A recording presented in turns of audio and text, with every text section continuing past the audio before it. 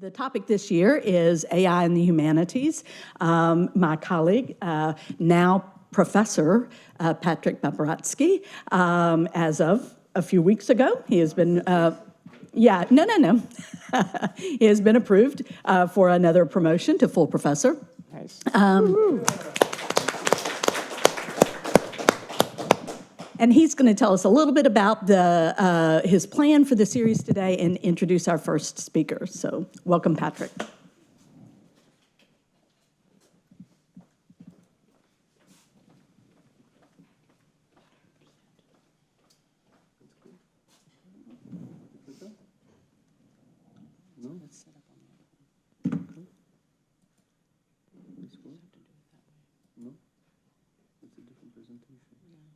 No, it's not a PowerPoint. Oh, wait. This? Just slow down. It's a different presentation. Yeah, it's a PDF, it looks like. Hold on, I think I need to actually open it. No, just slow down. There's some arrows at the bottom of the screen. Are there? Oh, yeah. There we go. All right. Thank you. Thank you. Usually my students do that for me. So click over there. Okay. All right. Yes, I was told to adhere to a strict microphone discipline, which I'm going to try to do. I can hold. It's much better. Welcome, everyone. It's my great pleasure to welcome you, to see you at the 60th Annual Webb Lectures on AI and the Humanities. And as a first thing that I want to say is to thank everyone who made this event happen, starting with Stephanie Cole and Julie Hazard and Joe Carpenter and all of our graduate students who are helping us with the equipment and with welcomes. And I'm very happy to see my own students here as well, so welcome to them. And of course to all the wonderful guests who you'll meet them in very shortly. I said that yesterday, and I stand by my words, that this is by far the best service assignment faculty can get at UTA probably, because what we do is we get to think about anyone in the world that we can that we want to invite. Then we get to invite them. Then we get to hear about their work, and we get to invite them to dinners and just have a good time. So thanks for the opportunity, Stephanie. I just wanted to take a couple of minutes to frame our discussion today a little bit with a few very high-level slides and ideas and perspectives that I think might be useful for thinking about humanities and AI. The first perspective is this notion that man, broad understanding of the word human, is an idea that came up at a certain moment of history, roughly somewhere in high Renaissance, 15th, 16th century.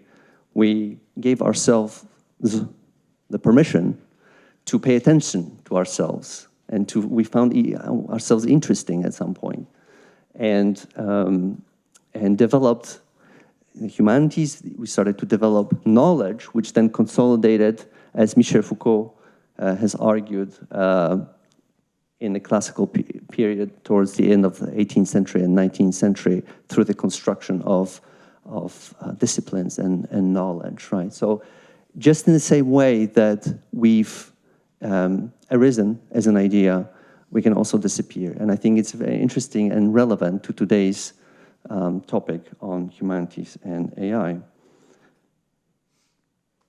The second one, if you permit me, let's fast forward to today.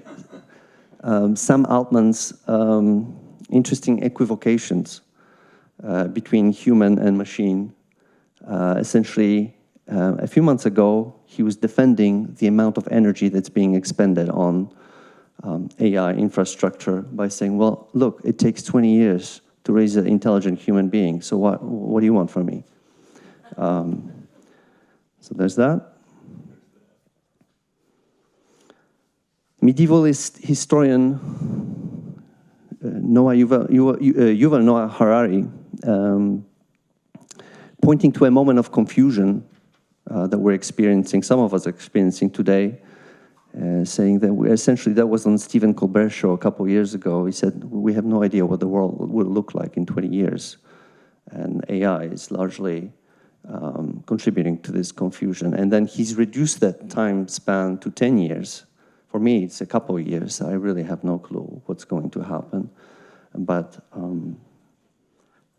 think it's interesting. A couple of snapshots from some imaginary extrapolations about humanity and AI. You probably know those, the Blade Runner and the 2001 Space Odyssey, films in which the machine is essentially reclaiming its dignity and it's reclaiming its humanity in ways that are moving sometimes, but also very scary, as in the case, well, actually in both cases, right? So there's that. And Daniela Amodei, the co-founder of Anthropic, telling us that studying the humanities will be more important than ever, and saying, well, this is what we're looking for. These are the skills that humanities give us. And she herself studied literature, so she would know. On the other hand, Alex Karp, the CEO of Palantir, says the AI will destroy humanities' jobs, but there will be more than enough jobs for people with vocational training, which is not very comforting. So there's a lot of confusion out there. Everyone has something to say about the humanities and AI and these connections, and it's not always very consistent, and it's confusing. So when I was looking for answers, I turned to ChatGPT to tell me exactly what's going to happen. And the verdict was this. I asked for a one-sentence answer, of course, and it told me that AI will push the humanities to the center of public life by making the interpretive, ethical, and historical insights essential to guiding how intelligent technologies are designed, understood, and governed. It's very comforting, but of course, can we trust it? Because by now, ChatGPT knows what I want to hear. And so I'm not sure if this is a reliable source anymore. Luckily, we have 5 wonderful guests who will be weighing in on some of these questions today. I'm, for one, very curious about what they have to say because I feel like I know less about AI than I should.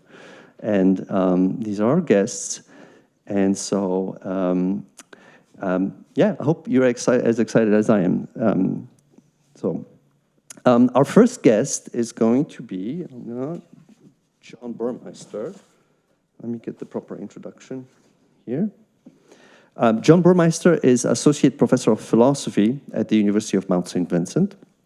His research focused on the computational technologies, the nature of the mind, and how those two topics can shed light on each other. Due to his studies in the history of philosophy, including Aristotle, Rousseau, Hegel, he brings in historical perspective to the modern-day issues of technology of mind that he investigates by excavating insights from previous centuries to supplement the perspectives and the prejudices which the present age inevitably carries. John learns as much from teaching as he does from his research, teaching courses on ethics, human nature, artificial intelligence, philosophy of mind, philosophy of technology, work and leisure, and Stoicism as well as Buddhism. Let's welcome John Burmeister.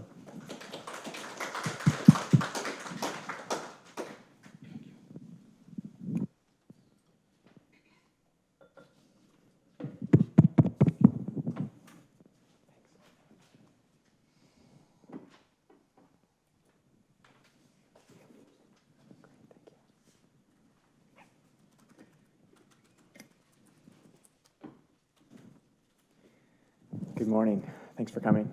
Is this thing on? Okay, good. All right, I'll just jump right in. So my talk is called AI as Midwife, Personalized Education, and Rousseau's Hidden Tutor. The emergence of highly capable AI systems is set to disrupt education in ways both concerning and remarkable.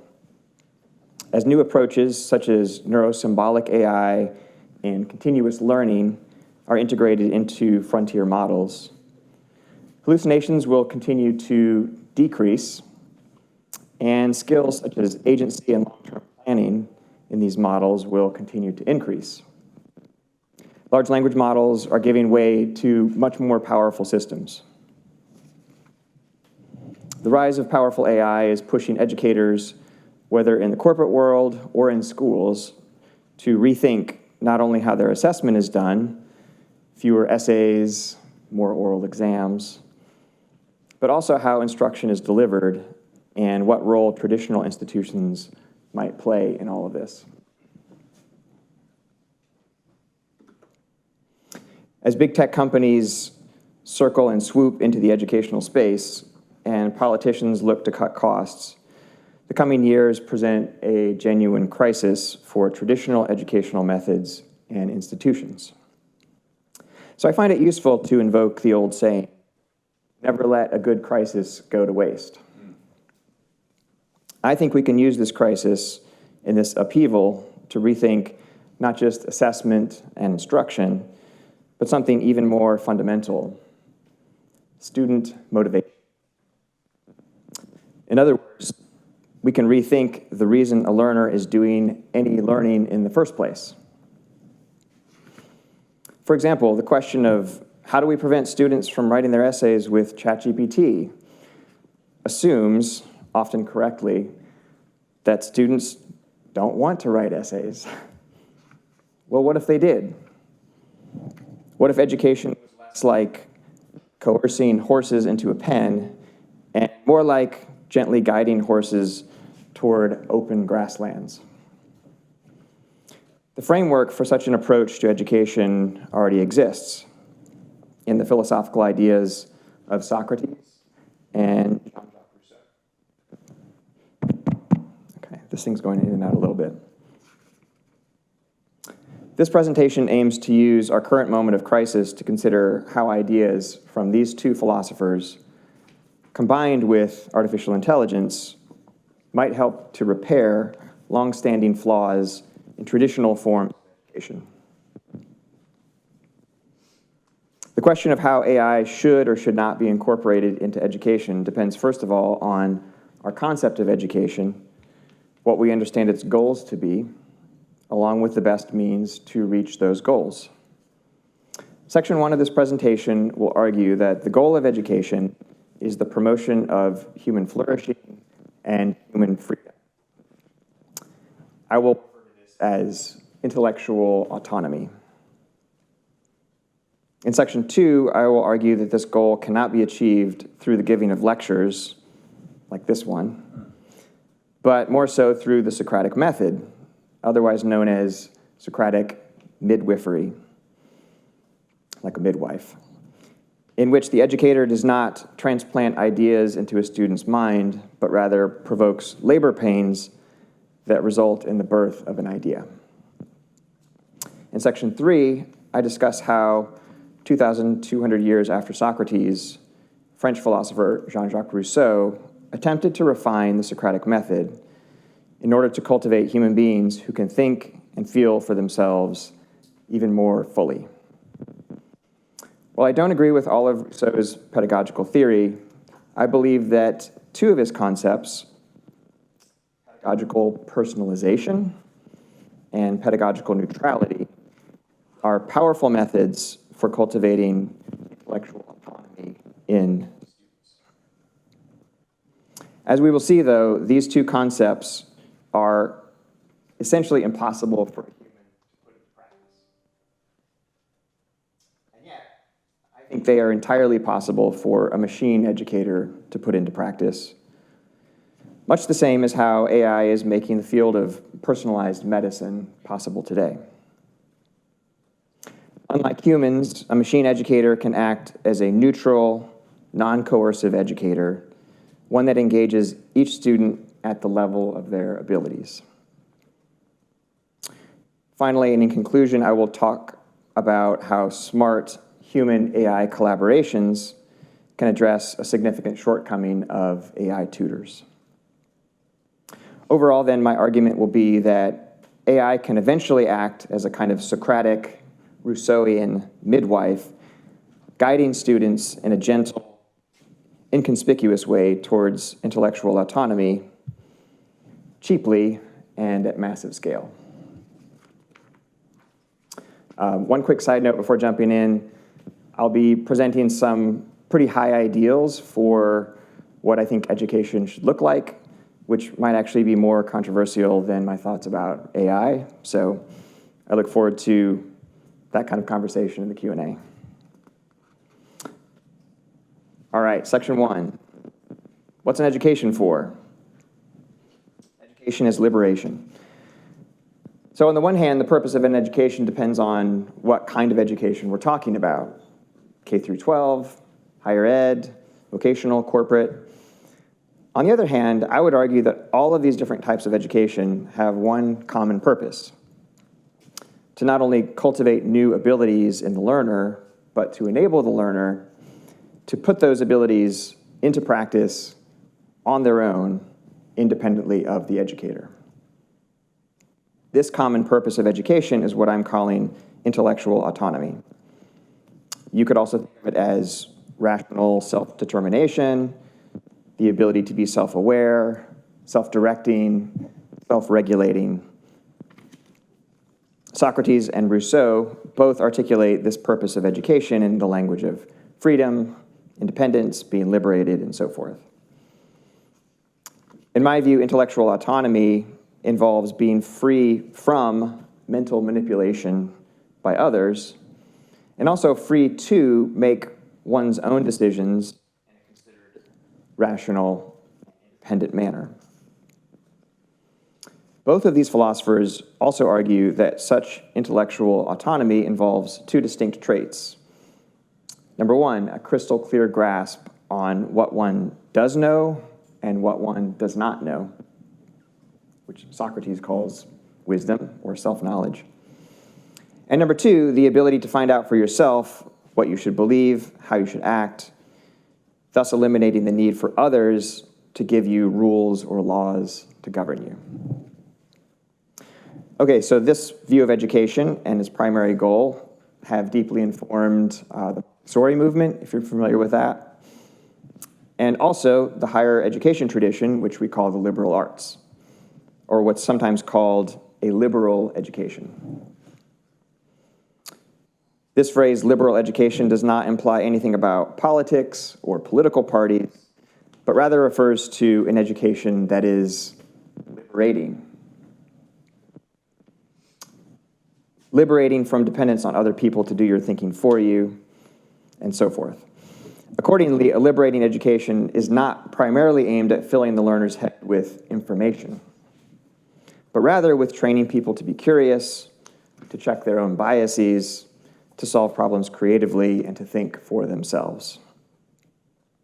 These skills reduce the learner's dependence on authorities, on laws, on rules,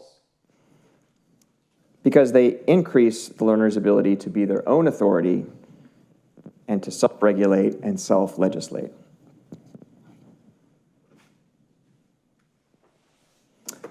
A liberal education is a liberating force for the learner, not so much because of the content of the education or what is taught, but more so because of the form of the education, how the teaching unfolds.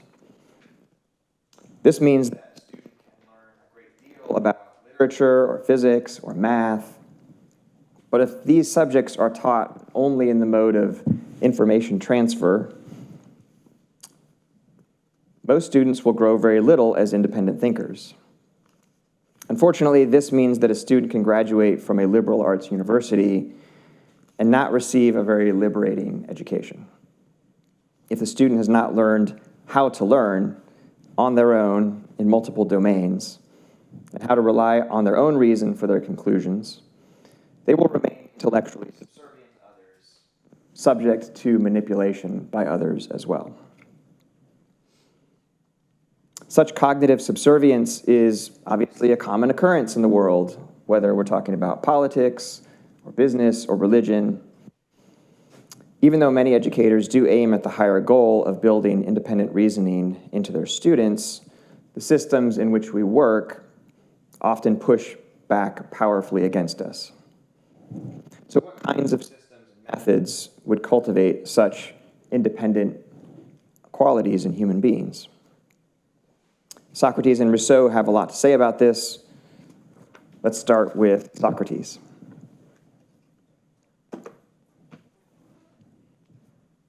The educational method that Socrates uses to cultivate intellectual autonomy is summed up in the term midwifery. In Plato's dialogue called the Theaetetus, young Theaetetus and Socrates are talking, and Theaetetus expresses frustration to Socrates that he can't solve the philosophical problem that they're discussing. Socrates informs Theaetetus that this frustration is like labor pains due to him being pregnant. Socrates explains that Socrates' own mother was a midwife and that he, Socrates, practices the same skill as his mother, except that instead of being a midwife of bodies, he's a midwife of souls or minds. He induces labor pains in people's minds to help them give birth to ideas. The labor pains that he induces are the feelings of perplexity, confusion, frustration that someone experiences when they feel driven to understand something but find themselves unable to. In Socrates' view, the labor pains of perplexity are a necessary precondition for the student's mind to give birth to its own ideas.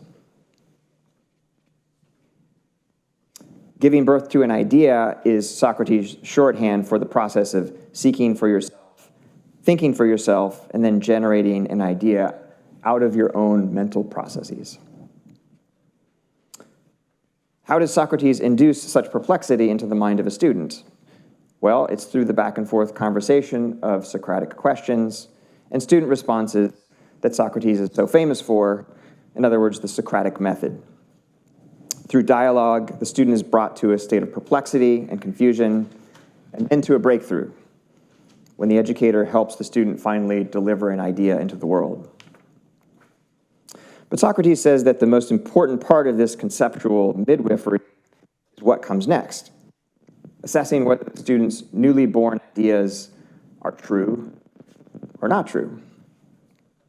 Many of the ideas are stillborn, misguided, while other ideas are living and vibrant, true ideas that count as genuine knowledge. The Socratic method will end in some students gaining knowledge about the world, while others will end up with no knowledge at all.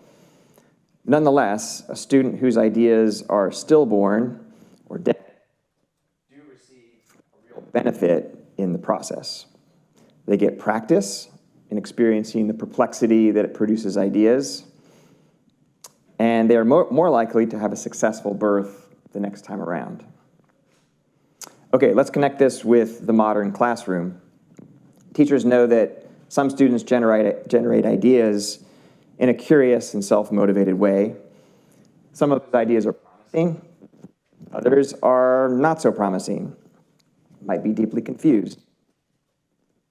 The student is excited about it, but the idea doesn't really have legs. The Socratically informed educator, nonetheless, places real value on student efforts that produces stillborn ideas.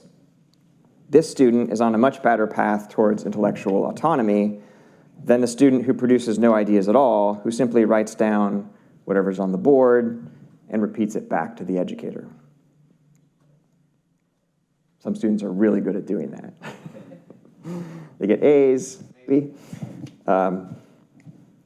So the contrast between the student who generates ideas, whether living or stillborn, and the student who produces no ideas, this points toward the contrast between the practice of educational midwifery and education as it's typically performed. A huge percentage of education involves transferring information into the minds of students, and in this most common form of education, it is not the student who gives birth, but rather the teacher. The teacher then hands the baby to the student. When this happens, the student does not gain true understanding, but gains something like a set of memorized facts. The baby in their arms is not their baby, in the sense that it did not emerge from the inner workings and processes of their own mind.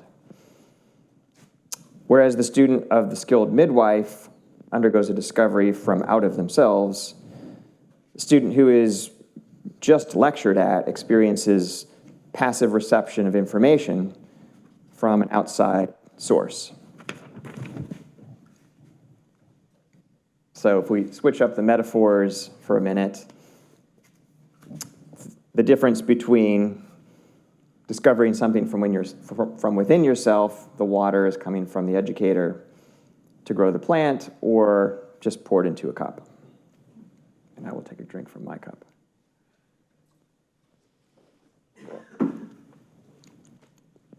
In sum, Socratic midwifery is aimed at helping students learn how to find relevant information and then think through it on their own.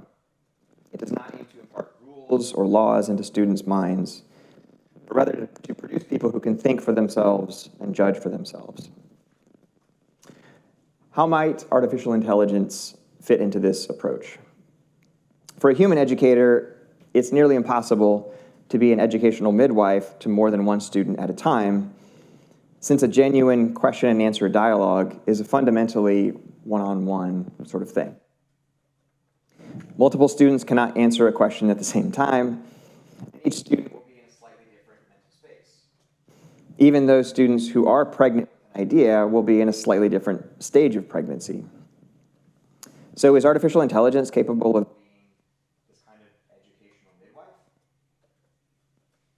We already see the early signs of this. In its Claude for Education service, Anthropic describes its learning mode as guiding rather than answering, and, quote, using Socratic questioning. There's good philosophy going on at Anthropic. They have at least one professional philosopher on staff. Khan Academy's AI tool called Khanmigo has similar features that help students find the answers on their own. Now, because the Greek word for midwifery is meiotics, I like to think of these Socratic AI efforts as eutics.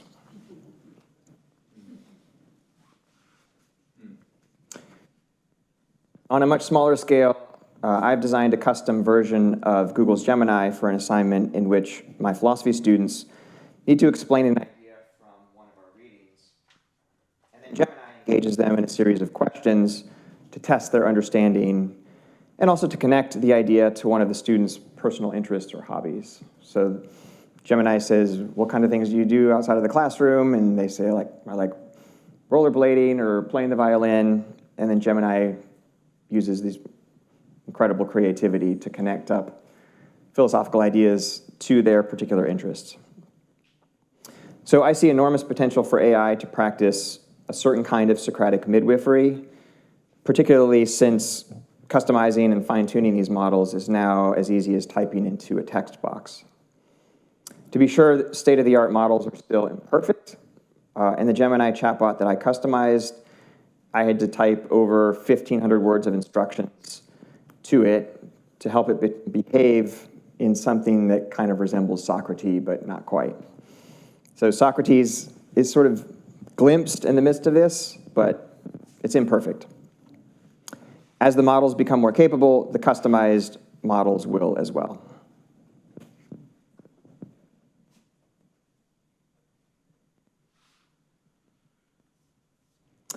All right, section 3, Rousseau's midwife refinements. 18th century French philosopher Jean-Jacques Rousseau agreed entirely with Socrates that an education should primarily aim at cultivating curiosity, independent inquiry, and intellectual autonomy. Rousseau also viewed the methods of Socratic education to be, quote, the most beautiful he had ever encountered. He had a pretty big crush on Socrates. We see his admiration for Socrates when he says that the educator should, quote, give no precepts at all. Instead, he ought to make them be discovered, unquote.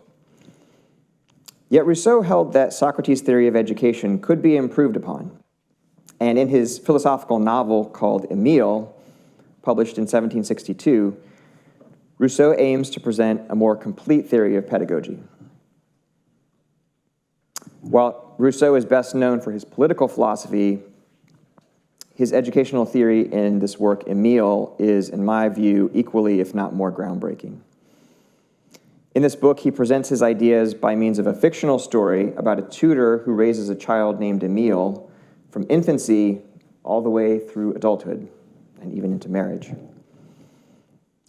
Even though this work contains certain ideas I find to be misguided or no longer suited to our modern times, Rousseau's attempts to modernize and improve the Socratic method are brilliant. So let's zoom forward to our own year of 2026 and ask, if Rousseau were not only an educational mastermind, but also an AI engineer, what sort of AI educator would Rousseau build? What elements of education would he think that such an AI could do better than a human, or better than a human at massive scale? To respond to these questions, I will sketch out two of the main pillars of Rousseau's educational theory and discuss how AI might help us put them into practice. I will also note here that the current AI models certainly cannot perform the essential social and emotional roles of human educators, at least not very well yet, a point I will return to at the end. So a bit of quick background about Rousseau's pedagogical theory. He splits up the stages of human development into infancy, childhood, adolescence, late adolescence, and adulthood. I was surprised recently to learn that he sort of invented the concept of adolescence. There was a little bit about this in the ancient world, but Rousseau is the first that I could find to really treat adolescence as its own psychological category. Rousseau argues that each stage of development deserves its own very specific mode of education. For those who are pre-adolescent, he insists that their education should involve as few words as possible. The natural verbal capacities of pre-adolescents are still quite weak, so he argues that these learners should be educated almost entirely via direct experiences with things, with objects, three-dimensional objects in the world. In this talk, my focus is on the linguistic abilities of AI, so I'm only going to be speaking about the elements of Rousseau's education that relate to words and thus relate to people who are adolescents or older. Okay. Total personalization to the student. Rousseau is perhaps the quintessential theorist of experiential learning. It's a theme he discusses almost obsessively. He argues that for learners of any age, it's nearly always preferable to educate them via direct experiences, if that's possible, as opposed to only using words. In Rousseau's view, as educators practice their midwifery, they should arrange both the situation and the conversation to establish as many connections to the student's own past and present experiences as possible.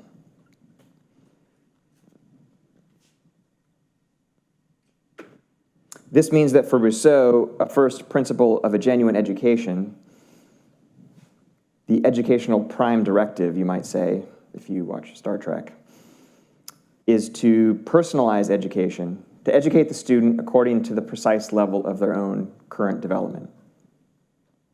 This is obviously very difficult to do for one student, much less many.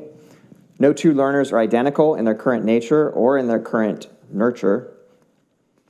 So this entails that the more personalized the educational process is, the better. Now, much has already been written about the ability of AI to provide personalized tutoring. In addition to Khan Academy and Anthropic tools that I mentioned, Google has a platform called Learn Your Way that shows real promise, I think, for helping students to learn at their own pace. But Rousseau takes personalized education to a much more intense level. Not only must educators keep in mind the students' individual abilities, their intellectual abilities, their emotional abilities, educators should also track the student's grasp of the particular words in their language. The more fine-grained the personalization, the more effective the education. The promise of AI for this purpose should be clear. We already have vivid examples of AI's ability to personalize content in an incredibly detailed way. If there's one thing that we as a culture have learned from the 12-headed monster of social media, it is that AI-powered algorithms designed by TikTok and Instagram are masterful at hyper-personalizing content to the individual. So masterful, in fact, that some users are spending 6, 7, 8 hours a day on these platforms. I say we reappropriate these powers for good, and that we use Rousseau as one of our guides to do this.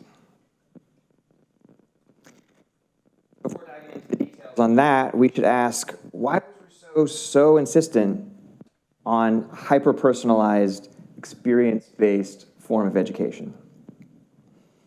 The reason is not that he views an unpersonalized education as inferior, just inferior.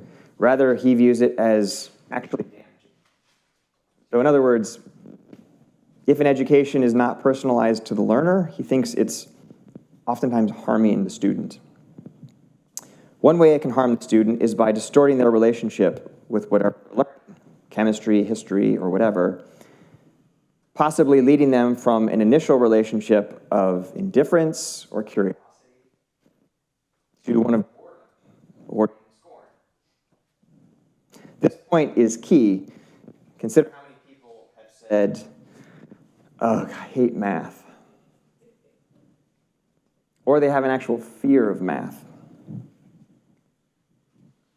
You know people like this?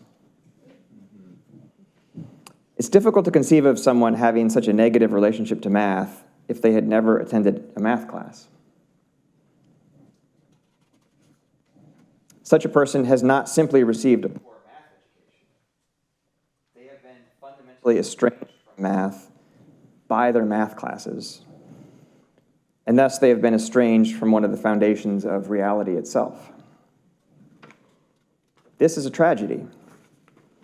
While such an estrangement can have various causes, teaching to the test, and so forth, one common cause is that the education was not personalized to the student's individual abilities and interests.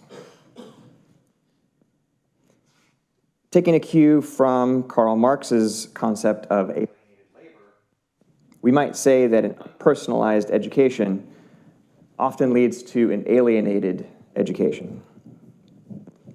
Just as a laborer in a factory can be forced into a state of alienation from their labor, finding no meaning in their labor beyond the wage, so can a student be forced into a state of alienation from their own labors, finding no meaning in it beyond their wage, which is the grade.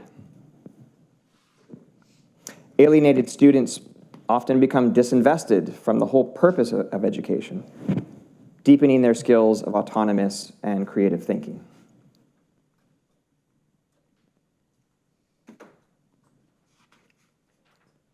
Thus, an alienated education is an oppressive education. It's the opposite of a liberal, liberating education. For this reason, I view the ability of AI to deliver a highly personalized education as not just an improvement to education, but potentially a transformation.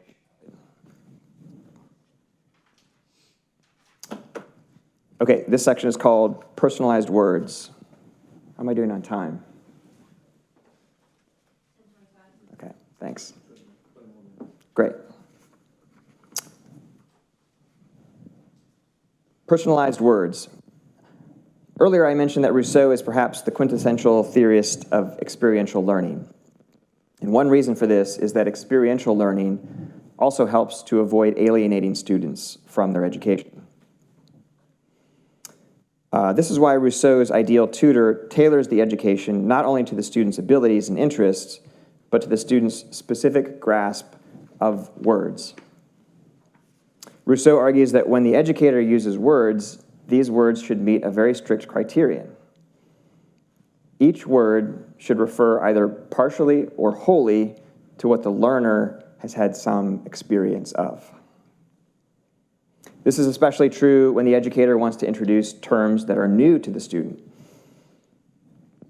In that case, the student should fully understand all of the words contained in the definition of the new word. This keeps the student experientially connected to the word and to the larger conversation. For Rousseau, if the educator deviates from this criterion, uses words that the student finds to be vague or abstract or untethered from their own life, this is the death knell of learning. This bears repeating. When an educator uses words that the learner cannot connect to their own life experiences and their own memories of the world, this is not only a poor educational experience, but a counterproductive one. The reasons for this are twofold. One is the alienated education that I mentioned above. The second reason is that when a student is exposed repeatedly to words that they only have a limited understanding of, and then they are pressured by the educator to use those words in a way that appears competent, in a speech or an essay or an exam, the student is kind of being actively trained to interact with words in this unhealthy way. That is, they are being actively trained by the educator to use words that they partially or perhaps entirely do not understand, and in a way that makes it appear that the student does understand them.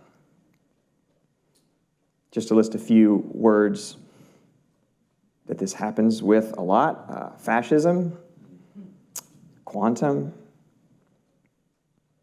subjective, deconstruction. So kind of fancy words, and we kind of maybe know what they mean. We throw them around, but do we know what these words mean? Such students are often not being disingenuous when they confidently use such terms without truly grasping them. Rather, it's become so habitual to use complex words that one does not fully understand that they kind of do think they understand them. I've found myself doing this as well. Anyone who has taught long enough has heard a student use some piece of complex terminology, and then after asking the student to clarify the meaning of the terms, watched as the student struggles to do so. So our relationship to language can become distorted when we learn that words don't need to refer to reality itself, but rather words can be used as kind of like non-referential tools for impressing others, or sounding smart, or getting a good grade.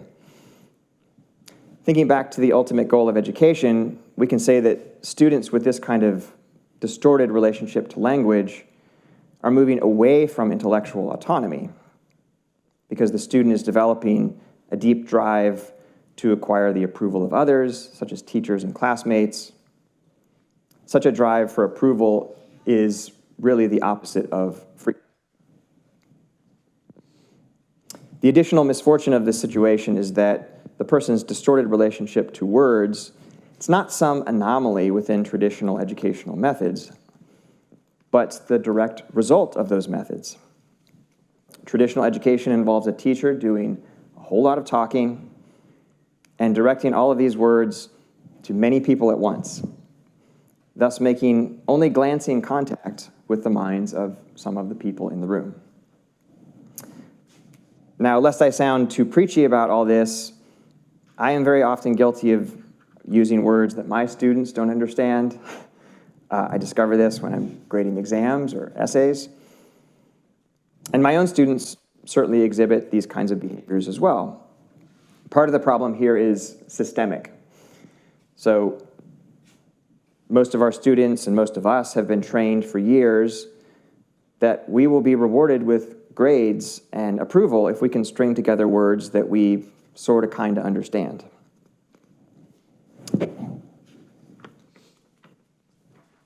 This then is the great promise of integrating AI into education, that it can be a highly personalized one-on-one tutor assessing in a very careful way which words each particular student does and does not understand, and then adjusting its own language accordingly. So, since we're talking about a machine tutor personalizing instruction to the individual student, can be done to a far greater degree than any human educator ever could. As an AI considers which words to use with a student, its superhuman memory allows it to recall and consider all of the words that a student has spoken to it in the past, though potentially millions of words.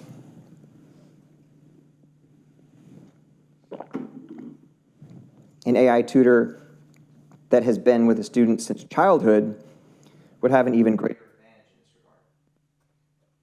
Now, as a side note, your privacy bells might be ringing in your head. They're ringing in my head. To address this, I think that open source AI models that are running locally on a student's own device, this is one potential sort of solution to this. And we could also use federated computing. We could talk about some of the technology of that in the Q&A if we want to.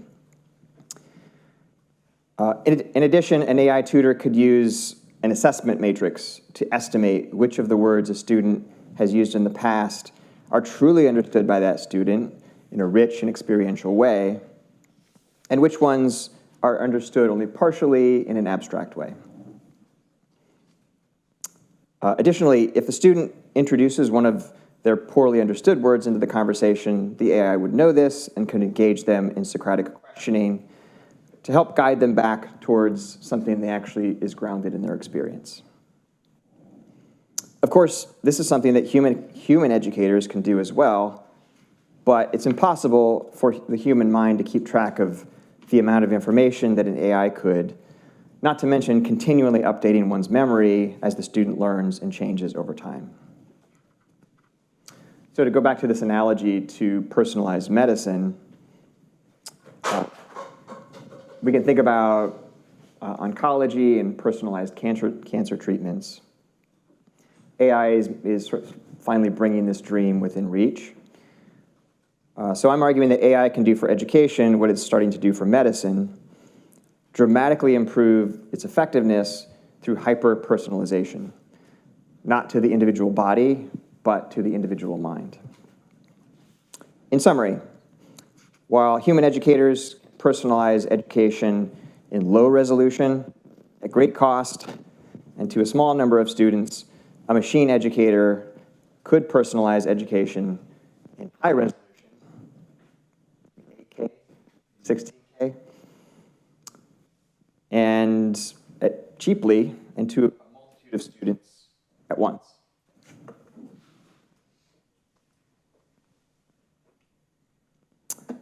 All right, this is basically the final section. So Rousseau's refinement number 2 on Socrates' midwifery is what he calls pedagogical, or what I call pedagogical neutrality, and I'll explain that in a minute.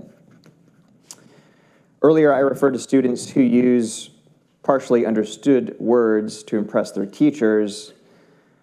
I noted that such students develop a kind of a dependence approval. They want their teacher's approval, and they strive to get this more so than perhaps the understanding itself. This phenomenon connects to a second pillar of Rousseau's educational theory, which I call pedagogical neutrality. This is the practice of avoiding expressing praise or blame or any other kind of visible pressure on the student. When this is practiced well, the teacher does not appear to the student to be teaching at all. They are a hidden tutor because they are present as a conversation partner, not as an authority figure using a particular agenda. So this picture over here, you've got a teacher and a student. They're both looking at the same thing. This is from an anecdote from a story in Emile where the tutor and the student are both looking at a stick in some water and trying to figure out why the stick looks broken. And so instead of the tutor saying, well, there's this principle called refraction, and this is how optics work, instead, the tutor walks around the stick, and then the student follows. They look at the stick from different angles, look at it from above, from straight above, the stick doesn't appear to be broken, it appears to be straight. And so this is a kind of midwifery lesson in optics and refraction in which there's no lecturing and the educator is not even visibly trying to teach anything. So this would be one example of pedagogical neutrality. In my view, pedagogical neutrality is another skill that's very difficult for humans to execute and would be quite easy for a well-trained AI tutor.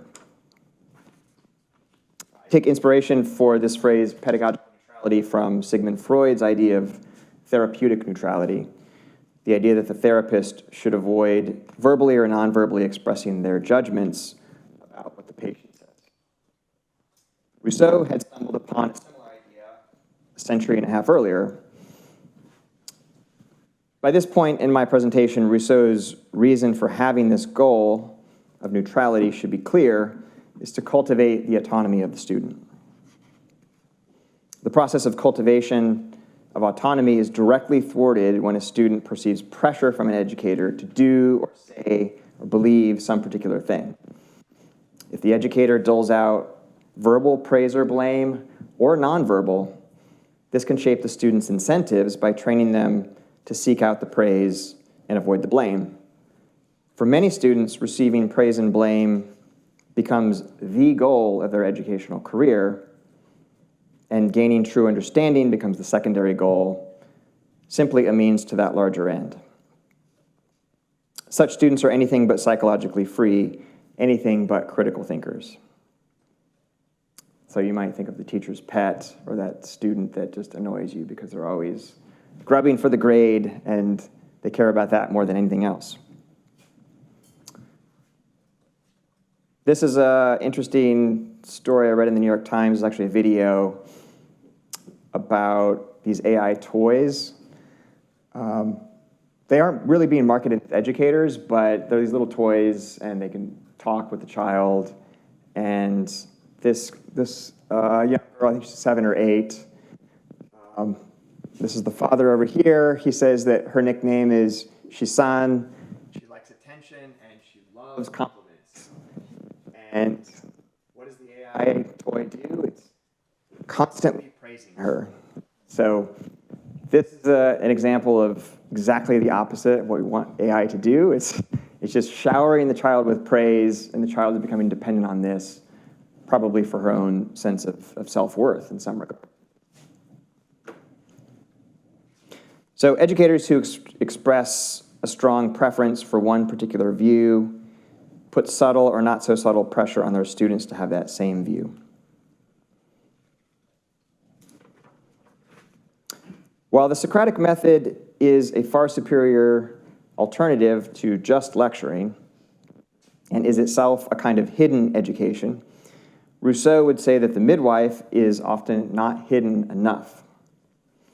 Sometimes too heavy-handed, sometimes forcing a birth that is more a reflection of the teacher's mind than the student's. To be truly free, Rousseau says that the student must use their own reason, not the reason of someone else.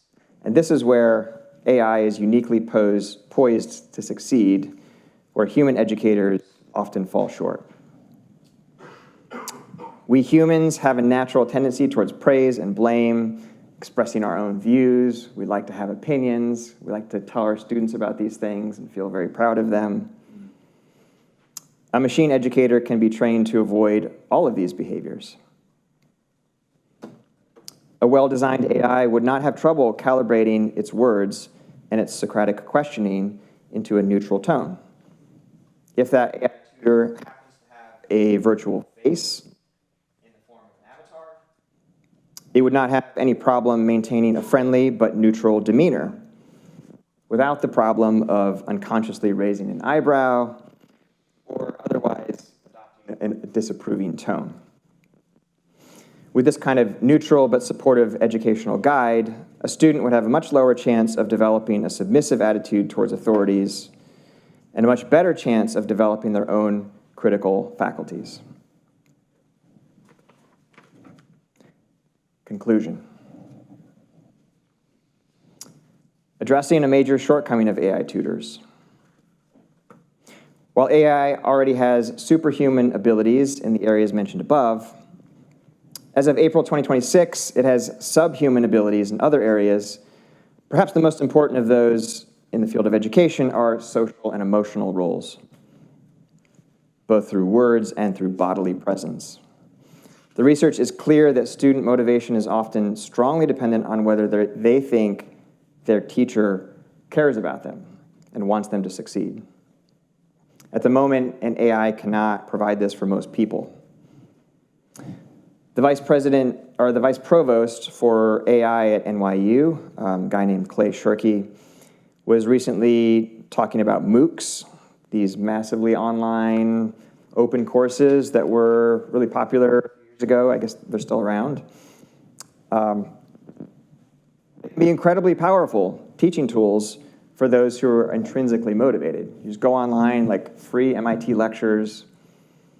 But according to Clay Shirky, what does the data show about the percentage of students who are intrinsically motivated enough to actually complete one of these MOOC courses that they signed up for? Do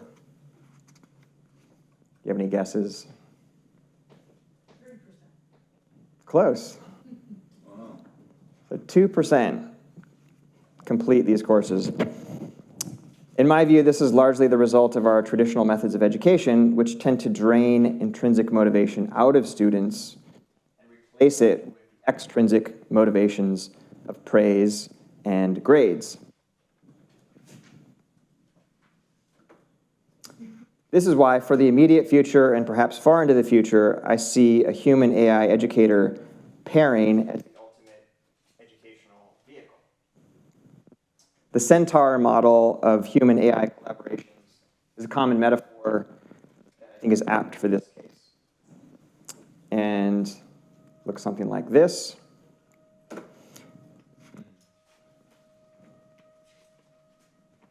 In my view, such a Centaur collaboration in education would combine the strengths of humans with the strengths of machines and would provide the most liberating form of education that humans have yet experienced. Thank you very much.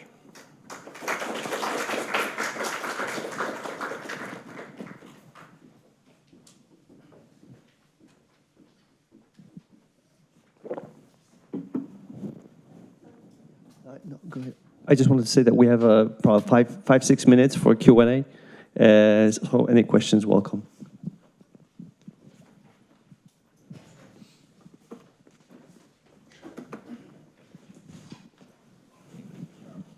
Hello. Fascinating talk. I'm wondering, one of the examples you used was Khan Academy's AI tutor, Khanmigo, Yeah. which was, I believe, shut down last week. Oh, really? And declared a failure.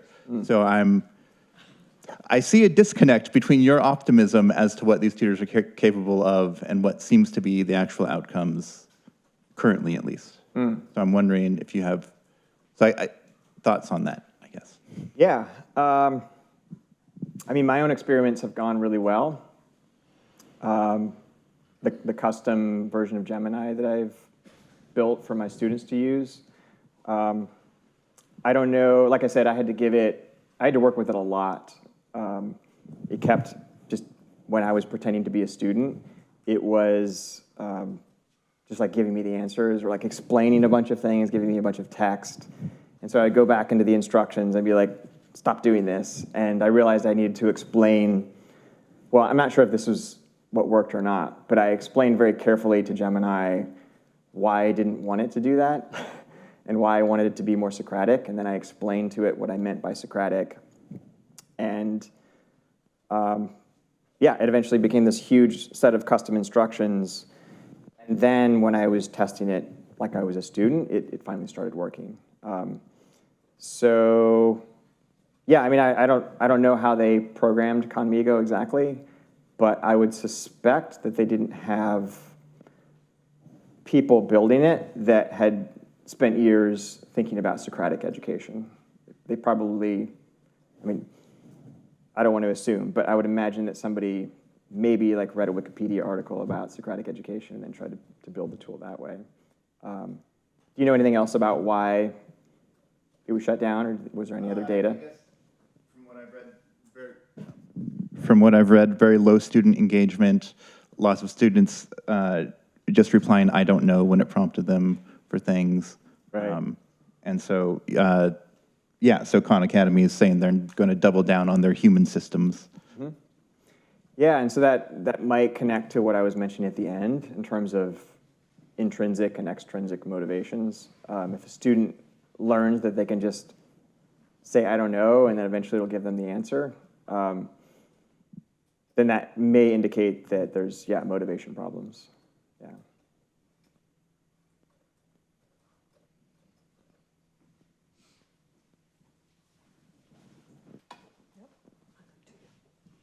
Just one other quick thought while the microphone's going over there. I'm just thinking about like earlier versions of Google Translate were pretty bad, and these things will be refined over time. Hi, I was just wondering what's to be said about, how you said impersonalized education is very damaging. What's to be said about standardized testing that's placed on these students? You say there's not to be an agenda, but wouldn't the agenda ultimately be to have these students raise their standardized test scores? So I feel like there's a very big disconnect between let's personalize this, yet we're going to give you all standard tests to, ensure this. Sure. There's lots Yeah, of yeah. things, but these are my thoughts. Yeah. I totally get that. It's, why do we have standardized testing?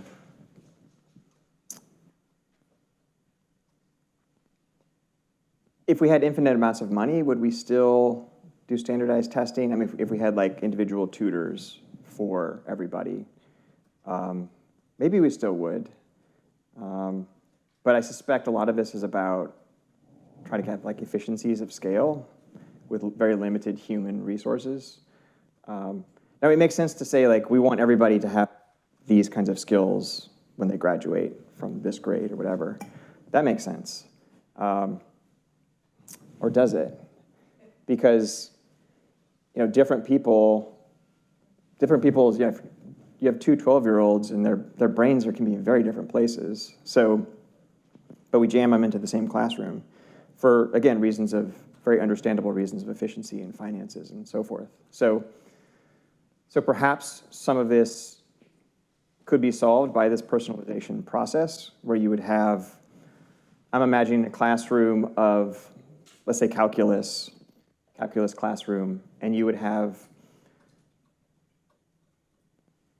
a couple of really precocious 12-year-olds in there, and then you would have some 16-year-olds, and you'd have some 19-year-olds, and then you might have a 22-year-old, and they're all in there, and there's a teacher in the room, and then each one of them has their own personalized tutor, and so some of the things I'm proposing here are pretty radical in terms of rethinking the educational system. Like, what if we didn't do testing for people until they had showed that they could actually be in this class and also kind of sort of wanted to be there, and then they showed the proficiency, and then we give them the test.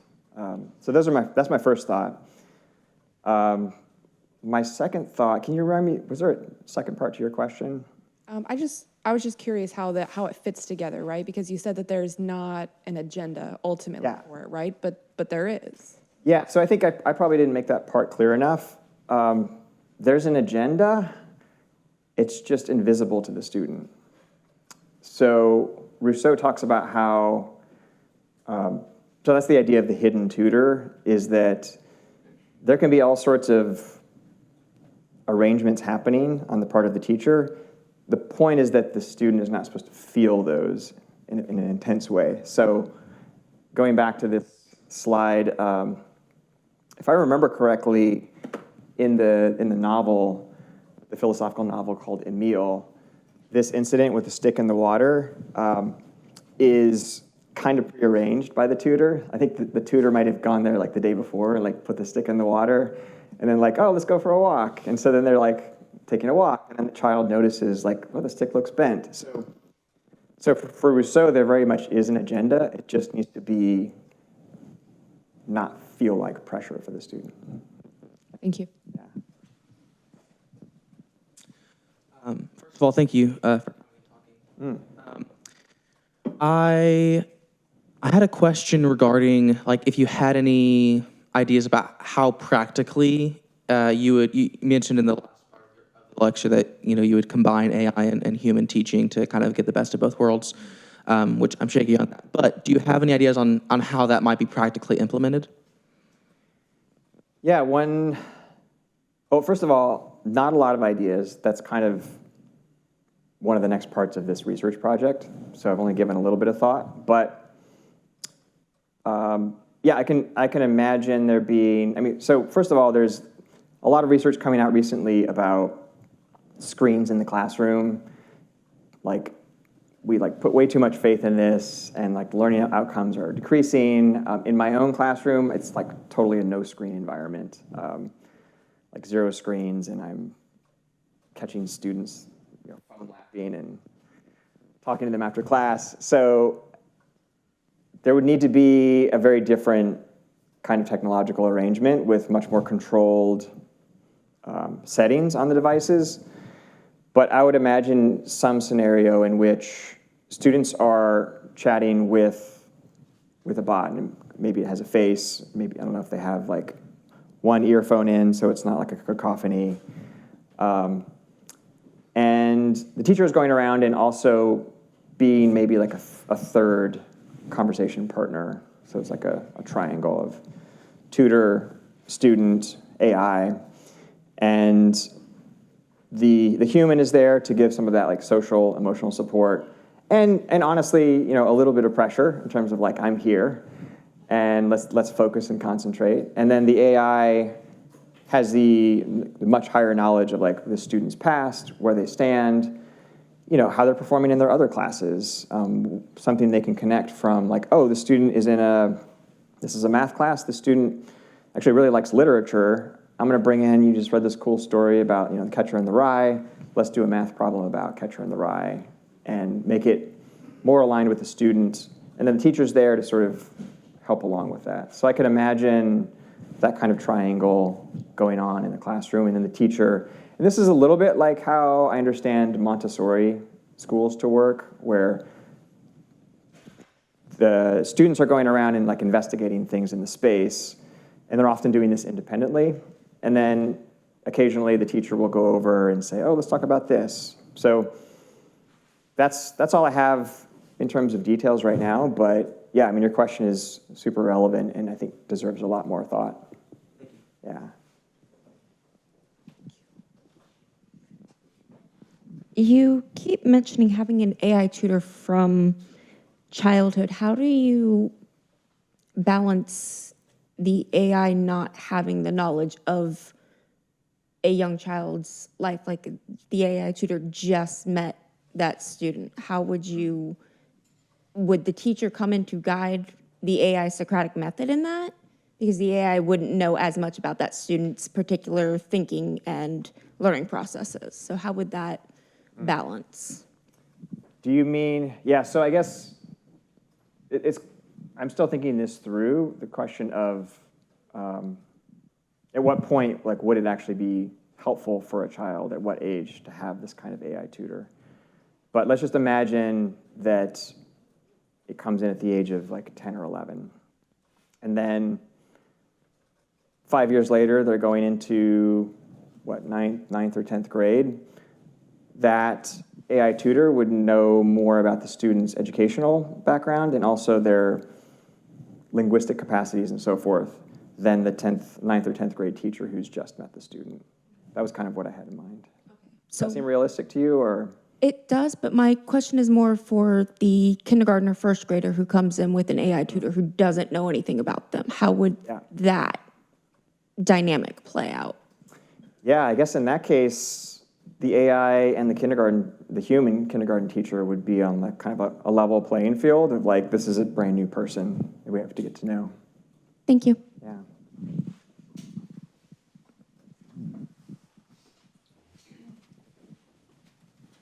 Thank you, John, for thought-provoking presentation. And I have two comments. So maybe first one, I will shock you a little bit, but exactly what you present is already in place. Yes. And the example is as follow. When you have the teachers teaching pilots to fly, there is the man and huge machine interaction, especially all kind of simulation, AI simulation. And already the last slide you have presented is already implemented and very well implemented because of the economics of this process. I mean, only human cannot give a knowledge and experience. So the AI part they use to give the students an experience that the plane is crashing, and when the plane is crashing, what teacher said is challenged by experience to feel the crash, right? It is also very well implemented in massive education process in factories, for example. So when you have fast circulating employees, you have no time for the education process. So you record, let me say, then you personalize the fastest way to send the information to the brain of the particular new employee. For particular piece of work, she or he will deliver next 5 minutes, right? So it is already implemented, and but your angle of viewing that is absolutely amazing. And I have one thought to that. The education is all about money. It is a business, right? So probably, and it is what you provoke me to think about, probably in the future, the close future, we will have two tiers of education business. The one will be a standard delivered by AI avatars, highly personalized and based on the simple math, value for money. So I pay $1,000 and I want to be a good whatever writer. But this human with the tool of AI will be the second tier, the very, let me say, well paid. And the equivalent of banking, people today that have private banking, and the normal banking, right? So the normal bank you pay $1 per month, right? And the private banking, someone cares about you, like a master teaching you, advising you, right? So I think it is a huge thing we need to think because of the ethical aspect of that, bias of that, right? But really interesting. Thank you for that. Yeah, thank you.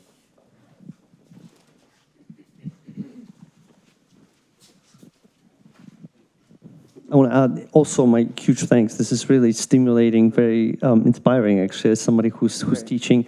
And so one last comment, because we're going to be moved to the next lecture, is what struck me, there's a little tension from my perspective, looking how things are developing in the world. And I'm wondering if we are in the moment where education is going towards a model of being liberating, really.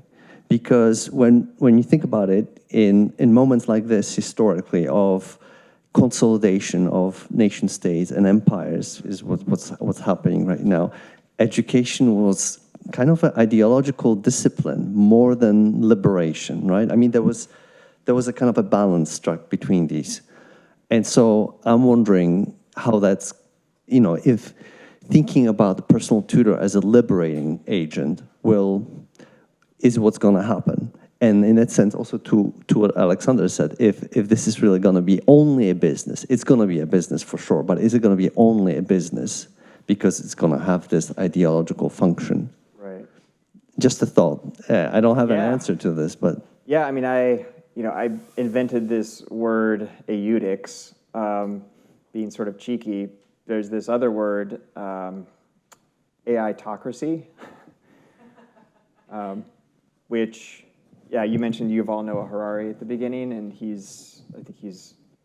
I've learned a lot from him. And it was about 10 years ago that reading some of his stuff, he alerted me to the fact that of when authoritarianism and AI come together, it's 1984. It's a disaster. So every autocratic leader in the world is salivating at getting AI because it's a means of total surveillance, total control, personalization. So I think, yeah, we're at this crazy inflection point where you could have hyper-personalization toward liberation or hyper-personalization towards creating servants of the state or whoever else is in charge. It's really, I think that artificial intelligence is a little bit like psychedelics in the sense that it's a non-specific amplifier, amplifies what a person is trying to do and what's already in their mind. So I think things could go terribly wrong, and that's one of the reasons I'm working on this is so we can steer it, just hopefully try to steer it in a different direction. Yeah. Thank you. All right, so we're at this moment. Thank you very much. Let's thank our speaker. We're going to be introducing our next speaker, and while we're reshuffling and putting the presentation on, I wanted to remind everyone there's coffee and cookies. Do we have cookies? No cookies, but there's coffee, and there's sugar for the coffee. So please help yourself.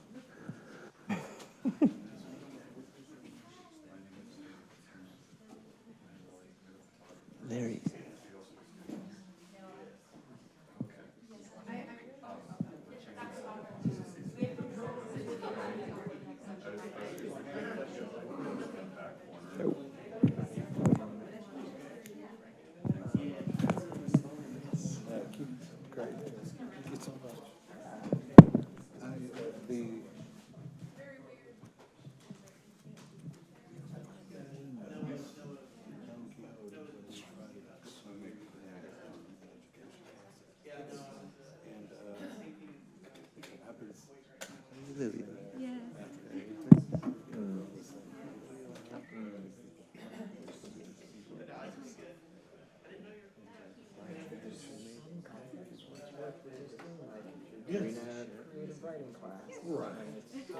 But yeah, like wholesale resistance, I agree with you.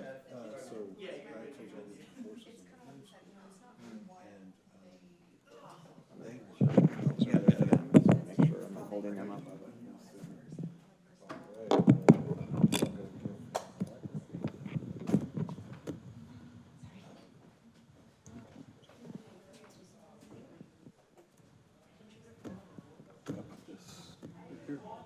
Yep. Click these pages. Yeah, that's what it takes. It takes a click to get the movie going. Good. Got it? Okay, let's put this one on.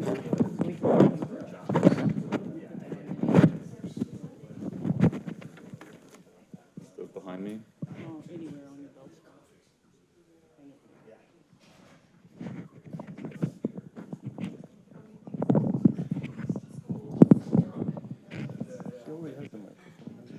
The camera. This one for the. Put it a little higher. Oops.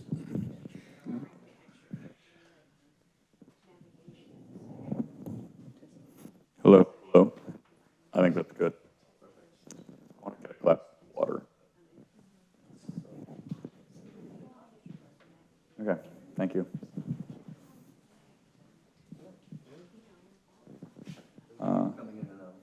Okay. Let's give it 60 seconds.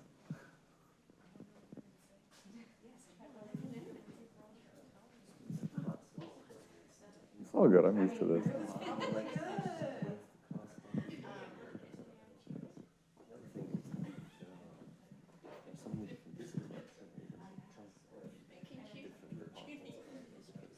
Totally.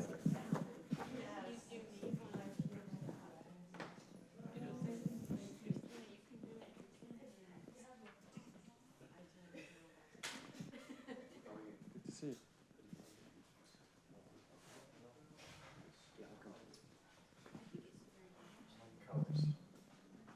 Thanks.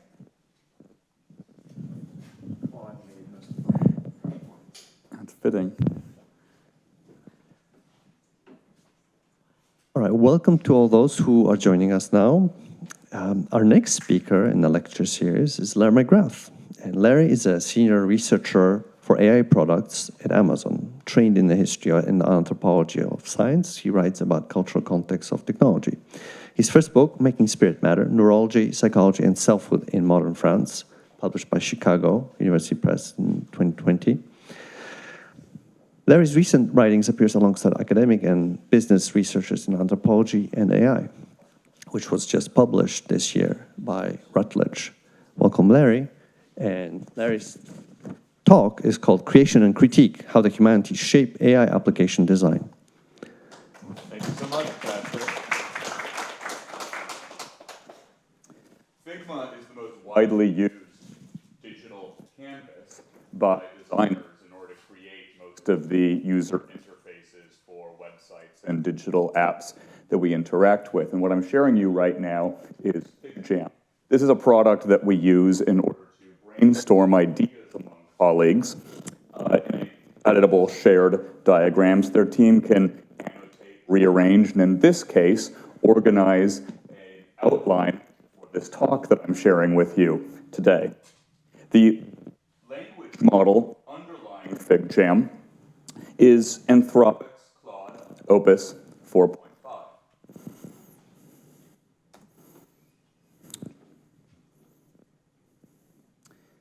Kiro is an agentic integrated developer environment. It's a developer tool.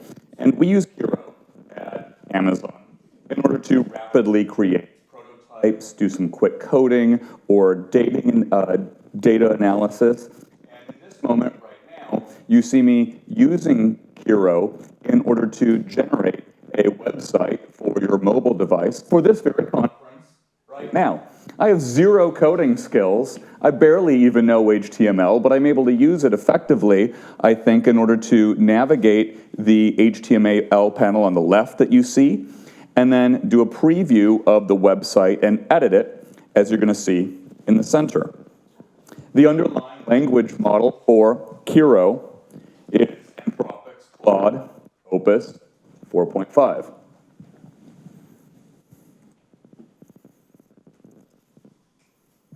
This is Alexa. It's what I work on at Amazon. It's a standard chat conversational interface, much like Claude, Chat, Gemini.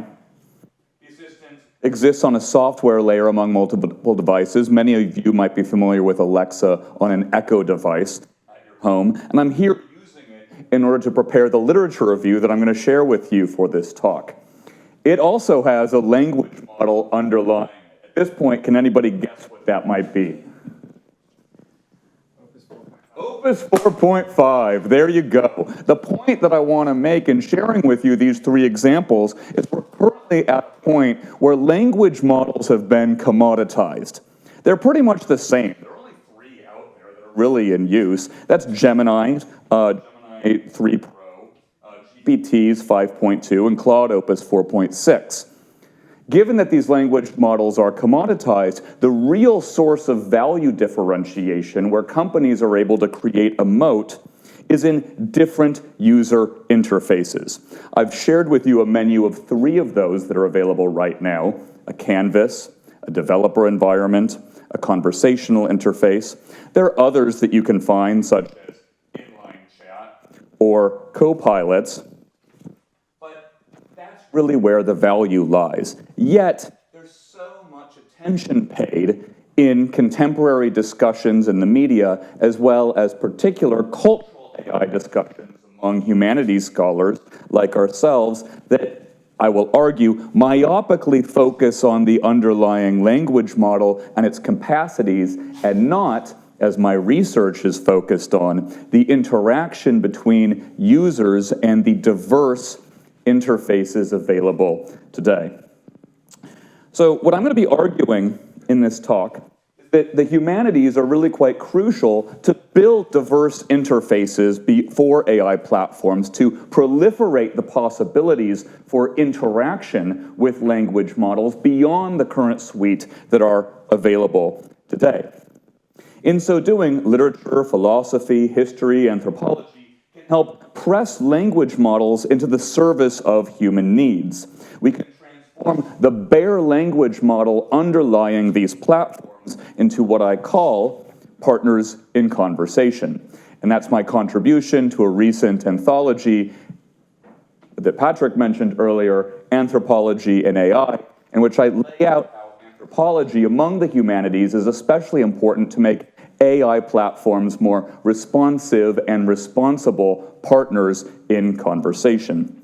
I'm going to draw on my contributions to that chapter, or to that book, and proceed to trace of recent humanistic inquiry with AI systems.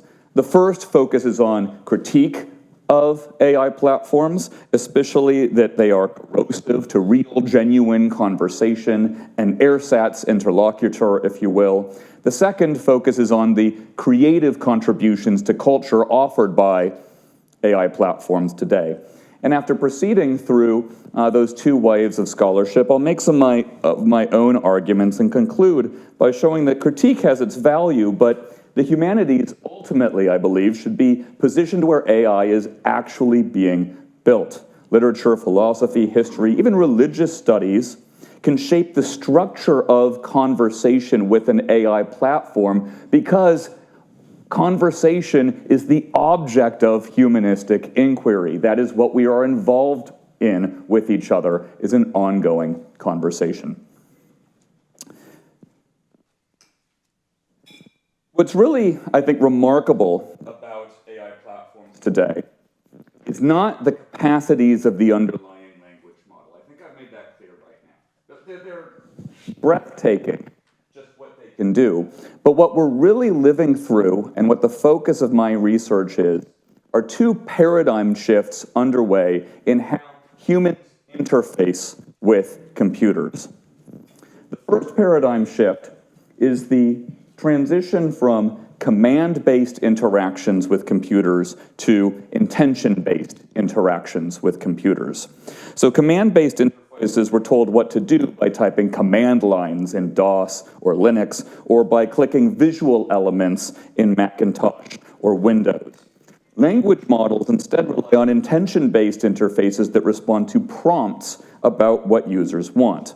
So ever since 1973, when Xerox released the first graphic user interface, Alto, it gave us links, calls to action, drop-down windows, and icons that we would click on these finite, discrete visual elements.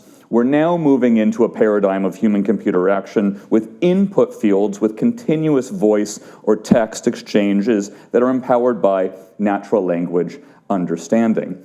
Now, the challenge with the new paradigm of intention-based computing is that articulating an intention is hardly innocent.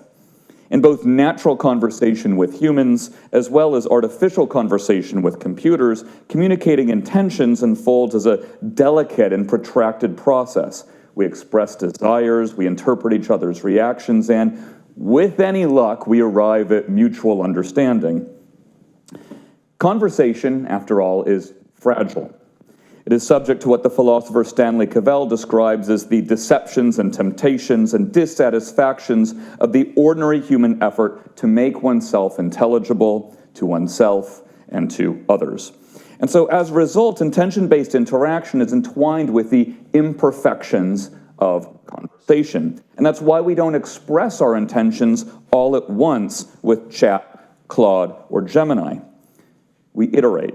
And I'm quoting right now from Microsoft's Guidelines for Effective AI Interaction that prompting is an iterative process. Start with a prompt and then iterate and build on it to refine your results. We don't express and interpret intentions all in one go. This leads to a second paradigm shift underway, which is a shift in the nature of interface design. As the IBM Natural Conversation Framework from 2022 put it, we are moving toward a sequence in time which replaces the layout in space as the fundamental concept of interface design. I'm not simply rearranging visual elements on a page. I'm enabling back and forth exchanges, sequence between computer and human. Fields from the humanities, I want to suggest, can contribute to intention-based interaction and help us think through new possibilities for interface design, so long as we don't myopically focus on the language model itself and instead identify where our disciplines can fit in to the full stack of AI product development. And that's what I'm going to be talking about. Now,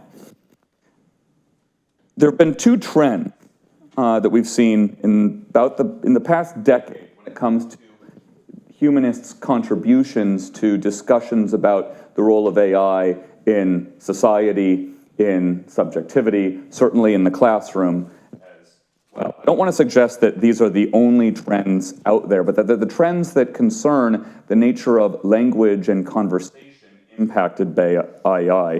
There are other discussions that are ethical, economic, certainly environmental, the externalities of these platforms. I think those are meaningful contexts, but they fall outside the scope of my current work. In the first wave of humanists' engagement with AI, we find a critical attitude emblematized by Noam Chomsky, the famous linguist's critique in a 2023 New York Times op-ed, in which she argues that the human mind is not like ChatGPT and its ilk, a lumbering statistical engine for pattern matching, gorging on hundreds of terabytes of data, and extrapolating the most likely conversational response or most probable answer to a scientific question. This claim is that language models are false intelligence, or in the minds of, say, David Chalmers, the philosopher of mind, that they cannot achieve consciousness. Others through reasoning or creativity.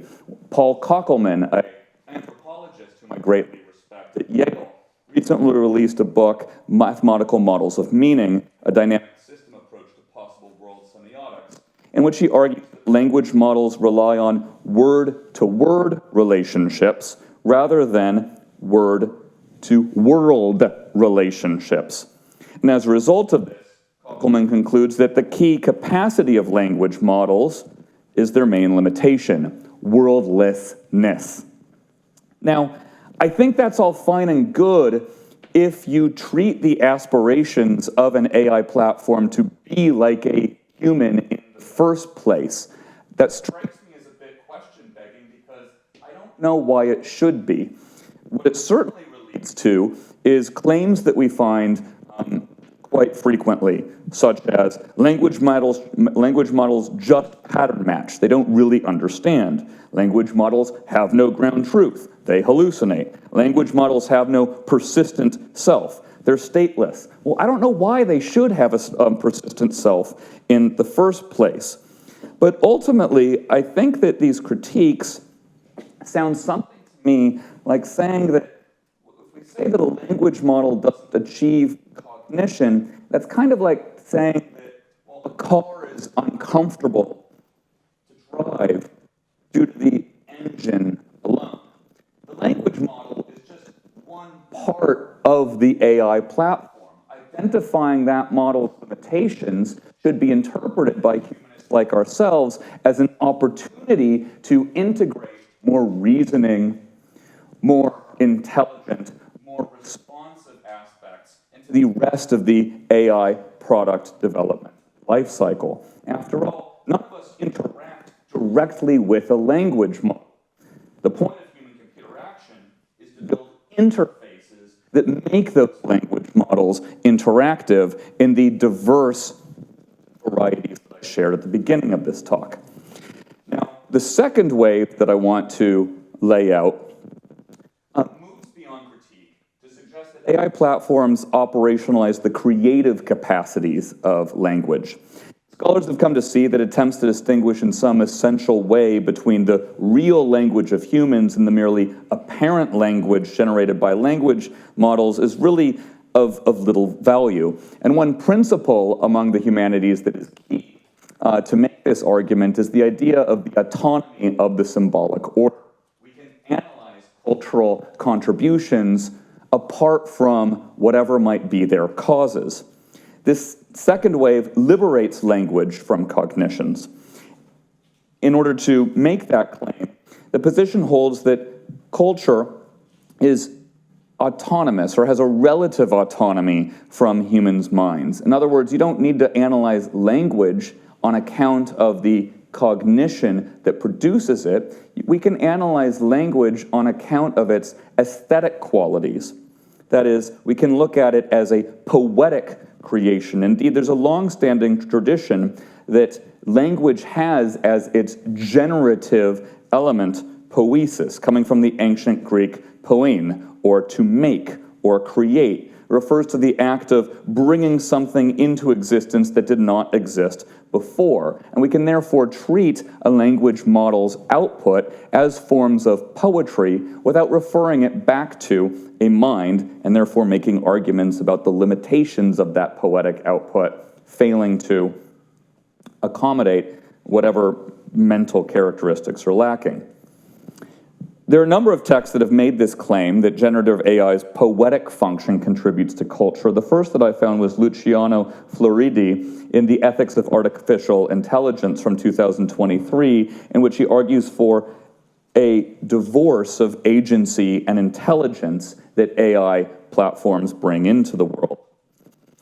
Priersima Visconti and Andrew McIntyre and Frédéric Rousseau the next year published Synthetic Socio-Technical Systems, in which they argue that AI systems are capable of creating new semantic artifacts that contribute to our collective knowledge, not necessarily on account of a human creator. Perhaps the most forceful argument along these lines comes in Leif Weatherby's really wonderful book that I encourage you to read, Language Machines, and he argues that AI does not simulate cognition, but rather creates culture. The generative AI captures the way in which language is first complex, creative, poetic, and only later referential, functional, and cognitive. Now, the poetic function of language is the creation of a thing that is neither object nor word alone. It is semantic innovation. And he calls, Weatherby does in his book, for a general poetics of computational cultural forms. Now, he also makes a very interesting argument that I want to reconstruct now against the first wave of humanist critique of AI platforms. Weatherby argues that the first wave, that people like Chomsky and Chalmers, whom I mentioned, and others, commit remainder humanism by clinging to a sentimental view of humans' inherent cognitive capacities. That is, a language model cannot achieve real understanding, real consciousness, real reasoning, because the real form of any of those three capacities is found in humans. And so you see this sort of whack-a-mole approach, according to Weatherby, whereby we define the human and our essential capacities negatively by way of contrast against what an AI platform cannot do. For Weatherby, this amounts to a defensive stance that defines the human by the negative space left by language models. It's really a very nice critique. At the center of his critique, whom he takes aim at more than Chomsky, more than Chalmers, are Emily Bender and Timnit Gebru. And they articulate, these two authors, what they call the symbol grounding problem. Text generated by a language model, I'm reading here, is not grounded in communicative intent, any model of the world, or any model of the reader's state of mind. A language model is a system for haphazardly stitching together sequences of linguistic forms. It is observed in its training data according to probabilistic information about how they combine without any reference to meaning, a stochastic parrot. Now, this accusation, a stochastic parrot, brings together the idea of stochasticity, that is, probabilistic patterns, with parroting, that is mere mimicking. In other words, there's no real meaning here. According to Weatherby, this is remainder humanism. But I interpret it differently, and so this is my criticism of Weatherby right now, is that for those of us who are building AI platforms, we read Temnik and Gebru as making a claim specifically about language models. And what I interpret them to mean is not simply language models' limitations, but also their call for epistemic responsibility across the full stack of AI product development. In other words, because language models are stochastic parrots, we need to build in meaning recognition and making capacities elsewhere in the AI product. What might that look like? It might look like this. And I have here's a layout right now of all of the layers involved in building an AI product at a company like Amazon right now. Let me take you through the three broad strata of this hierarchy. You have at the foundation the language model, which does the heavy lifting of vector embedding-based prediction. Above that, you have what we call the orchestration layer. Our knowledge and integration, as well as dialogue management, is what functions as the central nervous system of the AI application. It maintains conversation history, a shared context across multiple steps in a workflow, and also routing tasks to specialized models. That's what allows Claude, for example, to generate a web page for you, or a Word doc, or any other artifact that you might be able to download. This is the good stuff. This is where the humanities now can really contribute. This is the interaction layer of what users actually engage with on a laptop, a television, or a mobile device. And this is where the humanities, I'm going to be arguing for the rest of my talk, can contribute to AI product development, aligning values, modeling kinds of users. Above that, the frameworks for rule-based interactions. By that I mean, what can I say as input, and then the language model provide as output in a sequence over time, back and forth. And then ultimately, at the highest layer of the AI platform is the look and feel of the actual user interface. In order to make that possible, in order to make our contributions as humanists to AI product development realistic, we have to clear some groundwork first. And that means, I think, that we should move beyond the debates focus on language, as I laid them out in the first two waves of critique and contribution, and instead come back to what we're really good at, that is conversation. Now, language is, of course, involved in conversation, but conversation between humans involves dynamics that go above and beyond mere syntax and semantics. If syntax is concerned with the structure and form of sentences, as language models oftentimes are, semantics is the study of the literal meaning of linguistic expressions and the rules for mapping those statements to truth conditions. Where our contributions become meaningful in shaping conversational structures within AI platforms is in the pragmatics of language, the significance of shared presuppositions and contextual information when understanding the meaning communicated by speakers in a shared context. This is the focus of what I do as an applied anthropologist working at Amazon.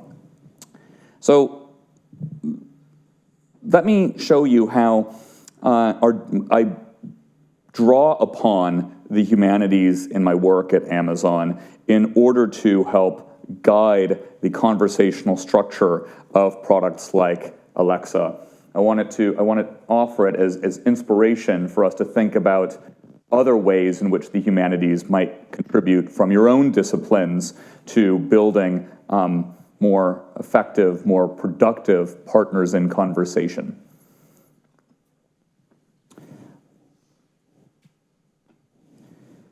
The first area that I find really productive is in the philosophy and microsociology of conversation. What is a conversation? Let's start there. A good conversation follows rules of back and forth dialogue. The process of conversation, unfolding as it does across turns, matters more, I'm suggesting, than a conversation's outcome. For the philosopher John Searle, a multi-turn conversation is engaging us in a rule-governed form of behavior, as he puts it. We follow those rules implicitly when they break down, sometimes explicitly. One person speaks at a time. The end of one term brings about the occasion for another person to speak. The rules of turn-taking. Conversation here is really a coordinated joint activity whose purpose is incrementally to arrive at mutual understanding rather than to transmit one-way information. Back in the 70s, there was a group of sociologists who founded conversation analysis: Harvey Sachs, Emanuel Shegloff, Gail Jefferson, and they wrote that for socially organized activities, the presence of turns suggests an economy, with turns for something being valued and the means for allocating them, which affect the relative distribution within that economy. And that is generally the sort of economy of day-to-day interaction that we follow through turn-taking, which allows for a conversation to take hold. The upshot of all of this, I take to mean that good conversation is an achievement. It's not at all given. Conversation can fall apart at any moment when interlocutors drone on, speak out of turn, or just simply get bored. There are no facts, whether in the world or in our minds, that can guarantee the successful transmission of meaning that ensure that a conversation is fruitful and desirable. And I think the humanities know this quite well, is just how fragile it is to converse with others. For Irving Goffman, a sociologist who I quite like, the presentation of selfhood in everyday dialogue suggests that conversations are held together by an enormous amount of tacit, fragile, what he calls interaction ritual. And the longer an exchange continues, the more opportunities arise for those rituals to break down or for the shared frame of the conversation to dissolve. So it's up to us, I think, as humanists, among other things, to ensure that conversational interfaces are guided in the right direction so as to encourage productive back and forth exchanges between computer and human. I think there's a very nice example of this. I'm sharing with you right now Dr. Cabot. It's a diagnostic AI application used for medical contexts. It performs clinical reasoning via differential diagnosis. Physicians will prompt the chatbot with a patient's history, physical exams, symptoms, and signs, and much like a clinician, Dr. Cabot collects the information, lists all possible diagnoses, what physicians call candidate conditions, narrows them down using tests, labs, and imaging. And what we're watching right now is a specific case of a 41-year-old woman who presented chest pain after a miscarriage. Cabot arrives at a working diagnosis of a spontaneous artery dissection, which caused a heart attack in the patient. Now, what's more important than the ultimate outcome of Dr. Cabot's reasoning here is the pathway, that is the process of interaction between physician and computer by which the two are partners in conversation. Cabot considers 8 differential diagnoses, including plaque-related acute coronary syndrome, stress, cardiomyopathy, and pulmonary embolism, which the platform progressively rules out. To put it as a physician from the University of California, San Francisco, Gurpreet Dhaliwal said, "Doctors are better off asking AI for help with wayfinding. Instead of asking what is sickening a patient, a doctor could ask a model to identify trends in the patient's trajectory, along with important details that the doctor might have missed. The model would not give the doctor orders to follow. Instead, it might alert her to a recent study, propose a helpful blood test, or unearth a lab result in a decades-old medical record. Again, the purpose of the conversation is its process here, not its final outcome. That's what I want to stress. Moreover, it's an example of a kind of conversation that was developed by researchers specifically with the context of medical information in mind. This kind of presentation is what you would see in a morbidity and mortality conference, grand rounds, perhaps a morning report for internal medicine. Contributing to these sorts of conversational interfaces is, I think, what we can do from the humanities. And to come back to a theme I continuously stress throughout this talk is that we can help guide conversations from otherwise crashing into the rocks of uncertainty, of pursuing the wayward directions that conversations actually tend to go in reality. And this is what has gone noticed among a number of AI scholars, is that much can go awry in conversation. Most conversations are not nearly as successful as Dr. Cabot's differential diagnosis of the patient that we just saw. Despite my sincere efforts at clear expression, my words might prove unsuitable or strike an awkward tone. My interlocutor could receive my speech in a state of distraction or suspicion. And that's not only the case with other humans, it's the case with an AI application as well. And this has become known in the literature as the hot mess theory of AI. A 2026 paper by Anthropic was titled "The Hot Mess of AI: How Does Misalignment Scale with Model Intelligence and Task Complexity?" And the authors contend that AI might not fail through systematic misalignment, but through incoherence, that is, unpredictable, self-undermining behavior. Many popular fears about superintelligent AI taking over the world rely on the assumption that as an AI platform is made more intelligent, it will also become more coherent, that is, it'll become more biased. But these authors argue the opposite, that more intelligence actually breeds more incoherence. The philosopher Nick Bostrom suggested this evil genius idea of a biased, coherent, apocalyptic scenario of an AI taking over the world in a 2003 thought experiment in which he asked us to, and I'm quoting now, "Suppose we have an AI whose only goal is to make as many paper clips as possible. The AI will realize quickly that it would be much better off if there were no humans, because humans might decide to switch it off. Because if humans do so, there will be fewer paper clips. Also, human bodies contain a lot of atoms that could be made into paper clips. The future that the AI would be trying to gear toward would be one in which there were a lot of paper clips, but no humans." That sounds frightening, but the hot mess theory holds that the opposite would be true.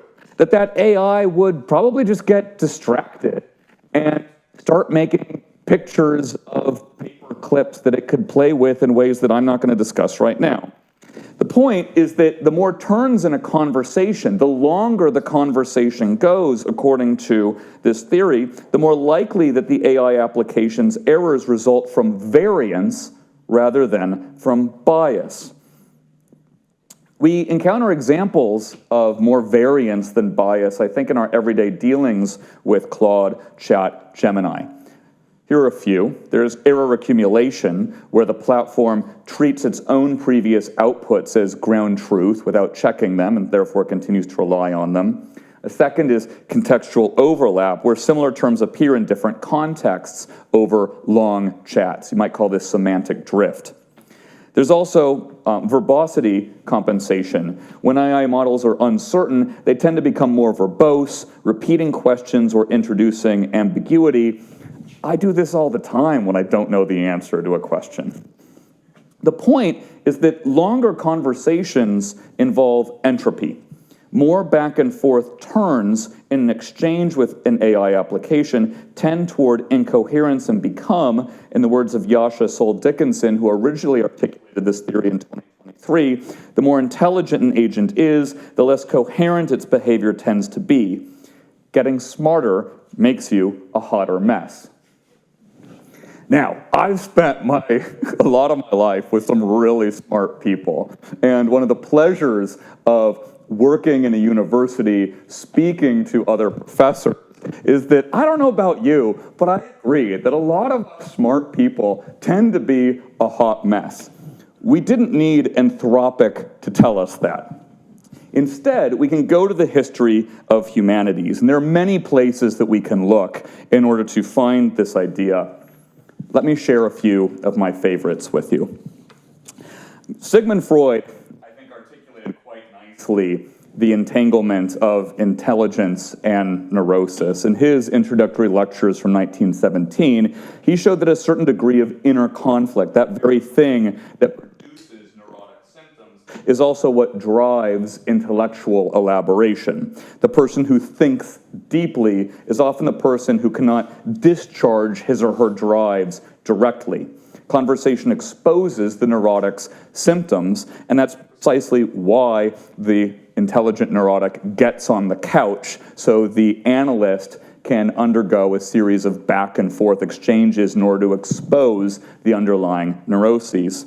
If you shift now into the world of literature, Julia Kristeva went a step further, suggesting that our selfhood amounts to what she calls a subject in process. In Revolution in Poetic Language of 1974, Kristeva argues that speech is never stable or unified, but is constitutively traversed by heterogeneous drives, unconscious forces, and competing textual voices. Another place you might go, especially to show that the mess gets hotter the longer the intellectual conversation is protracted over time, is Ludwig Wittgenstein. He showed us how messy language games are. For any of you who have read the Philosophical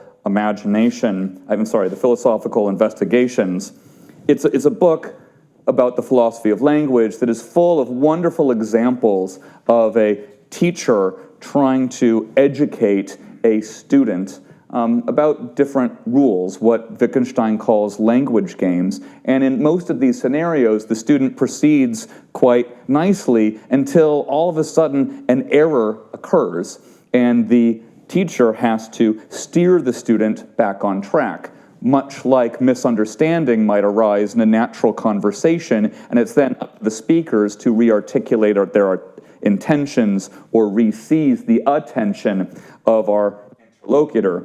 The point that Wittgenstein's making is that our language and the meaning we express is a human activity. There's no picture in our minds that we're conveying to one another, much less is there a mental fact that secures that I understand a word the same as my interlocutor understands a word. We're instead following a rule together. And following a rule together is a public act in a shared communal space.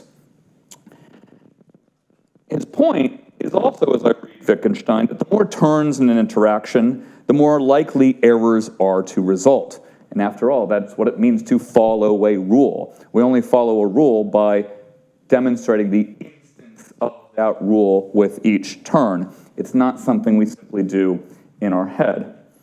Those of us who teach students, I think, know this to be true. We follow rules together, and those rules are really quite fragile. They're what Wittgenstein calls our forms of life.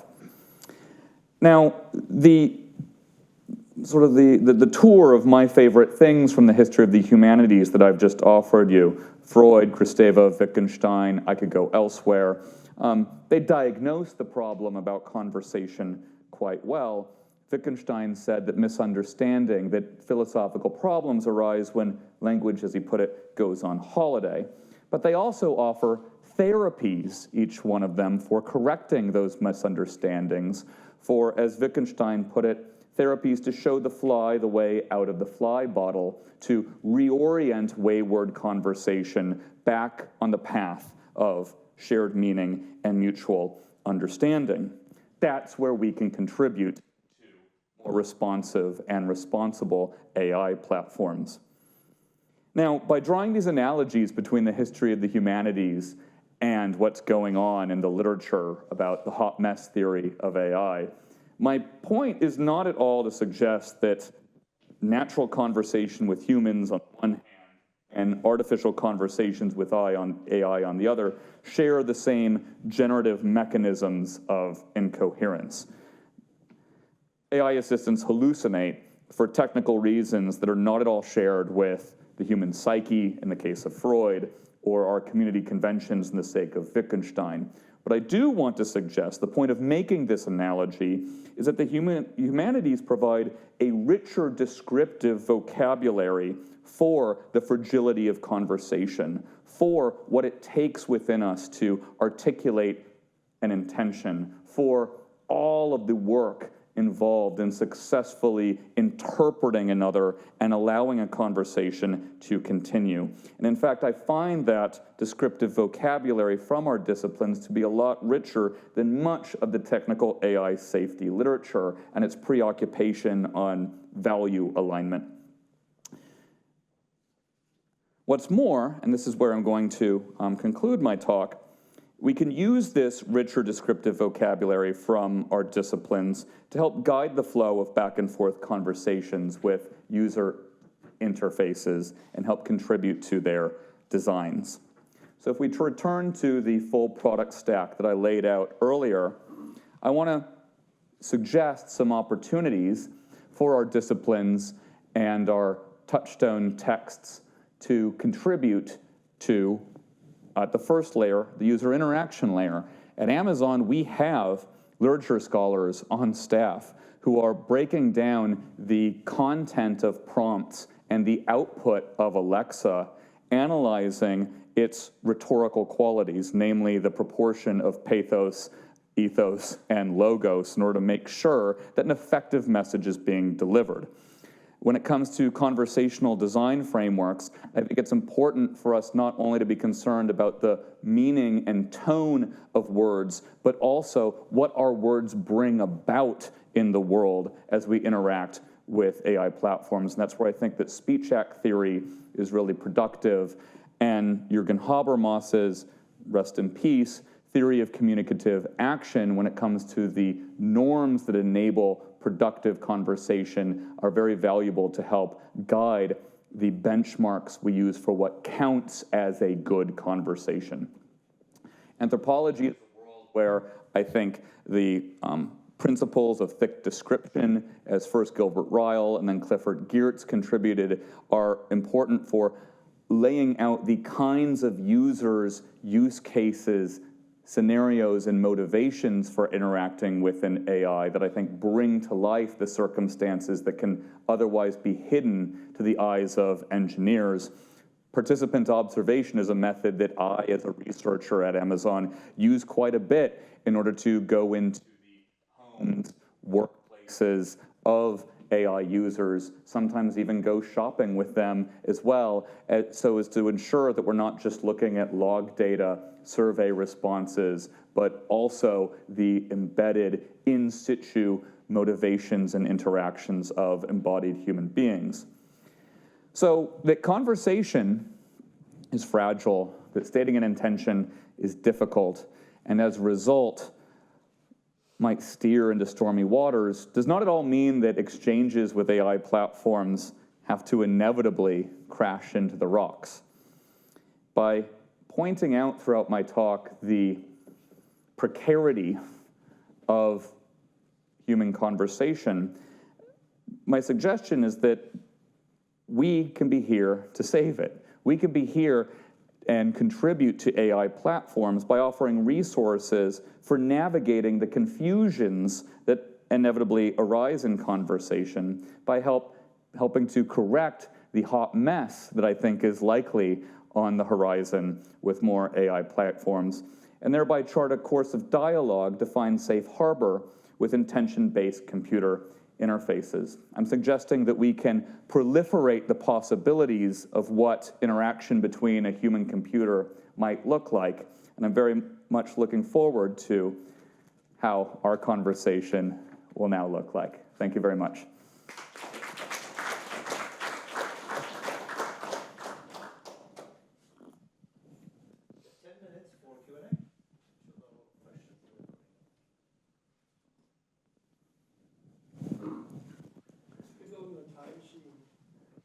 you could go into a time machine and bring Sapir-Whorf back, what do you think they would say? That's the Particularly- hypothesis that our words shape our, the words shape our perception of reality. Well, our environments, environmental dimension of language and communication. I think that's something that's really important for researchers to study in order to deliver those insights into AI product design. Thank you.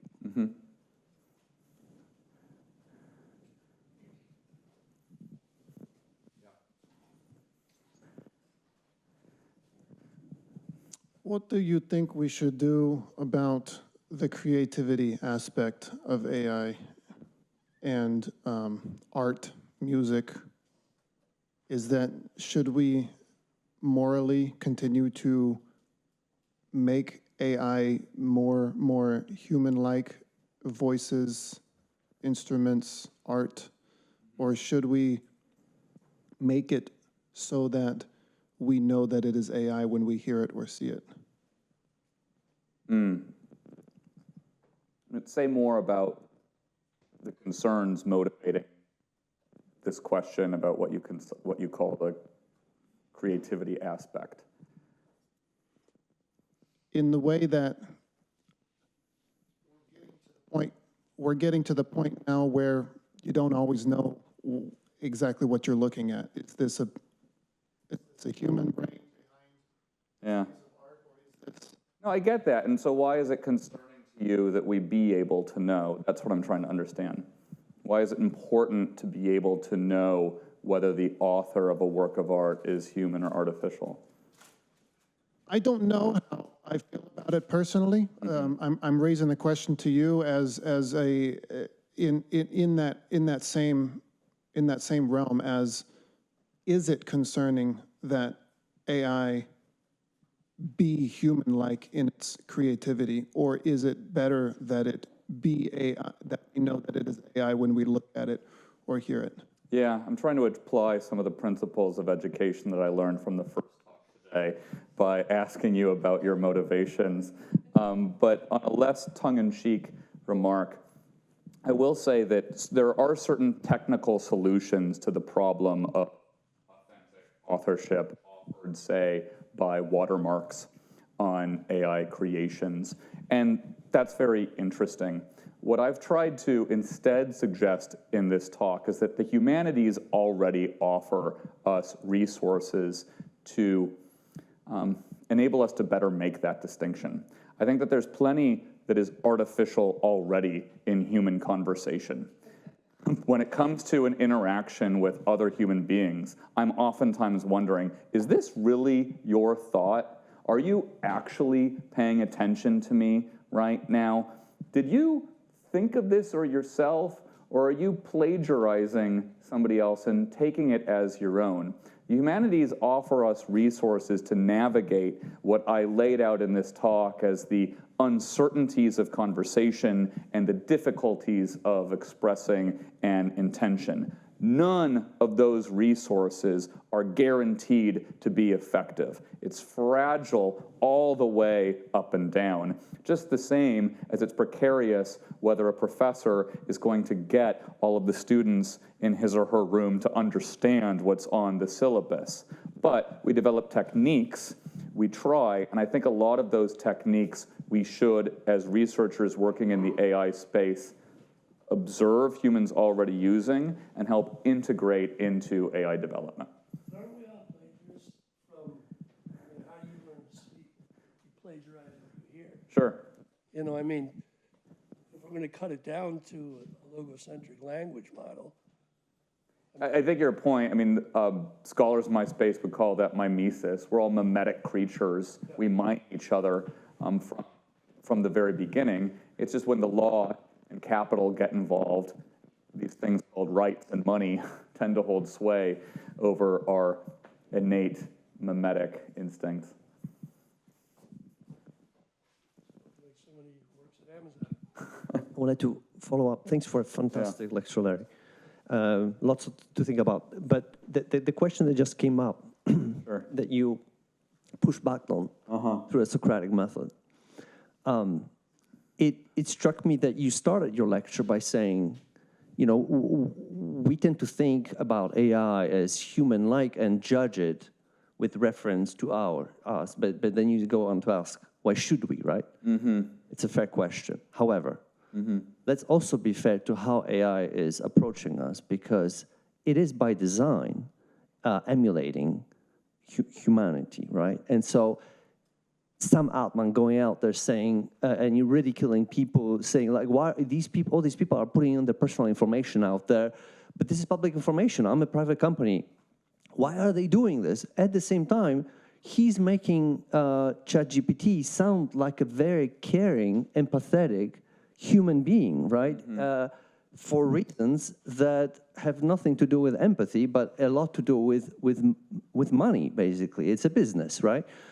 So maybe there is a question out there about how we and why we approach AI. There's a very meaningful question, and forgive me if I trivialize the significance of that question. I wanted instead to insist that the answers are already there in the humanities. I think if you want to understand the motivations of somebody like Sam Altman, I mean, there's a great author from the 1850s you could read whose name happens to end with Marx. I think when it comes to the questions about discerning authorship in AI creations, there's a rich history in the humanities of perceiving what is false from what is real. We just watched a talk with a touchstone example about refraction and optics, where the teacher and the student are together looking at one of philosophers' favorite toy examples, the crooked stick in water, trying to determine why is my perception deceiving me. I think that it will be important for us to draw on those resources from the humanities in order to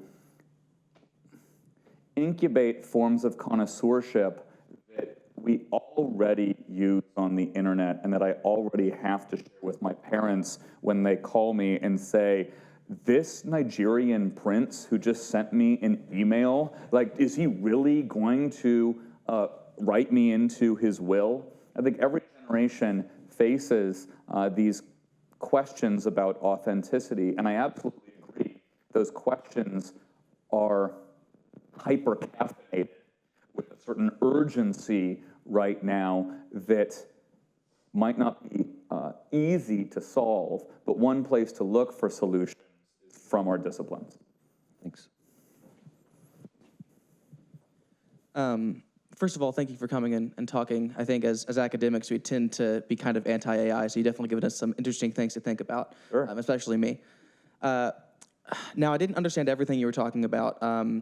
I think at one point you were talking about how culture and specific articles of culture, like books and paintings and whatnot, are kind of, we don't need to look at them through the lens of the humans that made them, right, or humanity. Sure.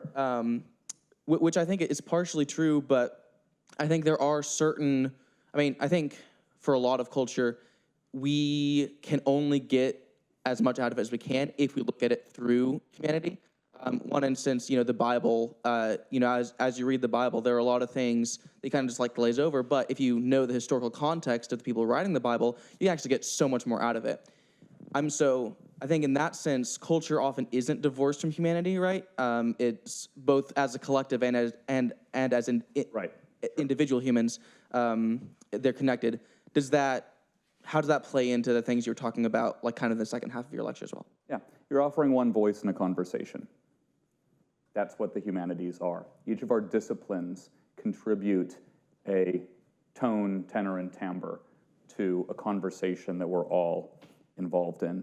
You can look at the greatest bestseller in Western civilization, the Bible, as a historian might, and understand it as the creation of the humans who lived 2,000 years ago.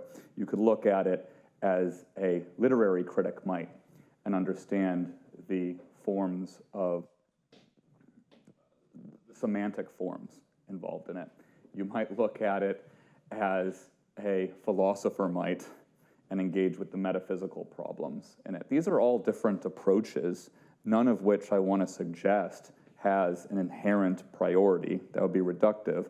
The thesis I've been trying to deliver throughout is that we can draw on the conversations that we're already doing in the humanities to make conversations with AI platforms even better. Thank you.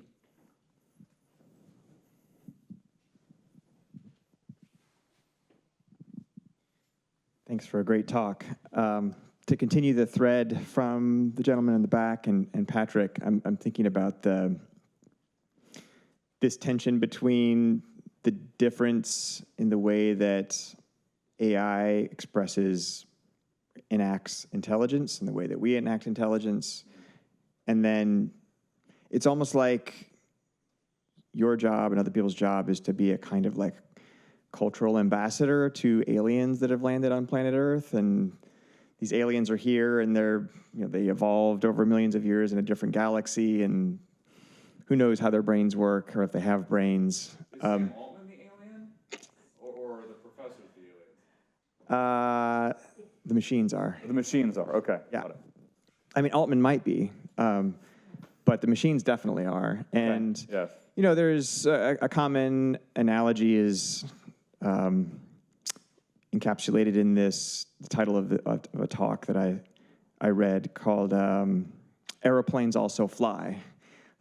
So we try to make planes like birds. If you see it's early like flapping wing kind of thing, and that did not work at all. And so then we went to fixed wings and we figured out how to make that work. So I've read that as a common comparison between like artificial neural networks and biological neural networks. The artificial ones don't work like ours do, but they work. And so that's the alien nature of this artificial intelligence.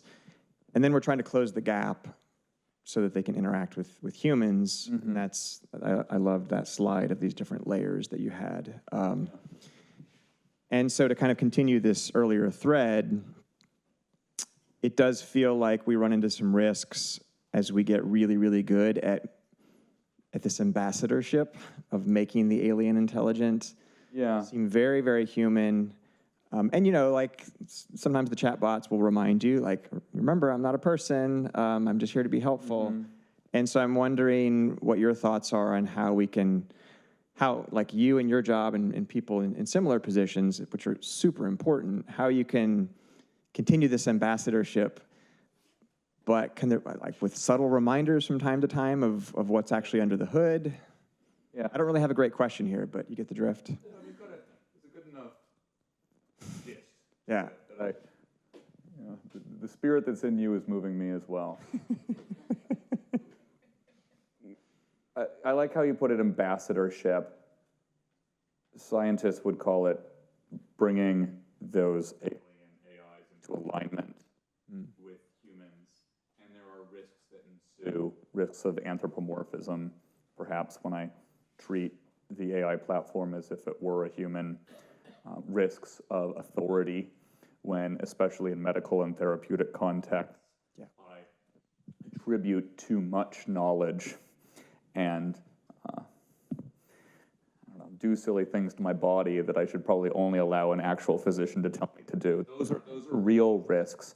And as a researcher working in this space, I really try to align our work around the relationship between a human and a computer, focusing on that interstice. And what is in that space between us is making the tool useful. It is not my goal to make the tool more human. Making a tool more useful in a lot of spaces might mean, say you're a surgeon, making that tool easier to grip, more responsive to my body's commands. Classically, making a computer more useful means laying out the visual elements in an intuitive way. So much of that usefulness grew out of, say, the Air Force, where researchers like myself were originally deployed in order to arrange the dials and levers in a cockpit in order to make them more useful. At no moment of those examples that I shared with you was there risk of making the tools more human. And I think it's important for us to focus our research on the usefulness of our relationship with tools. And oftentimes that could mean subduing any appearance of them being humans. Yeah, that's great. I mean, what's so weird about this is that it seems like we're dealing with a tool where, in many cases, to make it more useful is to make it more human. So I'm thinking about like a therapist bot or something. Right. Where if it sounds too alien, then I'm not gonna relax. I'm not gonna open up to it. And so maybe that's where it gets the trickiest, is where the usefulness is precisely in the mimicry of the humanity. Yeah, I really believe that the Sam Altmans of the world are just trying to make more money by focusing on language models' hyper-intelligent capacities. And that's why I instead try to shift the focus to the big shift that we're undergoing right now, being less so that intelligence and more so a shift in how we are relating to computer tools. That's great, thank you.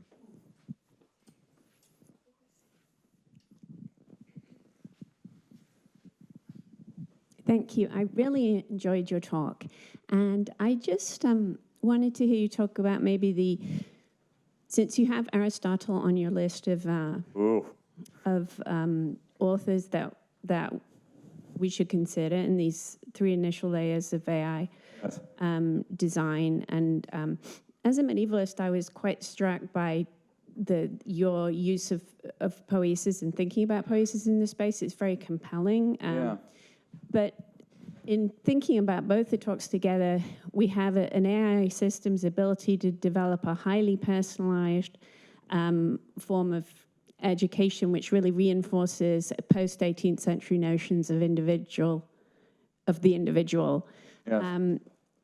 Whereas maybe in your 20th century, largely 20th century authors would reinforce that maybe more so than Aristotle and earlier, different notions of communal ownership of cultural systems, where there is not this post-18th century notion of an individual existing in the same way. So where do you see, I mean, we could reinforce to people the sense that they are completely unique and contained and have a consciousness, or how will the role of the humanities in AI design potentially allow for other? Do you have graduate students? Yeah. Yeah, I think this is a real big opportunity, encouraging them to continue doing the important work they're doing in medieval studies, whether that's through philosophy, literature. I don't know what department are you in? English. English, great. So to continue to do their heads down literary scholarship as medievalists, but also to think about how they might translate their readings, theories, and insights into frameworks, models, toolkits that could get them jobs to help bring those insights in to companies. Because I absolutely agree that the medieval era is just pregnant with ideas that can be put to use as correctives to the hyper-individualism of my sources and my own graduate training. And I'd love to continue this conversation. One of the scholars whom I mentioned, Leif Weatherby, he's a medievalist working in the German Studies Department at NYU, and that's why he draws on poiesis in order to make his claim. They're everywhere. We're everywhere. Yeah, I learned in my work as a historian, I was always in awe of the medievalists. They struck me as like the logicians of history, because they're really entering a weird, alienating space of the past.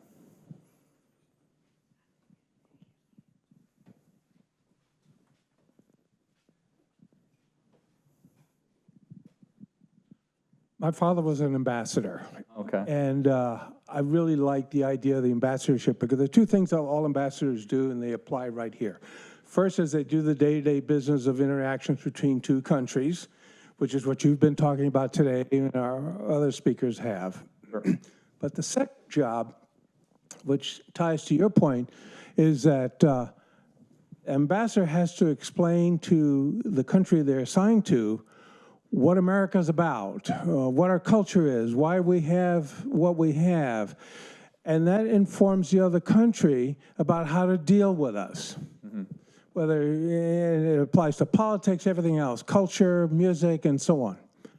This is a role that I believe, as a historian looking at the history of information, I look at AI, and one of the big issues on the table that I see is that the AI community, you guys and others, is to explain to the rest of the world what's going on, how it works, defend yourself, criticize yourselves.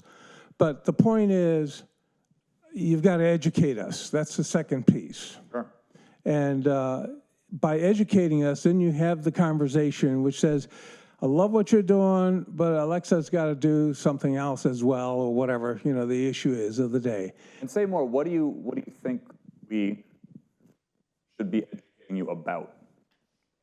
Well, one of the concerns I have right now, as a general statement, and I'll talk a little bit about this afternoon, is the fact that everybody's freaking out over AI. There's a lot of noise out there about it. There's a lot of negativism as well.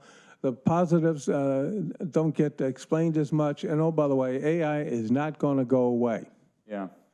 AI is going to, I don't know where it's going to end up, but I don't care. At this point, I just know that it's going to be a bigger deal.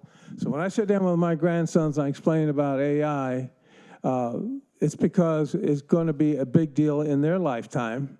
Yep. Probably not in mine because of my age. So it's educating ourselves, it's engaging us in conversation, it's recognizing and persuading the rest of the world that AI is a big deal and we can make it positive because, by the way, every other IT that came along prior to that eventually turned out to be positive after everybody went through the freaking out phase. Sure. And every good IT, I do believe, should educate its user. Thank you. I mean, and that's part of what I described earlier as effective tool design. I should be able to pick up a hammer and see from its shape how to use the hammer. There was a time when Windows was first released to the public in the early 1990s, and it came with an encyclopedia-thick instruction manual, which just seems absurd to us now, because we have an idea of effective user interface design where the product, through its progressive use, should educate the user, at least about how to use it. You're touching on a very valid point, which is the education about the social consequences and externalities of these platforms, and especially of these companies. I agree, a lot of education is in store. I don't trust a lot of the companies to deliver that education Agreed with that too. Yeah, I think that's the role of civil society. I think that's the role of good humanities scholars doing the work of critique that I laid out, although I was critical of that, what I described as the first phase of critique. It has its place. It has its place in understanding the social position and downstream consequences, as well as who benefits from these platforms. But if I may make a final point, I don't think we need to be educated about the inner workings of an AI platform. Thank you. I don't want to hear about that either. I don't need to know how a combustion engine works in order to drive a car. Do you know of any AI organizations, or maybe Amazon working with the primate languages? I mean, Yeah, that'd be a cool area, doing primatology. You know, giving the tool to Yeah, like some Jane Goodall society. and just seeing. I mean, that would be, I don't know, it's something that I would love to look up. It's with utmost, I'm summoning all the self-control I have in order to break up this discussion and invite everybody for lunch in the lobby. Right. But before we go out and eat, for which we have 45 minutes, before we come back for Jim Cortada's talk, let's thank Larry for an amazing talk and discussion. Thank you. Thank you. Welcome, everyone. Welcome back, or welcome. We appreciate you being here.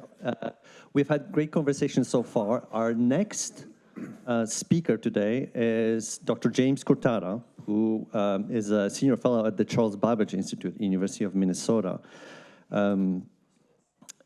He spent 4 decades in the IT industry. He's somebody who actually is crossing over back and forth, multiple spaces here as well. 4 decades in the IT industry, 4 decades at IBM in executive positions. He's also a historian by training and a prolific writer. In fact, you can purchase some of his books just at the entrance of this room. And on this note, the topic of the lecture is artificial intelligence and the historian, tool, crutch, or frenemy, as you can see here. Jim, welcome. The floor is yours. Thank you. I'm here, hopefully, to deliver a good piece of news. Historians and people in the humanities are not going to go hungry over the next 50 years. Why do I say that? Because we all see the conversations in the higher ed newspapers and on television and what have you. Can you still hear me on this? Okay. This morning you heard a couple of speakers talk about how the humanities interact at a pretty low level with AI. As a historian, I can tell you that AI continues a process that has been going on for some time. AI has been around in one form or another for 75 years. It's just the current round of it is only been around for 10, 15 years, and you've only heard about it over the last 2, 3 years. And we'll talk a little bit about that. But before I get started, how many of you are actually history majors or historians? Just a little show of hands. And everybody else is in the humanities? Yes? Okay. I see no difference between the humanities and history. Now, when I got this assignment, it was talk to a room full of historians, but I can't differentiate between people who are in the humanities, people who are historians, and people, thoughtful people in business and in government that think in terms of time. What has come before, what is going on now, and how does it fit into the future? So if you think of it that way, what we're going to do this afternoon is raise the level of the conversation from the mechanicals of how to have conversations with AI and human beings to a little bit higher level. But we can dip down, if we have to do that. All right. So the essential question for all of us is, what's AI going to do to our jobs? What's going to happen? And oftentimes it's characterized as an either or. We're going to go the old school. By the way, that is not a picture of my office. Or AI is going to take over everything. Well, as you learned this morning, and as you probably already knew before coming here, that ain't the case. That's not what's going to happen. But it is a conversation that is legitimate in the sense of saying, where's this all going, and how much do I keep of the old, and how do I transition, and then when do I know that I'm at the other place? All right. It's a broader one. If you're a PhD student, and you're going, oh my goodness, there are no tenure track positions, and I've been trained to be a tenure track position professor. What am I going to do for a living? I'm going to go hungry. Well, it turns out about a third of all the PhDs produced in the humanities in the United States don't wind up doing anything in academia.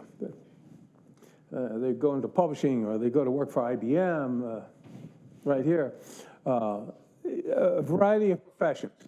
Now, this is a bit of an eye chart. The whole purpose of putting this chart up here isn't to give you the detail, but just simply to explain to you that there are a diversity of jobs that you can get into, diversity of careers where you can apply what you've learned in the humanities.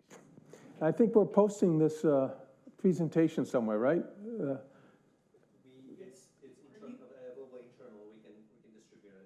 Perfect. So then you can see if you want to get down into the gory details of what different careers there are. But my point to you is that you have universal skills that are applicable successfully in a broad range of jobs. It's no accident that Churchill sat around and read a lot of history before he decided to be one of the most important politicians of the 20th century. The point is, you learn from that, right? You learn from history. And I've met hundreds of people in my career at IBM and in government and in other companies who majored in English and sociology, anthropology, and history, and what have you, different periods and so on. It didn't really matter what they were successful and happy. In fact, I'm not sure I ever met one that wasn't happy. And by the way, at the end of your life, when you're my age, you will want to have been happy. That's kind of one of the things that doesn't change from one century to the next. You're going to want to end up life having been appreciated and happy and get fed 2 or 3 times a day and do meaningful work. Your skill set prepares you to do that. You increase the odds that you're going to do that. All right. Some more data, because we live in a data-driven world. Again, the whole purpose here is to simply reinforce the notion that people in the humanities, history, whatever, find employment in a whole different set of fields. And you can go out to government reports, whether in the United States or in Europe, and find out which industries are hiring, what kind of companies are in those, and you can ride the wave of any industry that is growing very nicely, and you get to apply your skill set, okay? That's the primary purpose of just demonstrating that kind of information is out there. And you can also look and say, well, you know, I really want to get into XYZ industry, and you go, oh, well, I guess mining isn't such a hot industry. Why? Because they've got robots down underground doing all the digging, so you don't need any people down there. You still need gold, silver, and so on. All right. But we're still trying to define AI. You saw that this morning, right? Now, I don't want to give you a lecture on AI, but I do want to point out something that's very, very important, and that is AI isn't one thing. AI is a variety of technologies. This happens to be today's general list. I guarantee you this chart will be out of date in 6 months. There'll probably be a 5th one or a 6th one. I don't know what it is. I don't care, because I can handle ambiguity. You know how to handle ambiguity. That's what you get trained on. You might as well recognize that that's what you do. You do it all the time. You look at this chart in 6 months from now, you'd be the one with a different chart. There we go. Yeah. So, and these are in various stages of development. So, for example, predictive AI. The reason why everybody wants predictive AI is because they want a better weather report than they have today. They want to forecast who's going to win the next election. How much money is my company going to make if I do X, Y, and Z? And by the way, it's the least productive right now. It's the least effective of these. On the other hand, generative and large language models, rocking and rolling. Everybody's using it. Grandkids are using it. I'm having to teach them how to chill out, make sure that this is real, this is a tool, and so on and so forth. So these are various stages of development. You saw some of the commentary this morning about that. And you're going to continue to see that in the years to come. All right. So you have a decision as adults. Is AI a crutch, or is it a tool? Is the glass half empty, the glass half full? Do you teach your children to be positive and enthusiastic about the world, or to complain about it? It's that kind of a question. It's as much a philosophical one as it is family values one. It's however you were raised. These are the kinds of questions that you have to ask yourself. And by the way, it's a short list, because There are others, because each of us has a different point. What I would suggest to you is that you decide whether it's one or the other, and then act accordingly. I personally see it as a tool, but I'm prejudiced. I'm biased in favor of using technology, because I just spent 40 years doing that. And so, you know, if somebody comes out with a better hammer, I'm going to use it if it's appropriate for what I'm doing. You know, if I'm putting a nail in somewhere, I want a better hammer. And so somebody comes along with an express gun for shooting bullets, nails to a board, I'm probably going to use that. So you have to, one of the things I would suggest to you is that you really want to think through the role that AI and other forms of software should be used, and not just simply absorb them. The thing that used to drive me nuts is somebody would come into my office, 25-year-old with an Excel spreadsheet, and show me what cash flows were going to be for a new proposed set of business that we were going to do over the next 5 years. I'd look at that and go, really? It doesn't feel right, you know? Can we goose that up a little bit? Maybe tell me how many companies you surveyed and what the product prices are going to be. You know, rerun the spreadsheet. Come back and say, oh, it's only 80% of what I told you yesterday, right? But they might have accepted it and just said, whatever poops out, that's what they're going to put in front of Jim Cortada. And I look at it and go, well, you know, I'd really like to be one of these. So show me your formula. So they pop up the formula and say, oh, man, you can't even get the math right. So ponder this list and think about it in your own life. All right. So where are we with this thing? Let me put my historian hat on. IT's been around for well over 75 years. Let's begin with that fact. It goes through various stages of development. We're going to talk a little bit about that.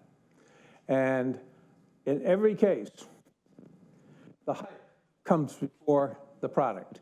I used to have a running joke at IBM that whenever the marketing people would get up there and say, hey, relational databases are the hot new thing, and you say, where's the software? Well, it's under development.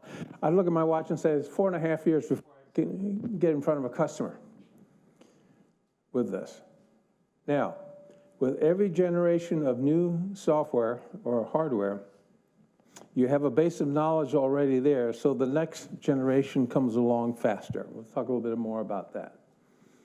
So with AI, when our colleagues at Anthropic or Amazon or anywhere stands up and talks to you, they're standing on the shoulders of people who've been working on this stuff for 75 to 100 years. And every generation knows stuff a little bit better, and every new thing that comes along is based in part on prior materials, and that's why the thing builds a lot faster. Now you can go through the list, and there's some basic behaviors that are going on.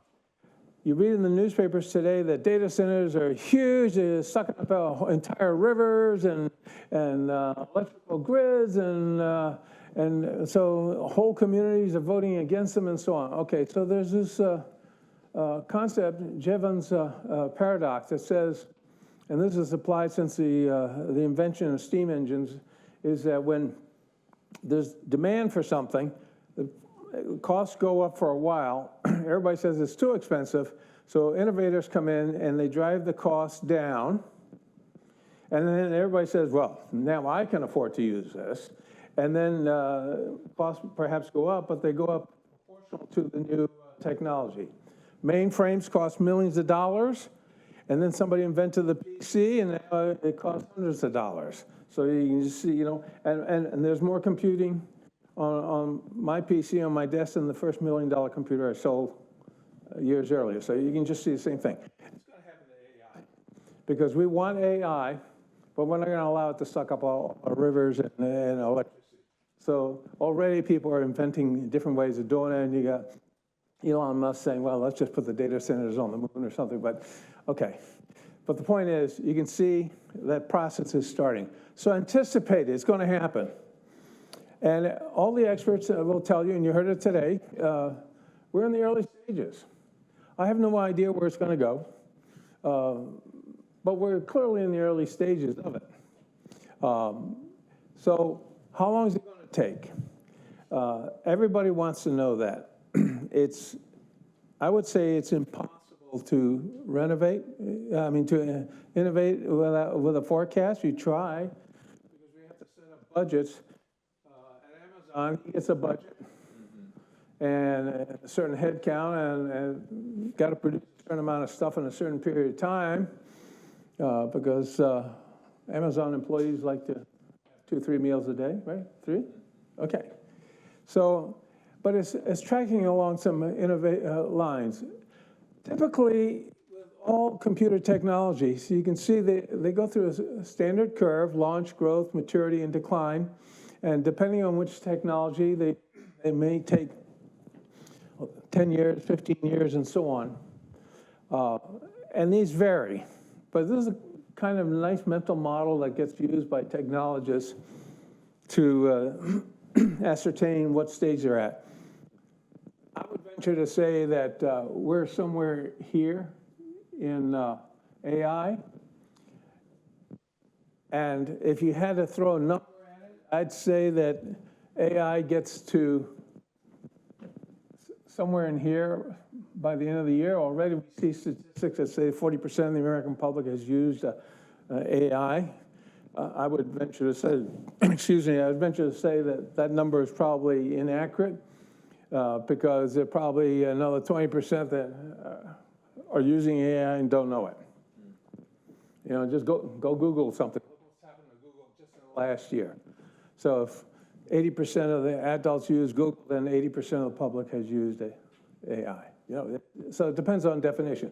But the point is, it's moving rapidly.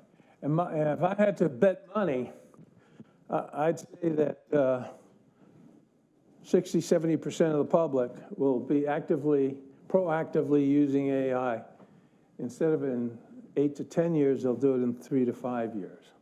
Why? Because you already know how to use PCs, you already understand the concept of smartphones, you already understand the idea of going out and Googling stuff, and the kids are already writing their term papers in high school using the stuff. So already there's a societal embrace of these technologies because they make sense.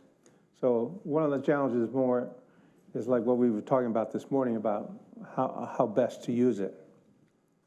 So it's going very rapidly. And so most of you are going to spend your life in this side of the thing because the technology never goes away. I mean, you can still, if you want to vote in the state of Florida, you're still using punch cards. Punch cards were invented in the 1880s. So some things just don't go away. All right. So what happens is that change with technology and also with AI is never a revolution. It's an evolution. I told you earlier that AI has been around since the early 1950s. Computers have been around for 75 years. PCs, what, 40 years now? 40, 50 years. So, yeah, and smartphones since 2007. The way change occurs, somebody comes up with a change, and they implement it. But only that change. And then that alters the way they do their work, whatever, so they do another change. Because they've learned some things here. Oh, this isn't good, or this is bad, or this is whatever. They alter, and they make another change. And that change is actually more important than the first one. And I said, well, that worked. So you do another one, and another one, another one. And that's how AI is coming about, just like other forms of software and use. If you go to a Ford Motor Company and get a tour of the factory, and the GM says, oh, you know, 20 years ago, we screwed on all the bolts on the car, and today we have robots doing it. We made a revolution. He's lying to you. they made an evolution. They made hundreds of little decisions every 6 months to tune something, tweak something. And sure enough, now you got robots putting cars together. That's the way all software gets done. Why? Because you don't want risk. You don't know what the unknown is, so you incrementally do what makes sense. You experiment, you keep your costs down, your risk to your career down. You still got to get your book out if you're a professor.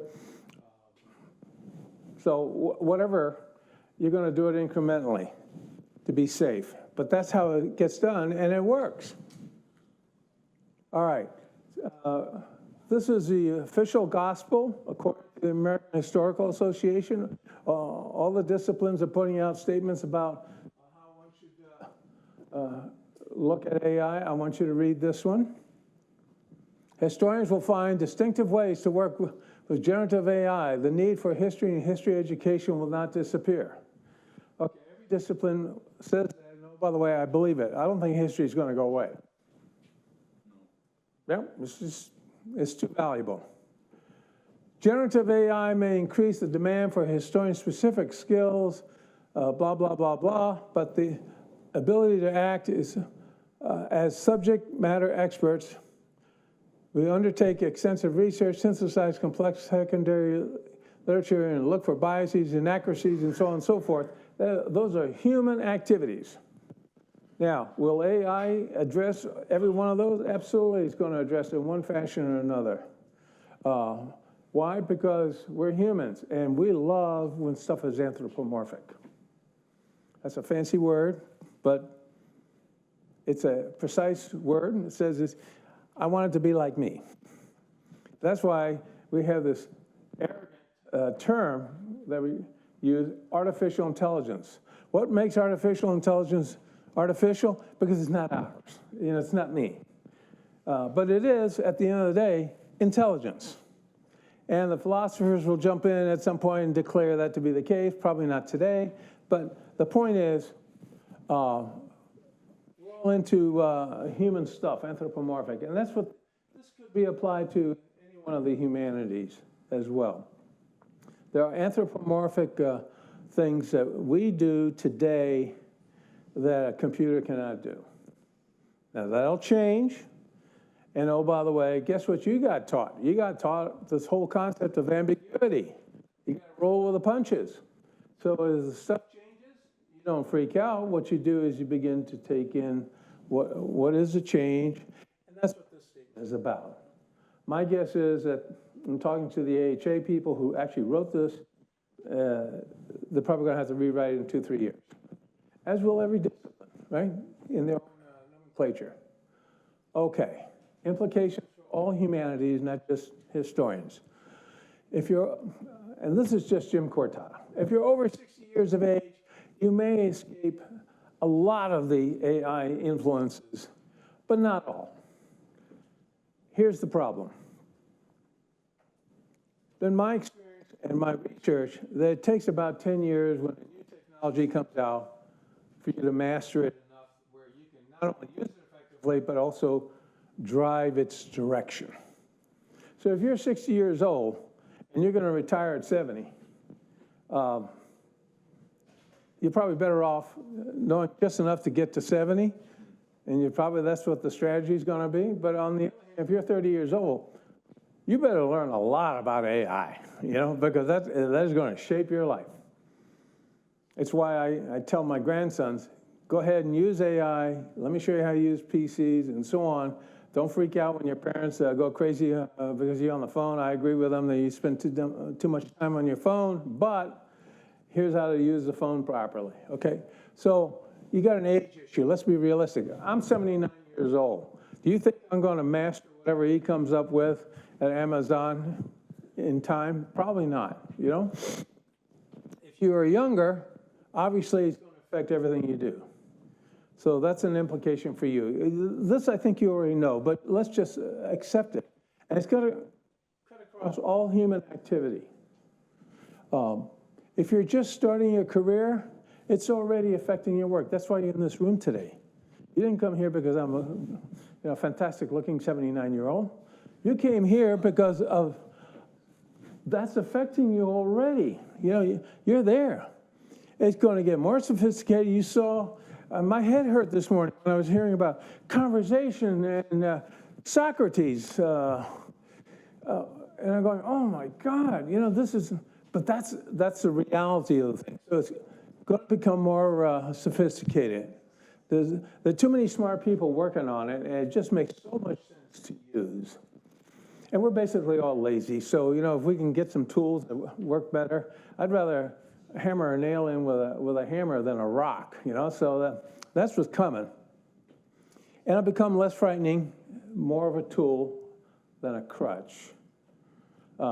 In part because you can make money selling AI. So why wouldn't you do it? God, I love capitalism, you know? It helps. But everyone will simply be more compelled to do it and to know more about it. And it'll become seamless, just like you had to learn English if you're going to live in the United States. Polish if you live in Poland, or Holland, well, Holland, they speak 6 languages. So. Dutch. Along with all these other languages. All right. So here's a pattern that applies and is applying right now. About 10% of all users of a technology are early adopters. The concept is very simple. There's always somebody in your neighborhood who's going to be the first one to use a PC or a smartphone. And then they're going to love it. They're going to deal with the problems, and then they're going to run down the street and explain to everybody else how cool their little cell phone is, and then everybody gets a cell phone, they come down to see him to learn how to use it. So early adopters are extraordinarily important. You cannot launch any type of technology, I don't care whether it's IT or any other, without having early adopters. And a lot of early adopters fail, but most don't. They succeed because they cause the developers of the product to make it easier at a very tactical level, specific functions and so on. If you don't like something in Microsoft Word, early adopters would tell Microsoft Word, I don't like this particular function, and they go fix it. And then what happens is the followers come along. Now, if you're a corporation, followers tend to apply applications 2, 3, 4 years later, but they do it faster, and it's a better quality product than what the early adopters did. So God bless the early adopters. They're good people. They took the arrows. But this is what happens. And I'm already seeing this with AI. We got early adopters all over the place. And we're not here yet, but we're getting pretty close. Students, I think, are getting here faster, but not their parents if they're corporate managers or in government. They're not going as fast. But that's the pattern. You can take that to the bank. It's going to apply here because there's no reason why it shouldn't. It's a proven technique. It's worked for over 200 years, so why won't it, okay? So then the question becomes, all right, that's nice. What about my job as a historian or somebody in the humanities? Clearly, what you folks have as your coin of the realm is context. You don't just react to something. You do research on the background. As a business person, I never called on a customer without knowing a little bit about the history of the company that I was calling on, history of that individual, history of his or her relationship with IBM. So, because that would tell me everything I need to know to prepare for a meeting. Governments do this all the time. Diplomats are, by nature, historians. They want to know what the previous whatever was going on before they go negotiate a peace treaty or like what's going on right now. There are people in the U.S. State Department that have been studying Iranian history for 20, 30 years, and they're trying to tell the Secretary of State or whoever, the president, here's 47-year history and so on. This is what you do. This is what you're very good at. And you can take the example of explaining the American immigrant experience is one where immigrants have come to the United States, and then they would tell their brethren to come over, and then the brethren would come over and they would learn from the earlier generation what worked and didn't work in New York or Boston or wherever they were, and what businesses to get into and the kind of education you needed, because they needed to understand the context in order to be successful. Oh, by the way, a little punchline for you. Economists have determined that every generation and every ethnic group that came into the United States ended up being successful. First generation didn't get paid well. The second generation universally made it into the middle class, and the third generation are running all the software companies in California. Okay. So context is very important. So how can you enhance your work? You look at patterns. You know how to connect the dots. You know, oh, steam engines did the same thing as computers. Railroads did the same thing as airplanes. They're connections, they're dots, they're patterns of behavior. I just demonstrated with the previous several slides a pattern, real simple. You know how to do that. My advice to you is know that you know how to do that. Know that the coin in the realm for you is context. Be aware of it. Be conscious of it. Do the same thing with patterns. Look for patterns. Don't just accidentally do it because you got taught to do that by your professors. Do it because you say, that's one of my human competitive skills in the humanities, is go find patterns. And so you can go, that's just one simple example. So you can do it in just about anything that you study. Okay, let's continue. How can you protect yourself from problems? Bad facts, conclusions, hallucinations,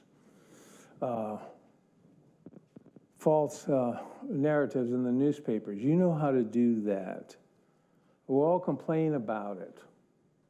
You know, look at all this misinformation we get and all the stuff we're finding on Facebook and TikTok or whatever. The point is, you know how to protect yourself. You know how to differentiate between fake news, fake facts. You look at a manuscript, an archive, and you say, well, why was it written? What was the purpose of this letter or document? Don't leave it up to the medievalists to be the only ones to do it. Archival research is a lot of fun. But that's what you do. And so you can begin to ask questions. So context, pattern, protect yourself from false information. You know how to do that. AI will help you do that. It's already doing that. And by the way, you already know that the vast majority of information in the world is not digital. Think of all the archives. You know, the Google project to digitize everything didn't work. It's just too much out there. You know, there were 1 million different books that were published just in the first 100 years of the invention of the printing press. And you think we have an information explosion today? You know? So, there you go. So what should you do? You're already doing the first one. Play around with the technology. Apply these. Apply it to your real work and your real interests. Begin to play around with it. Number 2, as it evolves, integrate it more into the work that you do.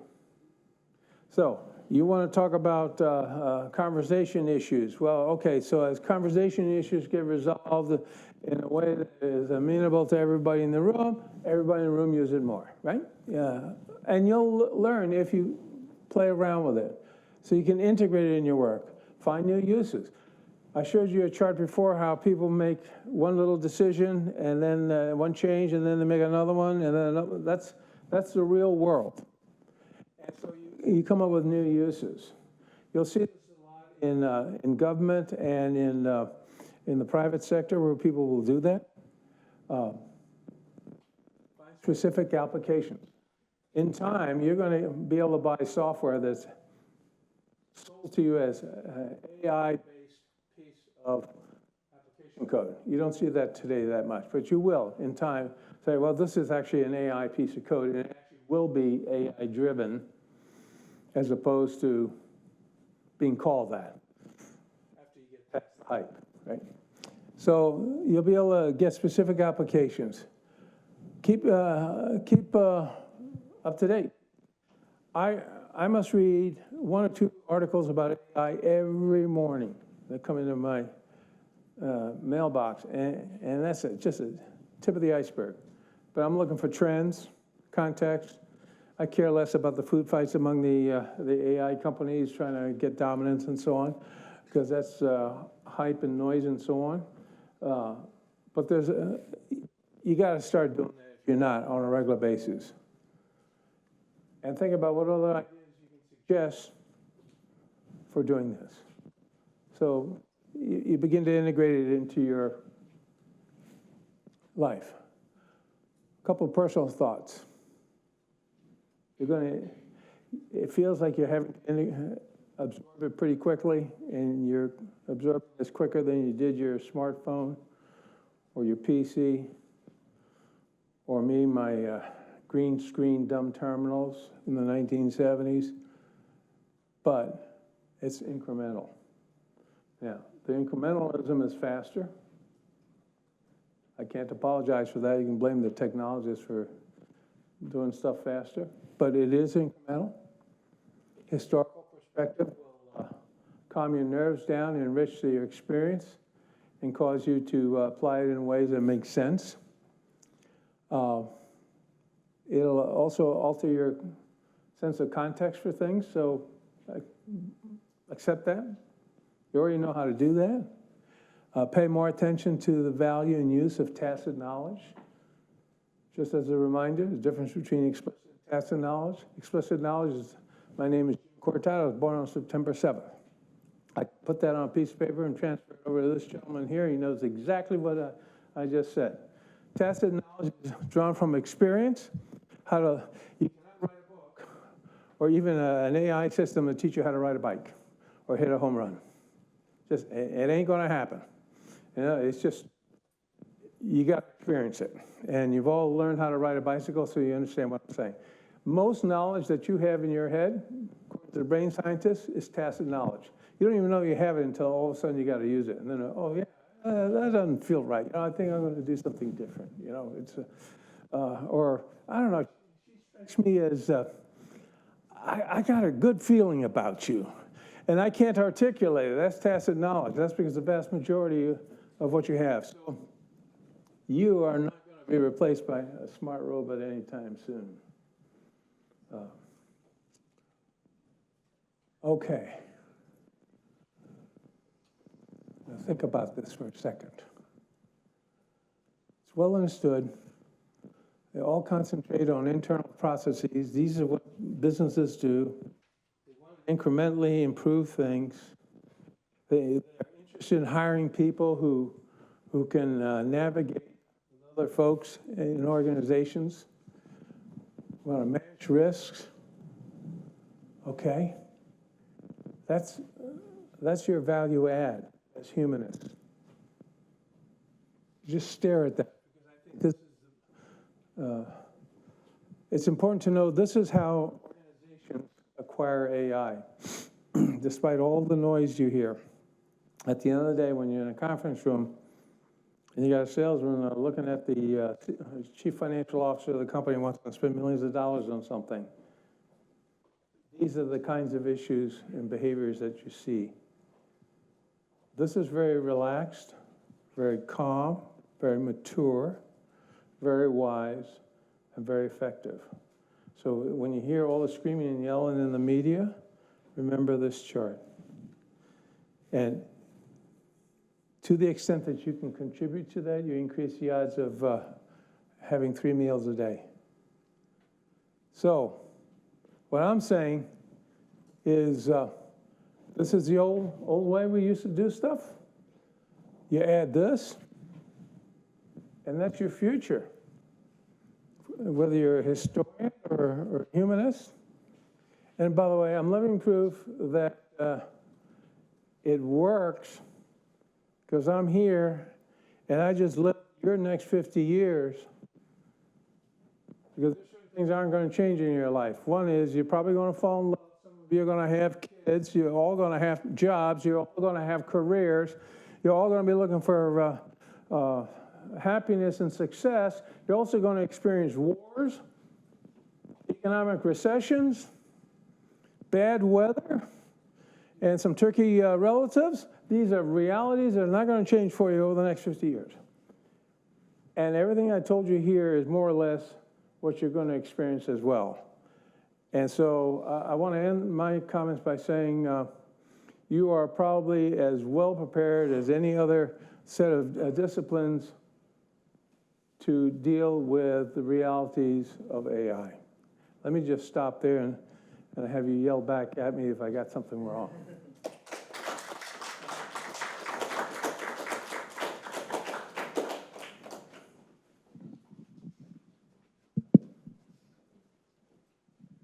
We have a few minutes for Q&A.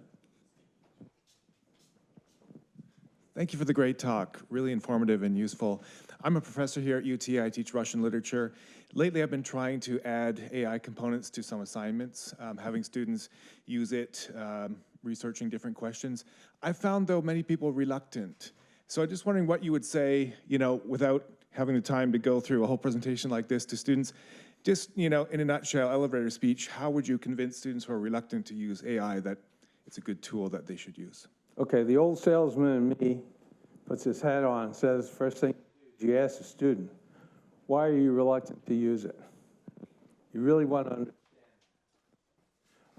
Because everybody's reluctant to be an early adopter, And you can't assume it's because he's afraid of screwing up or because it won't work or he's drunk the Kool-Aid on hallucinations and all that other stuff.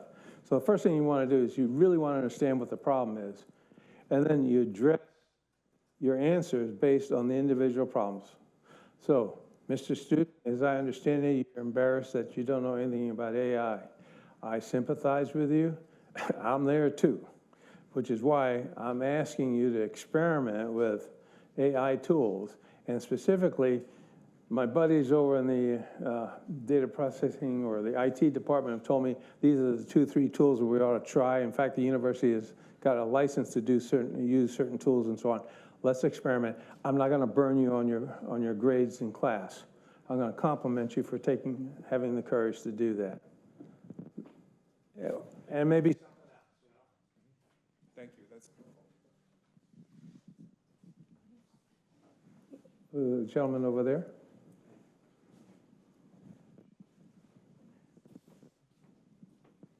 Hi, Dr. Carter. Great. First of all, I just want to say I'm a big fan. I loved the books on IBM, and I actually, in a previous life, spent a lot of time suing IBM, so I have a love-hate relationship. Excuse me, handshake we have to do, right? Yeah, exactly. So I didn't have a question. I had more of a challenge, and I wanted to push back on one of the points. And I wanted to start by saying that I loved it, and I also thought overall the conclusion to kind of become cyborgs ourselves and jump in and mesh with AI seems to be the right approach for historians. What I wanted to push back on and get your thoughts on was that when we came to the AHA statement, which I agree seemed naive, and then you came to what can historians do, right? It seemed, if I had to summarize, part of that is that we can try to look for that niche that we have that AI potentially doesn't cover, context, skills, critical analysis of a certain type. My pushback would be that from what you've established, AI seems that eventually we'll be able to do that significantly better than us. There are plenty of mediocre thinkers in history, myself maybe included, and the products that we sell, at least in the capitalist market, could feasibly and quite probably be replaced by a more sophisticated AI 10, 15 years from now. What is to say an AI isn't the expert at thinking about context, the expert, like I can read maybe 1,000 books in my lifetime if I go balls to the wall. An AI can read that in 10 minutes and could do similar amount of analysis and data. So here's my challenge, and here's how I would try to solve the problem. I do think there's something that we can do, and I'm not gonna go into the soul or anything that AI can't, and that is we can feel joy. And one of the interesting things is, when I was growing up, Wolfram Alpha was a huge potential deal. And he was an alumni of my school, and he came and he gave a talk, and we were all like, oh my God, Wolfram. And then the maths teachers freaked out because they're like, now you can't do a differential equation. And it was very difficult for us to express why we should bother doing quadratic formulas anymore when Wolfram Alpha can just do your math homework and show you're working for you. And one of the more interesting arguments was simply that it's fun to do equations. And an AI can't have fun doing it. And there's some value there that in history, one of the things we could teach is that rather than moving more in, like you're saying, towards the social sciences and expressing ourselves as a better tool that works as cyborgs with AI, which will work in industry, what if we went the other way and said history is like art? You could probably get better art from a machine, but people like it when they're practicing history, and we can teach you how to enjoy doing a quadratic equation, even though a calculator could do it faster than you. And we could teach you that fun skill, and we become a leisure industry. I don't know, I guess that would be the most flippant way of saying it, but that's my challenge.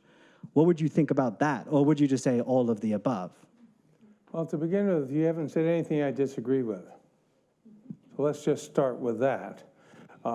I don't know where AI is going to be in 10, 15, 20 years, whether they'll replace great literature in history or research. I mean, right now, the answer is no, because most of the kind of information we use in historical research, archival material has not been digitized.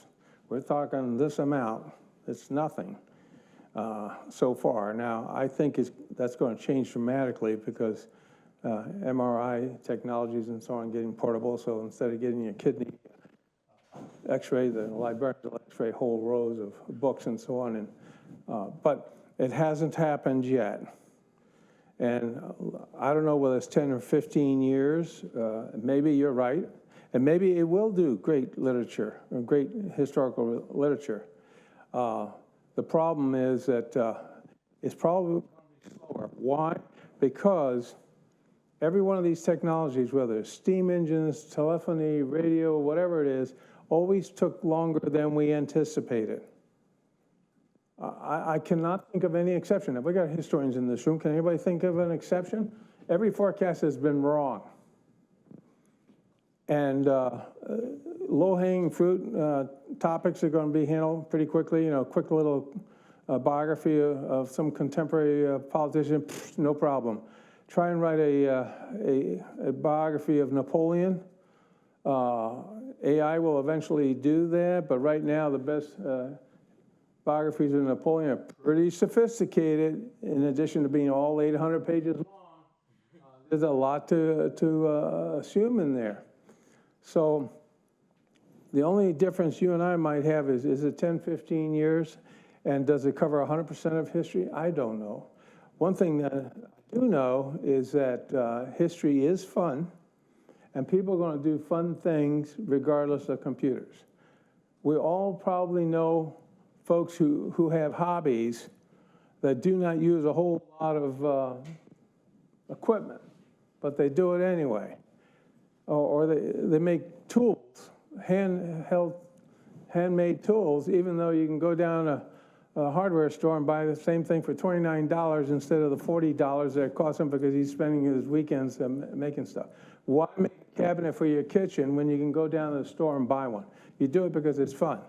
So fun is not going to go away. Remember, we started this conversation with talking about one of the things you want in life is happiness. Happiness is, anybody think happiness is going to go away as a desirable thing? I don't think so. Somebody take her out for a drink. You know? So there's some universal things. So I think you're absolutely right. But what I'm saying is when you go to work in the morning, you got to do some of this stuff. And in fact, at some point, you don't get to vote on it. I mean, if you want to get paid, this university is going to say you have to fill out certain forms on a regular basis. When I was at IBM, we had to turn in our expenses on a standard form. If you want to get refunded for that airplane ticket that you took to London because you thought it was a terrific meeting to go to, if you want your $3,000 back, you better fill out a certain form, whether your serial number on it and everything else, otherwise you're not going to get So you're going to have some of that. that's provided not only by AI, but other software, other technologies. Remember, AI is a group of software types, but not all of it. And that's true for everybody, you know. Laws are the same way, you know, you got to obey laws. I don't know if that helps you, but I'm in violent agreement with you. Over here.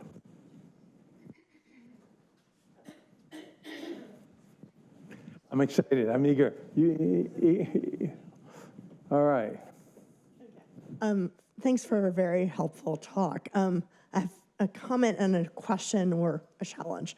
So your comment about tacit knowledge really helped me because I've read a New York Times article, it appeared this week, about jagged knowledge in AI, and it really, your talk is very helpful. But I think a lot of the professors here have submitted claims to BARCH, the lawsuit against Anthropic. And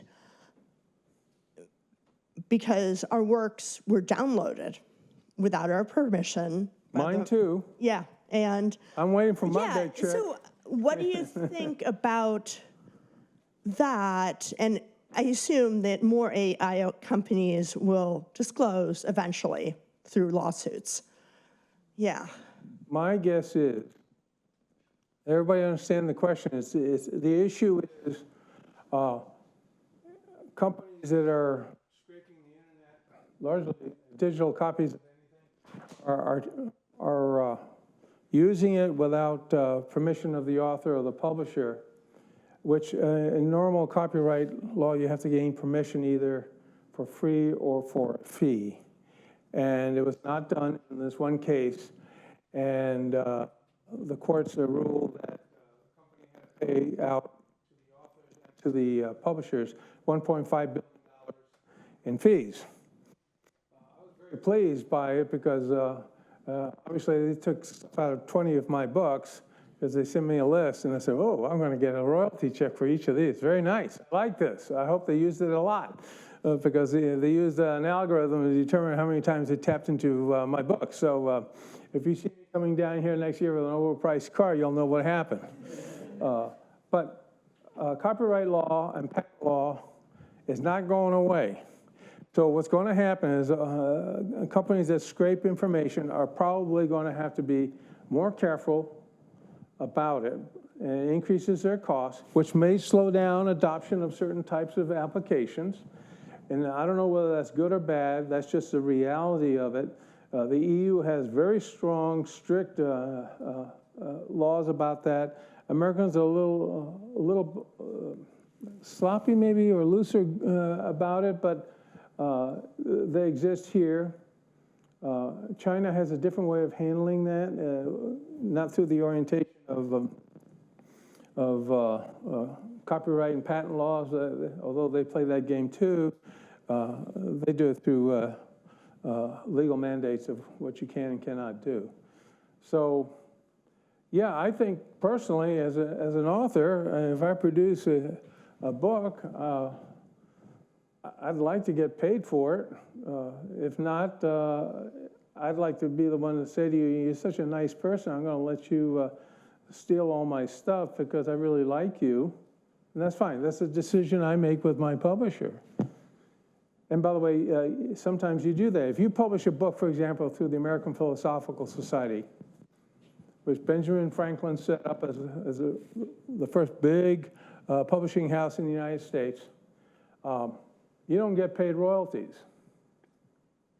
But it's a cool press. So I published my doctoral dissertation on an incredibly boring topic, except to me, through the Philosophical Society press. Established me as a real scholar. Had a lot of footnotes in there. But I got no royalties for it, but it didn't matter because the exchange was it established my street cred as a historian, which is what happens with your first book, right? So establishing street creds was worth more to me than the royalties.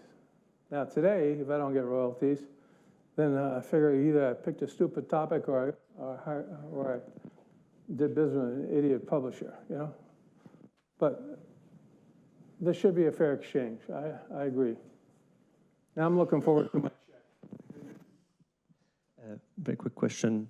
Thank you for outlining all the skills. This is with the students in mind here.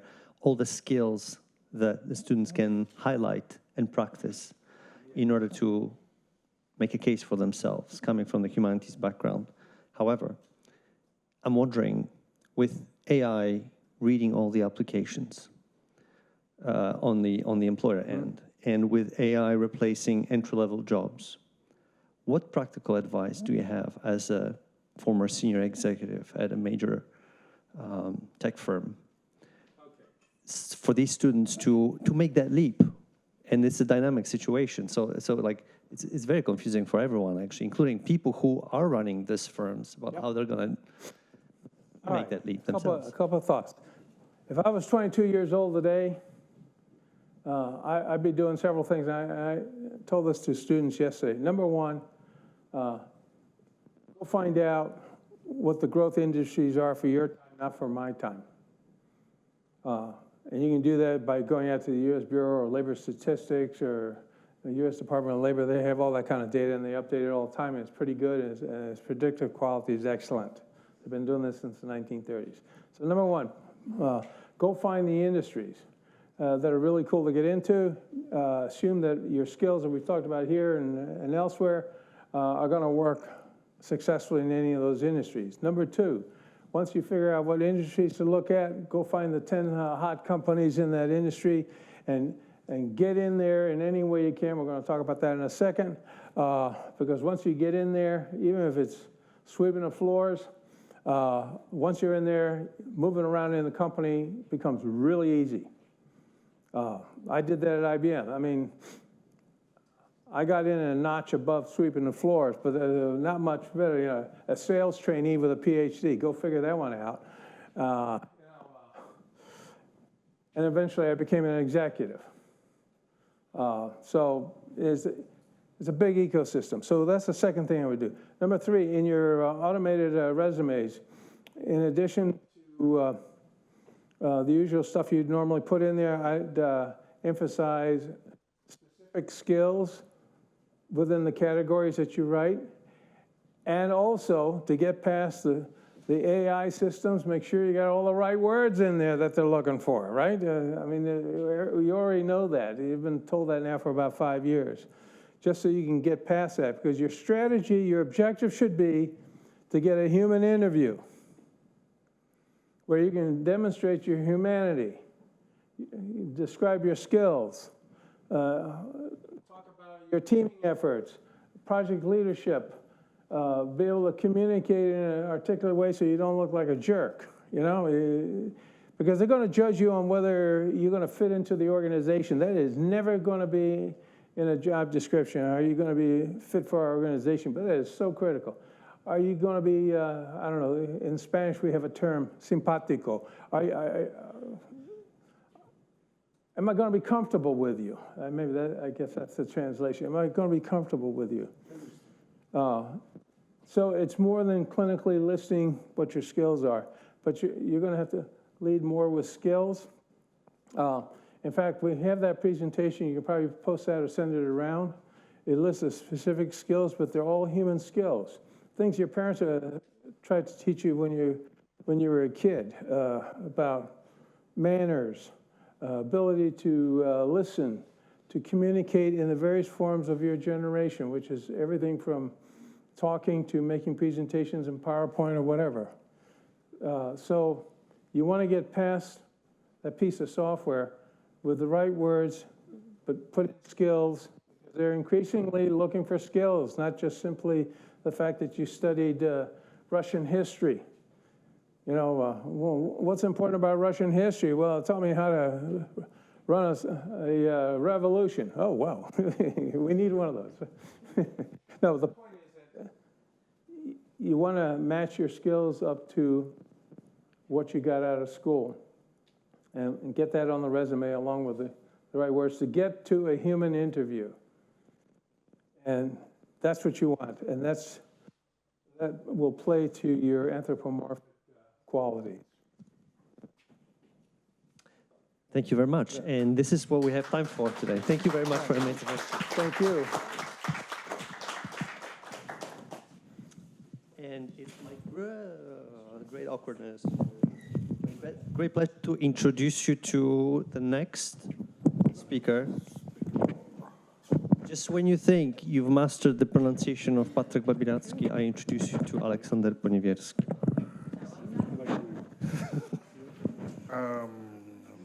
That's well, we can go ahead and give it a try. I was going to say, that's another department. Let's try it, see.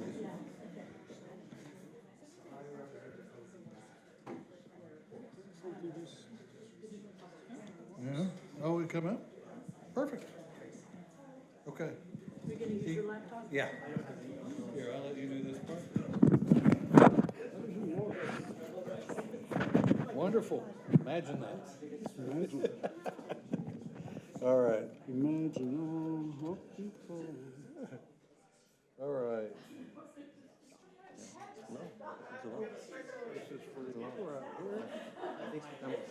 I need to remember not to go to the toilet. Yes, that's it.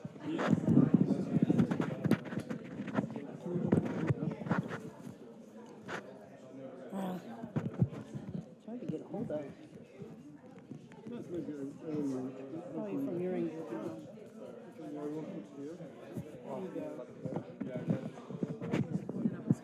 Here. Hello. Hello.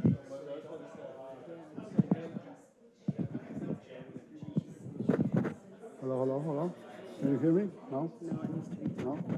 Hello. Hello. Yeah, it's better. It's good. It's good.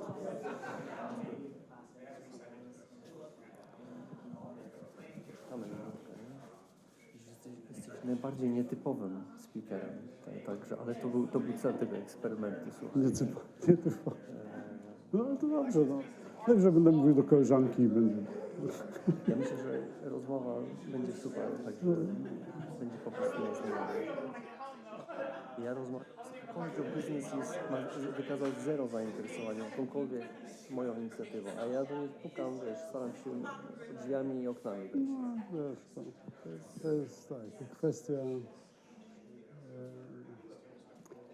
Amerykanie generalnie chyba, ale to wiesz, ale nie myślą, że są pępkiem świata, nie?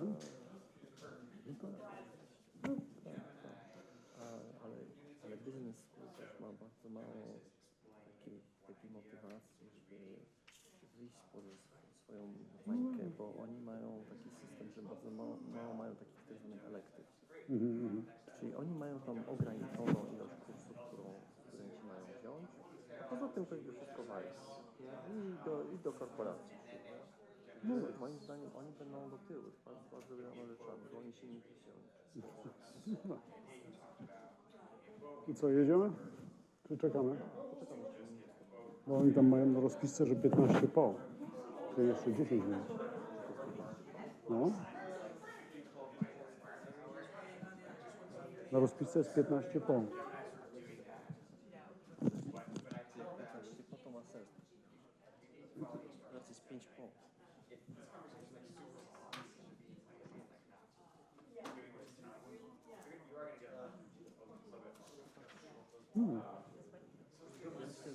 Zapomniałem, że budowaliśmy to 15 minut. No, poszli do toalety. No to czekam, to dobrze, ja ci mogę. Kurczę, ja nie mogę teraz. Może, ale wszystko będziesz Ja już nie mogę. Możesz to okryć, przecież to się nie stanie. Zaraz mamy tyle czasu, że się zapnie. Wyłączę.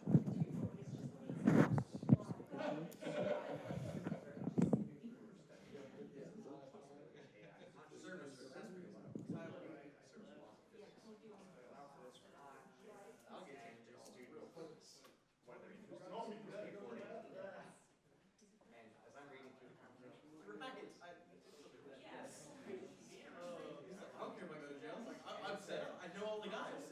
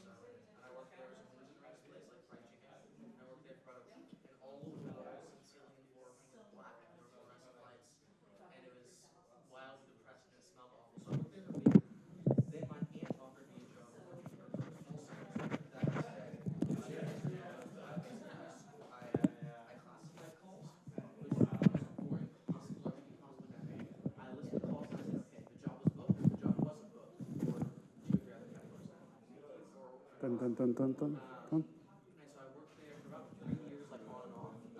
During that time, I also worked at a ranch teaching horses. That was a lot of fun.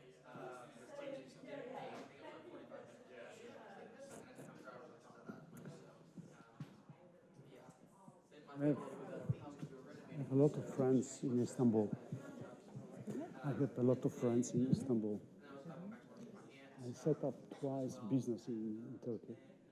So scoring calls is also based on quality, on how well the Very agents nice did, place. less scoring. Let's see, so then I that and started.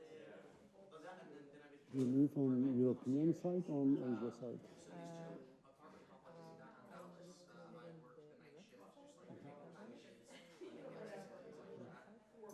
Which is great because I can work my school No, while no, I no. was advertising my camera. But night shift, I'm never even gonna get more. Hagia Sophia, right? So the space around is extremely busy. All the residents in the apartment complex. Great place. I worked there for about 2 weeks. The first week was training for summer school because Mm-hmm. egotistical person. Yeah, for 3 days. Yeah, I have a jet lag as well. I started working, I did egotistical summer the first week, and he wanted to come back in for more training on Saturday, and Yesterday I had jet lag, and right now I have jet lag because it's what?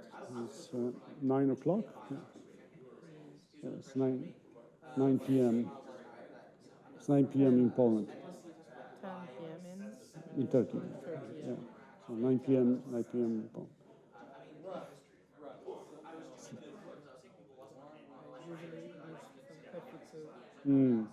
Wake up, right?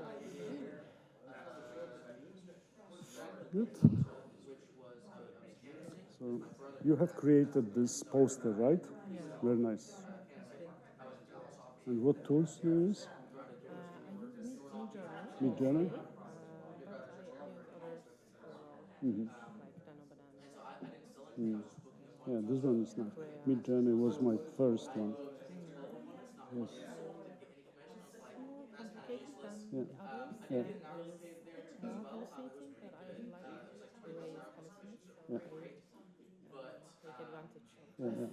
Again, it was a sales culture, and I I don't know if they close and so I quit that, and then I drove delivery for Pizza Hut for a couple of weeks, and then But the poster was not from one prompt, right? You post-process the poster, right? yeah, but actually, not always, but prompting. And then I quit that because I had talked to people who did gun shows. I got all those virtual guns, so I went up there. And that was a lot of fun. Got to shoot guns and stuff. Play with them.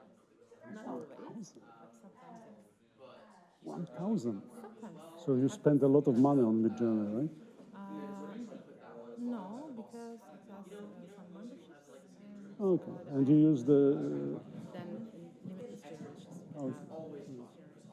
And you use Discord for distribution, or? Yes.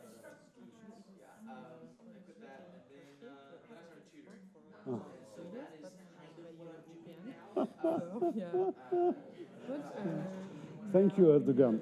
yeah. But now you don't have to use Discord for about, I don't know, 1 year. You can access directly from the website. Okay. But I am used to use shortcuts. Okay. Nice. Nice. Yeah, this Nano Banana is also amazing. Amazing. Yes. Yeah. I have started with Stable Diffusion, but the quality was very bad. Very bad. Midjourney, yeah, was great, and right now I use Nano Banana for everything. It was DALI 3 from. It's like, I mean, much worse comparing to Nano Banana, much worse. So there's no sense to use study for. But there's no memory in DALI-3. So in Nano Banana, if you create something, you can prompt, delete something, add something, and you have the base, right? But in DALI-3, everything is from scratch, like diffusion, right? But, so I will. I will talk to yourself. There are no people. Okay. Good.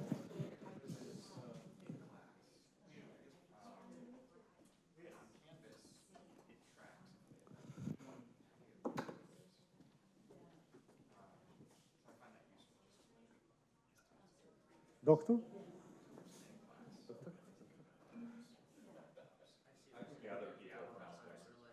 Oh, yeah.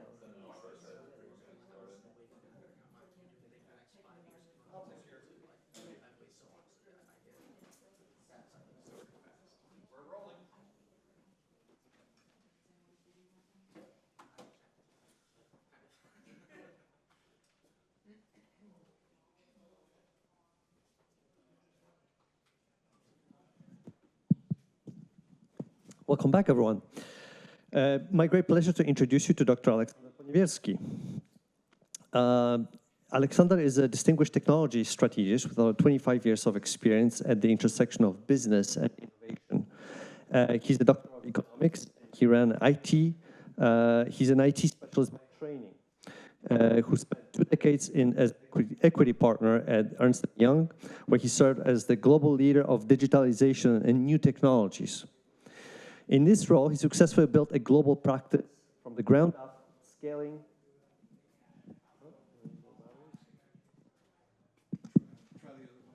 Where's the other mic? Oh, we can hear. Okay, thank you.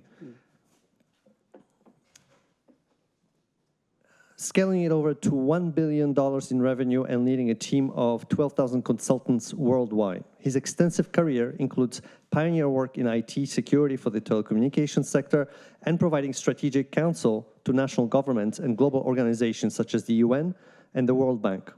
Currently, Alexander leads his own advisory firm and sits on the supervisory boards at the Warsaw University of Technology and the National Cloud Operator. He was recognized in 2020 World IoT Leader of the Year. He's a respected thought leader and author of books such as Speed, No Limits to in the Digital World, which was published in 2019, and Don't Be Naive, was just published last year. A graduate of executive programs at Harvard, Carnegie Mellon, and Institute of Management Development, he has shared his expertise as a guest lecturer at Stanford, UT Dallas, and Hult Business School, focusing on his core specialties of technology, strategy, critical infrastructure security, and business model innovation. Welcome, Alexander. Thanks for joining us. Thank you very much. So it's a great pleasure to be here. And I will tell you, hearing the previous speeches, I have nothing to add. I agree with everything. But not joking, I'd like to add a little bit different perspective on the top of that, the perspective of leaders. Because when we talk about AI, when we talk about new technologies, you cannot hear me? No, this is. I think you want to touch me. It needs to come up. Yeah. Is that any better? Hello, hello, hello. Is that better? Is better? Okay. Okay, excuse me. No worries, no worries. So when we talk about AI, about new technology, about business, etc., it's all about money at the end. And of course, we as a users, we love to have everything for free, right? We want to have everything immediate. We want to have everything nice. We want to have a tool which is doing all administration work for us. I mean, all this boring stuff for us, right? Because we are lazy by nature. And I had conversation with Patrick, and I decided to show you a little bit different perspective, what is happening around AI and what will happen around AI, but from the perspective of history, psychology. I mean, the topics, I have no idea. I have no idea, but I know how important those topics are. So let me start from my personal journey, because it's like eyes opener. When I finished my IT study, I'm just the engineer. I mean, the IT engineer, hard coding guy, knowing the cybersecurity very well, very well. I wear jeans, not suit, right? I was happy, touching the keyboard in 90s. But at this time, there was a special time for me and special time for a part of the globe I live.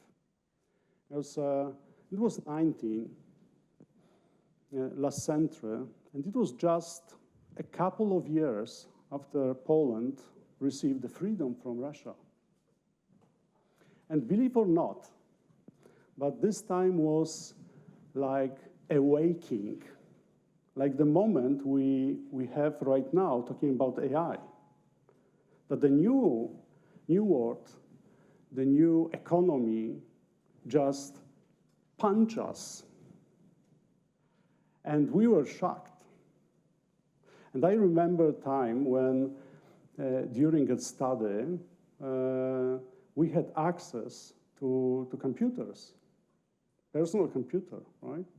But the one for whole university, just one piece for whole university. It was 1992, 93, we had access to internet, but just 1 hour per month. I had 10 hours, because no one else would, there was no interest.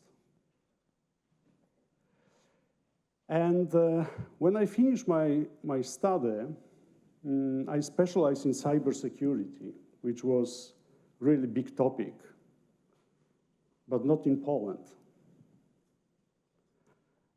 We were not connected. And when I finished my study, specializing in IT security, I became a manager from day one. I was just a manager in the biggest telecom in the Central Europe. It was the joint venture of Ameritech, so AT&T, Telia Sonera, and Bezek, the Israeli telecom. And they put me on the, let me say, into the room. I was IT security officer, 24 years old. And they said, Alex, prepare budget. I said, what the fuck is budget? And they said, yeah, you need to know how to create, the spendings for your cybersecurity, for this telecom, right? It was interesting time, because the telecoms, as you remember in 90s, it was the cash machine. Like today, Google, there was a Nokia, and the telcos with the mobile telephony, like the first generation of GSM, was like a cash machine, right? So I had the huge budget, multi-million-dollar budget, and they asked me to prepare a spreadsheet, how to spend this budget. I said, I have no idea. So my boss said to me, but Alex, so you need to read. I said, but where? There are no books, because we just end up this communist time, and we had only Marx, Engels, and maybe a couple of the books about the economy in socialism. There was no access to the books. Today we are in the library, but please believe me, there was just the one book you could buy. It was Economy for Dummies. So I bought this book. And what I wrote from this book, that I need to plan my spendings, and I need to do it very carefully. I said, yeah, okay, so makes sense. So then I decided to study a little bit deeper, and I recognize that the problem is not the mechanics of economy. The problem is not the mechanics of technology. The problem is to understand how to do a management job, how to be a leader. Because economy you can learn, right? Technology you can learn, but how to become a leader is a really tough task. And again, of course, as you can imagine, I visit the shop, the bookstore, and I ask about, some books, how to drive teams. And they said, we have no such books. I said, okay. The internet in 90s was just in the beginning, so I remember I entered one of the BBS. BBS was not exactly the internet we have today, but it was like a bulletin board. And I recognized that there is the access to the Library of Congress. So I searched using Gopher. There was a tool called Gopher. I searched this library, and I found like 1,000 of books about leadership, right? I said, oh my God, so those guys in the US, they are so lucky. They have all those books. But at the same time, I recognized that the only books we had in the library was the poems. Poems. I mean, the books about the stories. So I decided to read those books about how people lead other people during the centuries. Because what I recognize, and John said exactly the same, that there is a pattern. We live in the cycles. And it doesn't matter whether we talk about 19th century or 18th century or 17th century or 20th century. The leadership is all about the people and all about the business and all about technology. Different technology, different people, different moments, but it's all about the people. And the pattern, like 28 years, 20 years, 28 years, and the sinusoid, this curve, right, is something you can find everywhere. And I had a suspense moment right now prepared, but already you mentioned, guys, about that. Sorry for that. You mentioned that there is nothing new in technology. I mean, it is just another tool. It is just another revolution, evolution, whatever we will call it. But it is all about how we will use it, how we will adopt that to our practice. And what I said is that the technology changes, but the human nature does not. We are the same human everywhere, and we have the same habits everywhere. Today, during the lunch, we had discussion, what is the sexy factor buying something on Amazon? The sexy factor is just this moment, right? And doesn't matter whether we buy the new hammer or new equipment, TV equipment, or new CD, is the same moment. So when I spend the time reading those books, as I told you, I recognized that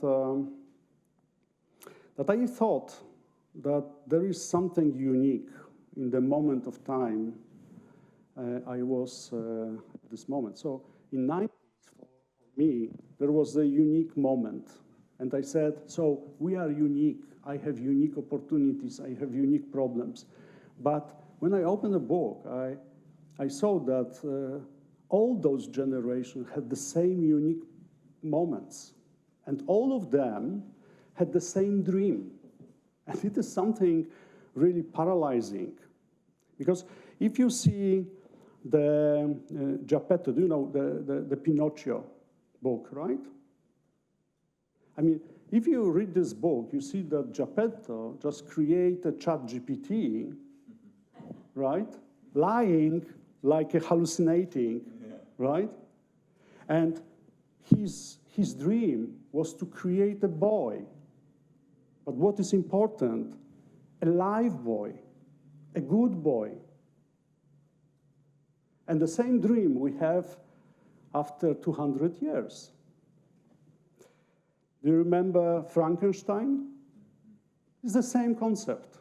We want to create something big, huge, artificial, but to be a natural. So we create artificial, wooden boy, but we want to be this boy natural. We create someone from the grape, and we want this monster to believe, to be live, right? But in all of those stories, there is a special moment. Special moment when from the nice idea, great idea, and a very positive idea, something is changing to the very dark and very bad idea. Yesterday we had a great movie. Great movie. I will refer to that. And again, why I'm saying that that those stories are changing the perspective from good, not to great, but from good to bad. Because we as leaders of the businesses, leaders of the companies, want to earn money. And what is the easiest way to make money? What is the easiest way to make money? You know? Do you know what is the easiest way? Capture the dream, rob the people, right? To steal, to not to work, but to have, right? It is such a great, let me say, portfolio of the way how you can make easy money, that only your internal soul, internal ethics can stop you to do that. And today, we talk about data, we talk about privacy, we talk about naivety. We are able to give a shiny diamonds to the user, and the user is giving us everything. And we are not lying. We are just giving the gift. And the user is taking the gift. So the transaction is super. But the question is what we are giving and what we are taking back. One of the book I had extremely great pleasure to read was The Christmas Carol by Dickens. Probably you know the story and you know the book. By the way, this year, in June, there will be a great movie, Christmas Carol. I mean, about the Dickens. One fun fact about Dickens. You know, the first industrial revolution, the steam engine, England, if you put, I mean, you are historians, right? But if you put the moment on the scale, you will see that Napoleon just finished the campaign, he's done. Industrial Revolution completely changed the Great Britain, I mean, Scotland and England, right? They suddenly recognized that the Watt engine can be a great tool to increase productivity of the cotton and textile. In 15 years, they took from India the production and they scale it 10 times in 15 years. And there was a natural tendency that people, I mean the leaders, they saw that the workers, I mean the users, are very weak, very vulnerable. They gave them 1 cent and they asked them to work. In this time, Dickens did something extraordinary. In 6 weeks, he wrote the Christmas Carol. He published this book in self-publishing mode, He sold 6,000 copies in 2 weeks. 6,000 copies. You can imagine 1.2 million population London. 30% of people can read, badly but read. And he sold 6,000 books in 2 weeks.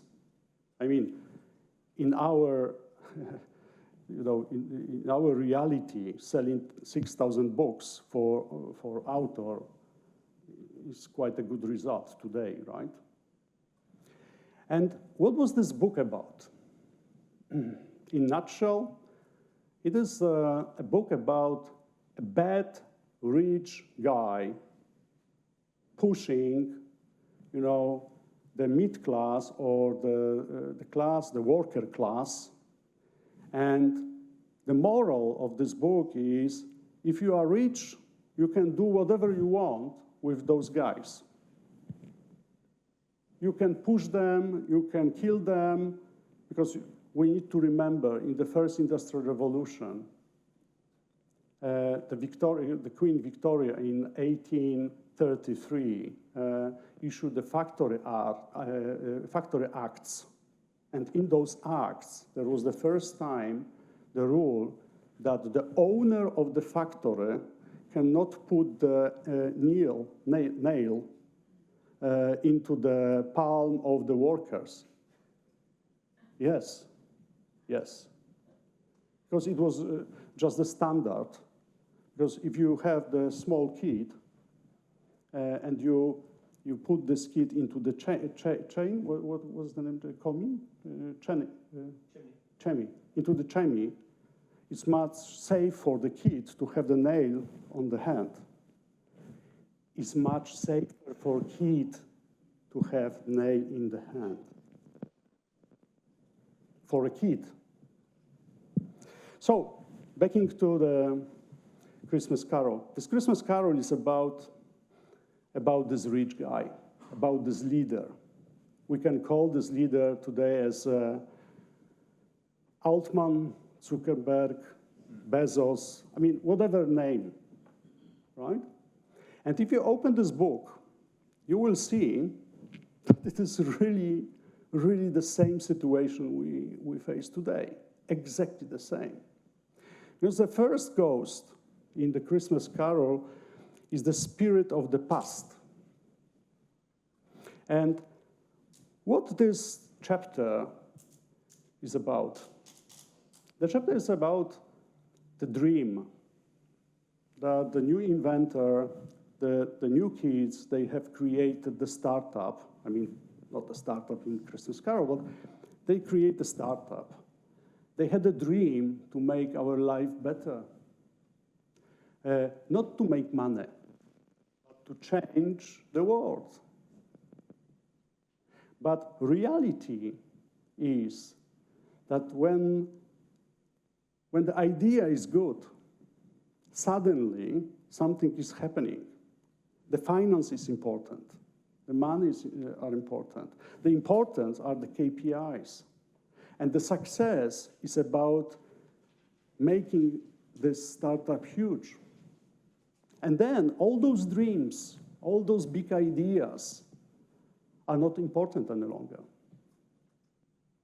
And vast majority of startups, AI startups today, are built on the idea, let's make something great.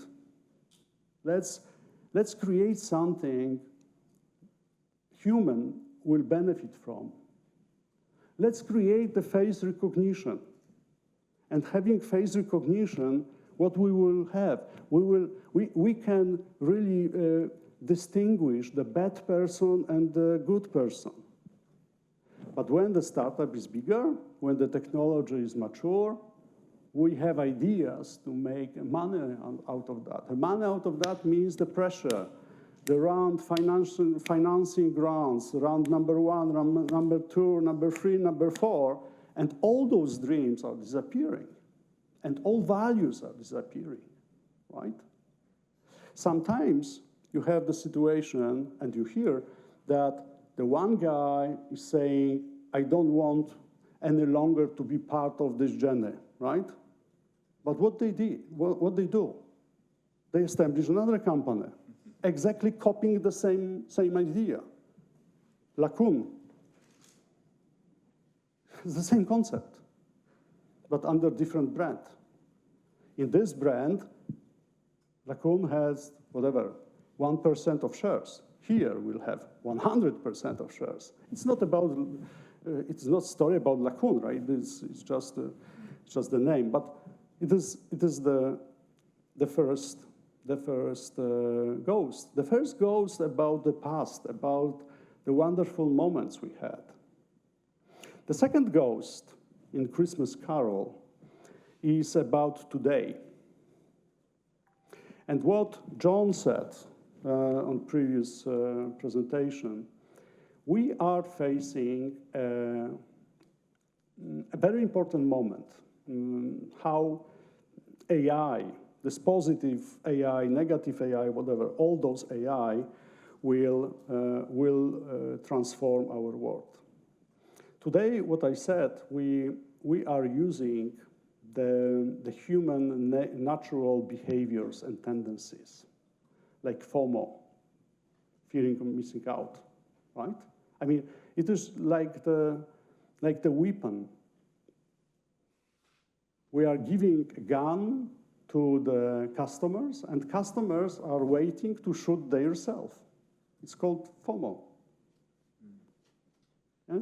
If you see, and sometimes, I mean very often, to be honest, it makes sense for a customer, but very often it is extremely bad.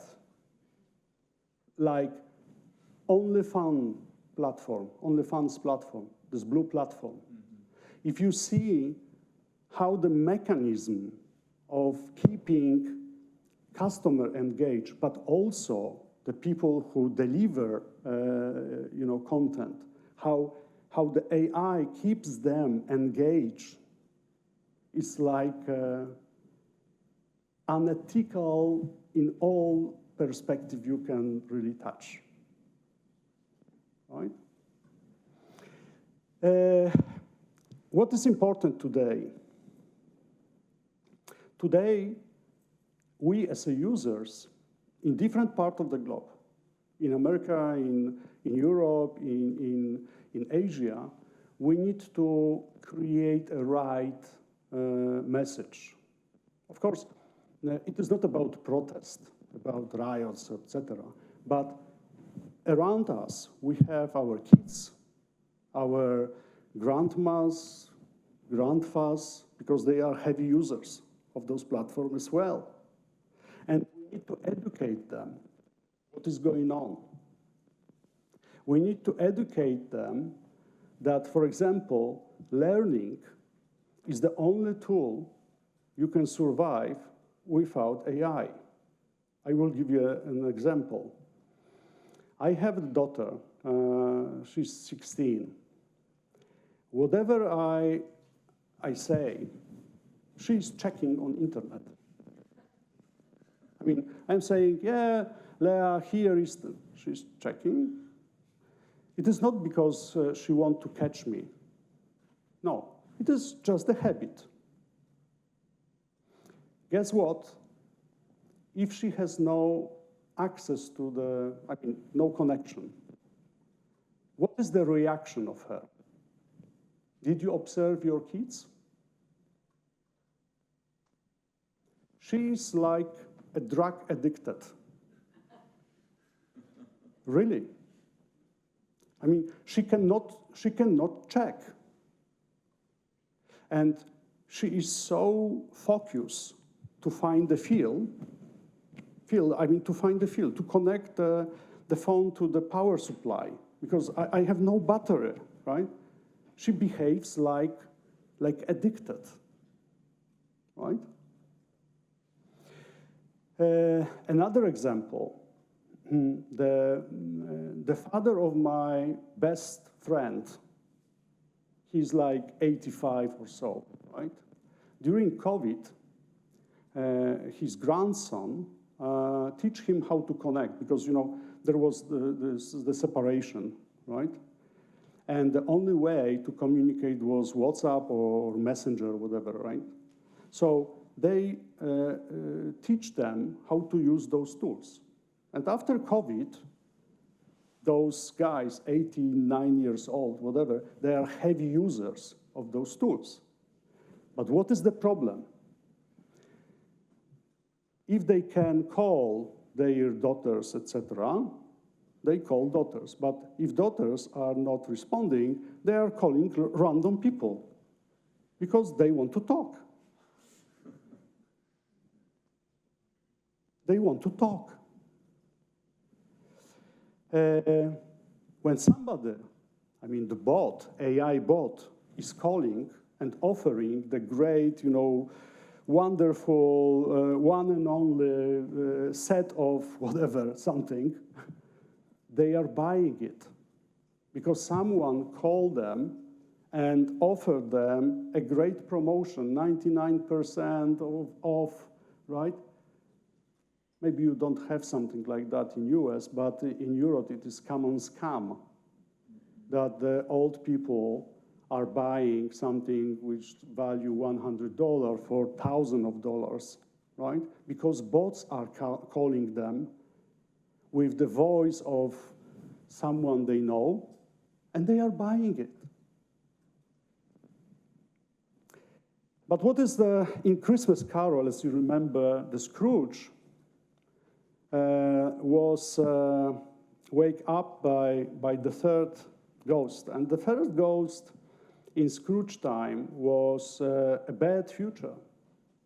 The bad future saying to the leader Scrooge that you will be a rich man still, but all around you will be even more poor. The Tommy, the one guy, the son of the Scrooge worker, will die. And Scrooge said to himself, I will change myself. Not because of me, but because I mean, as a responsible leader, right? I need to change. And it was the moral of this novel. And as you remember from the history, Dickens had a lot of attacks on him. That from one side, he is telling such a nice stories, but in real life, he was a very bad person. What I want to say that the third ghost, in my opinion, is good or bad future of AI. And I saw two technology revolution in my life. the internet revolution and mobile telecommunication revolution. And both, we screw up. Internet, we screw up completely. The mobile, 2010 means the social media era, we screw up completely in all aspects. And right now we enter something even bigger. And the question is whether we should wait until it will become a huge problem, and then we will set such a stupid things what Europe is doing right now. Can you imagine that in Europe they want to have a law that the kids, they cannot use a mobile phone. Physically, they cannot use mobile phone, or they cannot have the access to platform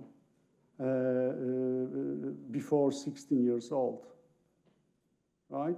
And they want to use it as a law to do a best great future for Europe. At the same time, if you see what is happening right now in China, what AI is doing with Chinese culture, it is crazy. It is crazy. I just returned from China 3 months back, right? And I had opportunity to travel through not this great China like Shanghai or Beijing, right, or Hong Kong, but the poorest part of China, this western part of China. And you enter the village, village, 4 million people village, right? But still village, right? And everything is connected. Everything is connected. Our guide said, because it was motorbike tour, and we just stop at the street. Not at the corner, just on the street. And he said, you can order food here. I said, how? I don't know where I am. But they know, he said. Well, what do you mean they know? They know. And there is the app called Yellow Kangoo. Yellow Kangoo. And I opened this app. I pressed the button, KFC, because it's a small village, 4 million people, and there was a KFC. But the concept was as follows, that I said before I opened the app that I need to eat something like KFC or McDonald's, right? So there was not McDonald's, but there was KFC. And the KFC popped out on my phone. I said, fuck, it's good. I press the KFC. I choose the Zinger, right? It's the sandwich, Zinger sandwich. I paid. Under one click, just I paid. And there was delivery in progress. So, shit. I'm not lying, guys. I'm telling the truth. And we stand on this street, 3 bikes. I start smoking. I finish one, I finish second cigarette, and suddenly the guy, like this Uber Eat, is coming, but with this yellow Kangoo, and is giving the paper bag to me. Not to my friend here or to my friend here, to me, like that. I said, this is unbelievable. I opened, of course, there was the Zinger sender. I said, it is unbelievable. Unbelievable. The precision, we don't have such a precision in Europe. Probably you don't have such a precision in the US as well. One click, delivery. We have a joke with the friends. I said, thanks God I didn't order different stuff, bigger stuff. But anyhow, so you can imagine what is going on. And in China, as an example, it is very very important message to set. The whole critical infrastructure is blockchain. Is blockchain infrastructure in China for last 15th century. So there is no way you can, how to say, break into the systems and change the data because it's blockchain. So proven. So how will we use this dragon, the AI dragon, as a leaders? We can use it on 3 different ways. So for customers, what I said, we need to educate our surroundings, our students, our kids, our parents, whatever, right? We need to educate them. What is the pros and cons of using AI, and what is the meaning that you are giving your data and someone is giving you something back for it, right? It is important. And if you decide to give, fine, but be aware what you are doing. For leaders, I have very funny situation right now because I can talk to leaders without, how to say, any, I can talk directly, right? Because during the time I worked in EY, I had all these corporate policies, and it was very difficult to talk directly. Right now, I can talk very directly to the leaders.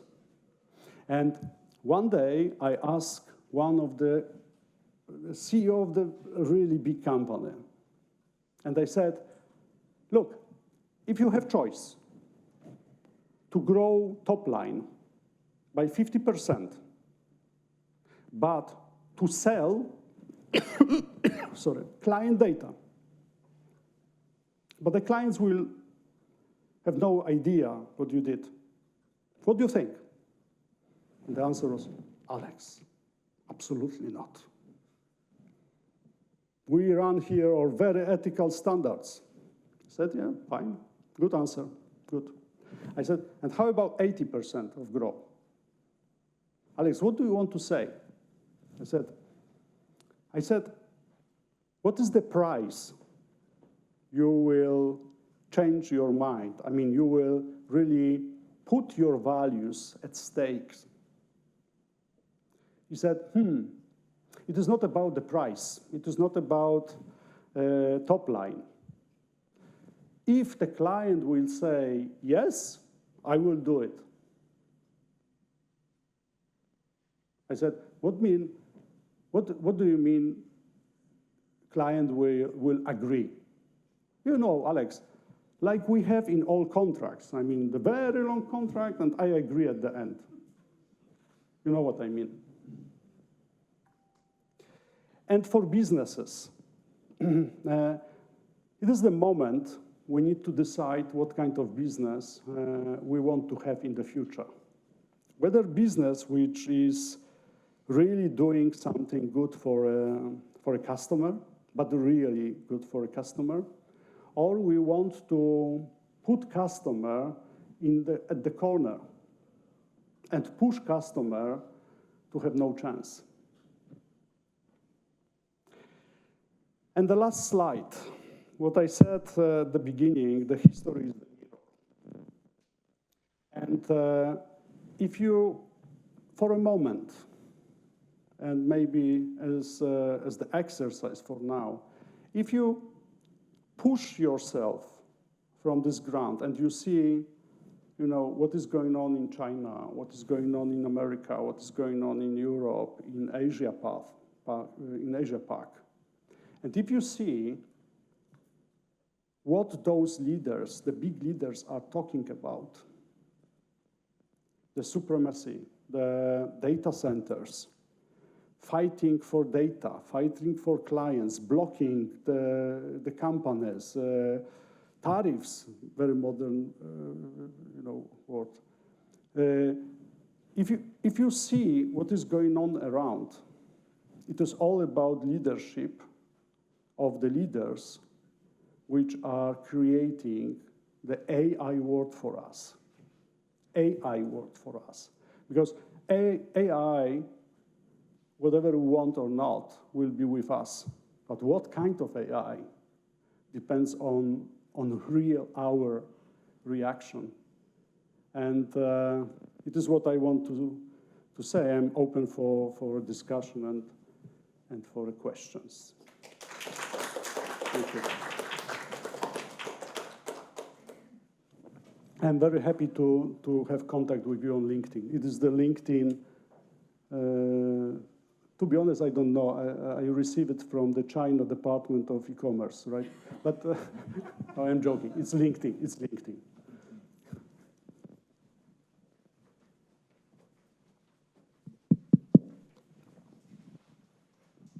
Thanks. That was really interesting and wide-ranging. I want to kind of pull into your analogy there at the very end about the way in which a technological race that we engaged in the 20th century led to the arms race and the fear of nuclear war.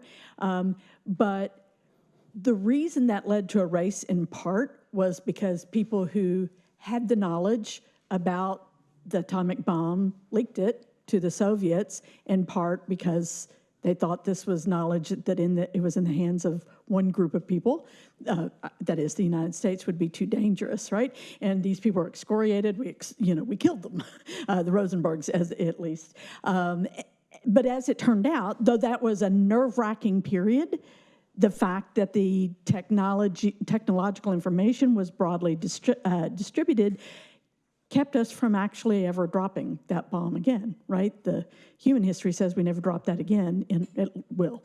I haven't looked at the news this afternoon, but to date, we haven't had a second one. So, I'm wondering about if there's an analogy here for AI and who's holding information, and if, I don't know, is leaking, is the world of secrets a way to kind of get the more equitable future that you're talking about?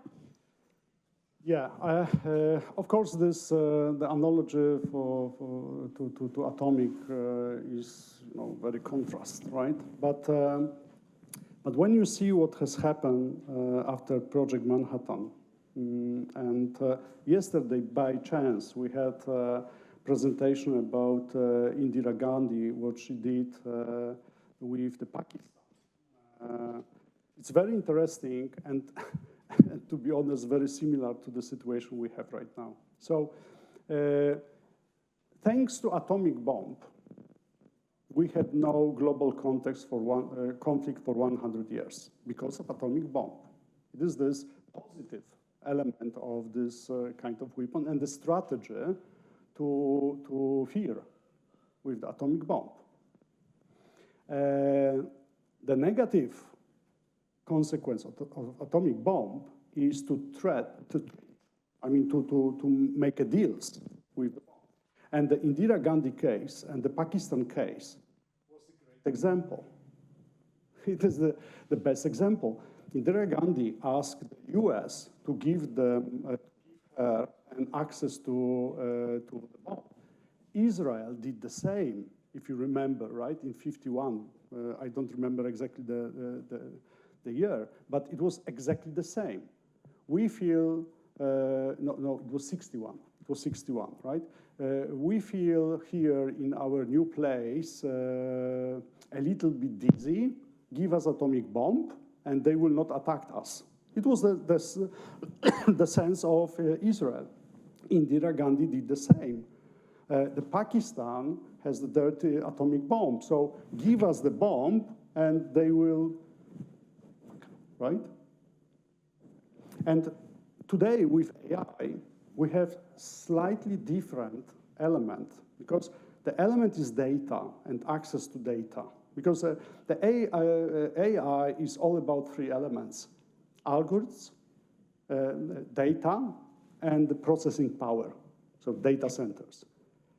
If you ride through the China, they have data and energy corridor close to Mongolia Desert, and you will see the power plants and the data centers of Tencent and other companies, you will understand why US is investing and Europe is investing in data centers. Because there is the need to have those data centers.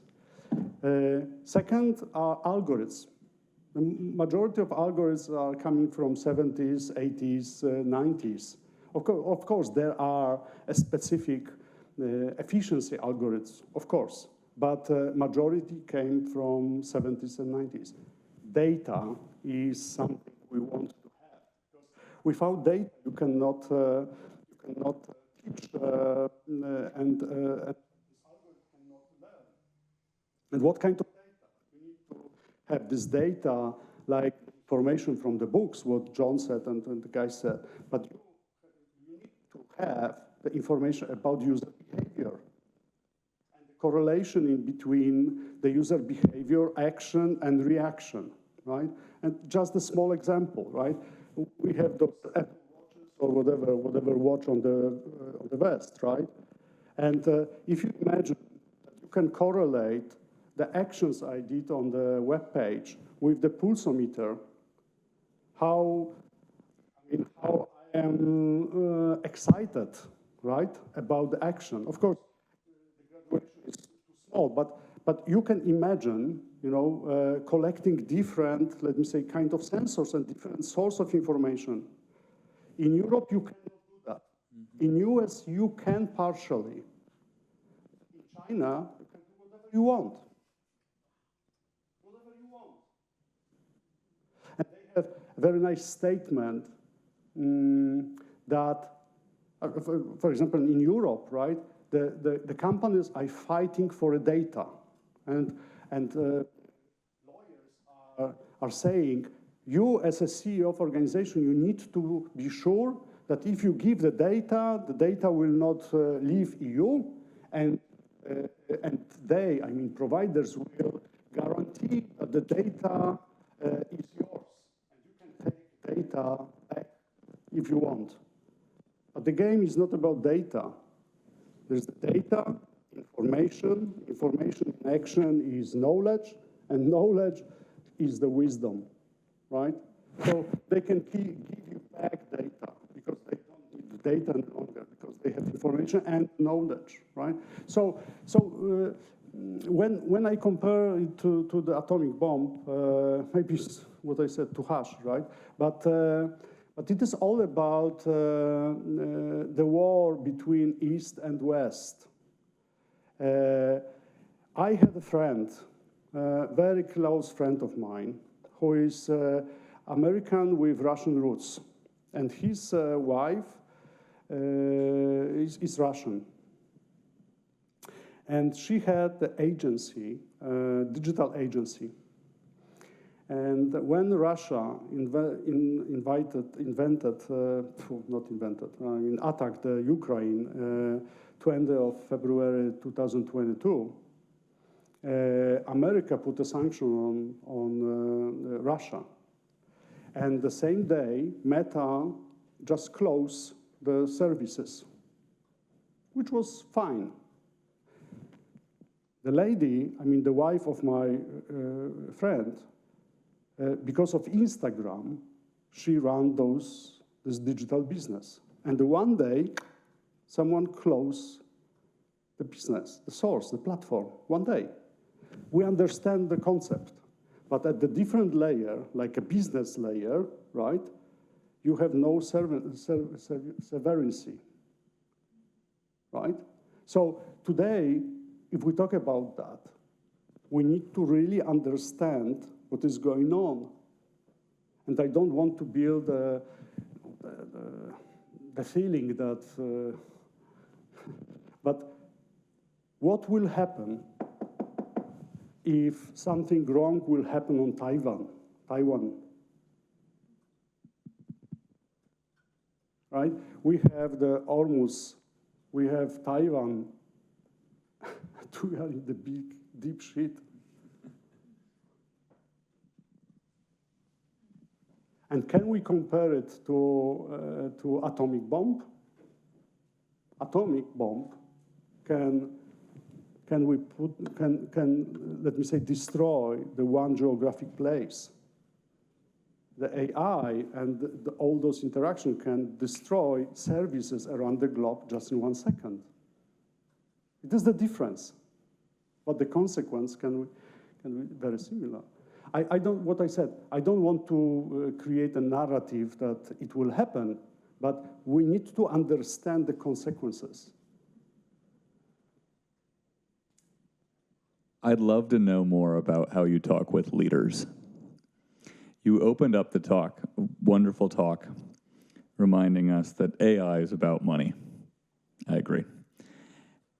What I interpreted you to be suggesting through the Charles Dickens story and the examples you shared of your advice to leaders was appealing to their moral conscience. Yes. Appealing to their inner ethics. Yes. I would love for our leaders to be wonderful, good people. I'm wondering how you are able to make the responsible use of data also appear more profitable to leaders.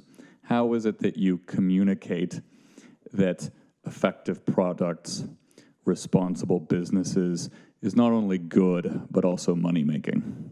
Very good question. And I will give you an example. The platform, which is called TikTok, recently acquired by Larry Ellison, as I remember, right? In China, TikTok is completely different platform. I mean, the platform looks exactly the same, but the content is completely different. You cannot find on TikTok, two completely drunk guys, fighting with battles. No. It is an educational platform, highly educational platform, and they are able to make money on that. It's all about the direction your country and your leaders will accept and go. And what I am saying, I'm not saying that all platforms are bad. No, I'm not saying that. I'm saying that sometimes, like yesterday we saw this movie, that sometimes we are going too far because of the dragon we have created and possibilities this dragon can do. So profit versus ethics. What I hear you saying through that example is that state regulation, as in the case of China, is a solution here. And I don't think that's where you're intending to go. No, I will give you an example. In Europe, there is, in US as well, right? There is the regulation of TV, right? There is the committee or something, right? That you cannot, in public TV station, something everybody can access, you cannot show pornography during the, daytime, right? Right? And how it works, that you just put the regulation, if you want to have a license, you cannot do that. At the same time, you have the internet platforms, and they do that. The question is, can we apply the same ethical regulation? That's exactly the same, nothing new. That you cannot sell alcohol to 19-year-old boy or cigarette, right? The same regulation on the platform and make the owner of the platform responsible to keep the rules, right? Meta, you work for Meta, right? I used to, yeah. So they are able to, they are showing a scam, AI-generated scam. And if you claim that, they are not taking out the scam. The scam is visible for others. They will block for you. But for others, they are taking, they're getting the profit from that. And the question is, of course, there's the more complicated topic, but the question is, can we apply, the same rules at the minimum we have in other media platforms or whatever, right? The same rules. The same rules.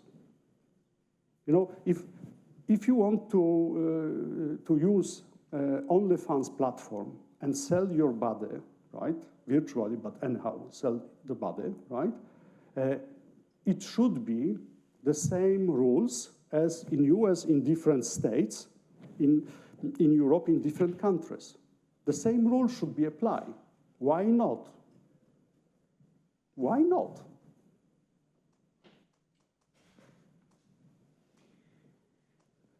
Yeah, I have a question. I think I wanted to push back a little bit against the idea that the AI companies are all headed up by just sort of money-hungry CEOs. No, I don't want to say that. Okay, I thought you were comparing multiple of them to Ebenezer Scrooge, and that doesn't seem accurate to me. I mean, I'm just thinking of, I know it's not a popular time to say anything positive about Sam Altman, but I mean, he did give millions of dollars back in 2016, I think it was, to fund a study on universal basic income. And this is one of the reasons he co-founded OpenAI, is to make beneficial AI that's good for humanity, and that's why they started the nonprofit. And of course, there's other motives involved as well. It's still a nonprofit, something that's not commonly known, but so why would he be so concerned 10 years ago to found this philanthropic fund? Because he's worried about everybody losing their jobs and having no sustenance. So now he may be a horrible person in many other ways, but I think I can speak more highly of Dario Amodei from Anthropic, who I think is just, I'm thinking of getting a throat tattoo of him, actually. I think he's incredible. With this new Claude Mythos model, which is kind of like super intelligent hacker, basically. And it sort of relates to your question about like sharing secrets. So can I stop for a second? Please. And I can put $1 million. You can put $1 million. That in 6 months, this new Anthropic model will be completely blocked because of military and whatever recognized as a threat. Right? At the same time, we had Cloud, which makes whatever you can using agent, mold agent with our data, and everybody are laughing. Oh, such a great tool, right? Funny, right? Oh, right? So serious things will be blocked in a second, or bot. In case of Anthropic, but blocked. If we talk about, let me say, our lives, nothing is blocked. And here is the trick. So, well, I'm not sure that's responding to my concern. So my point is, Anthropic is, of course, they're getting good press from this, right? We have our model is so powerful that we're not releasing it. Yeah.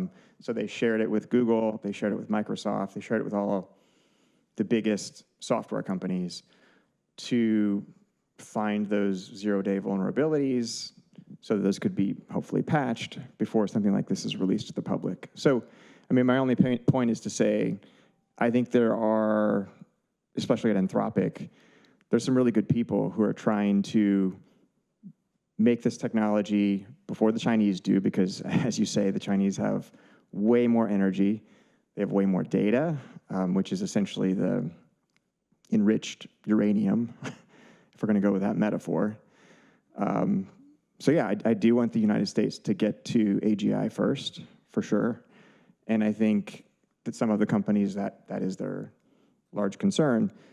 So yeah, I guess I'm just trying to understand some of your slides where it seemed like it was, implying that a lot of the business leaders just cared about money, because I think some of them do, and like maybe probably Zuckerberg, but not all of them. I mean, my message is as follows. If all leaders will have the really good ethical standards, but we talk about all leaders around this globe, right? Look from much broader perspective than US perspective, Anthropic, AI, OpenAI, or Google, right?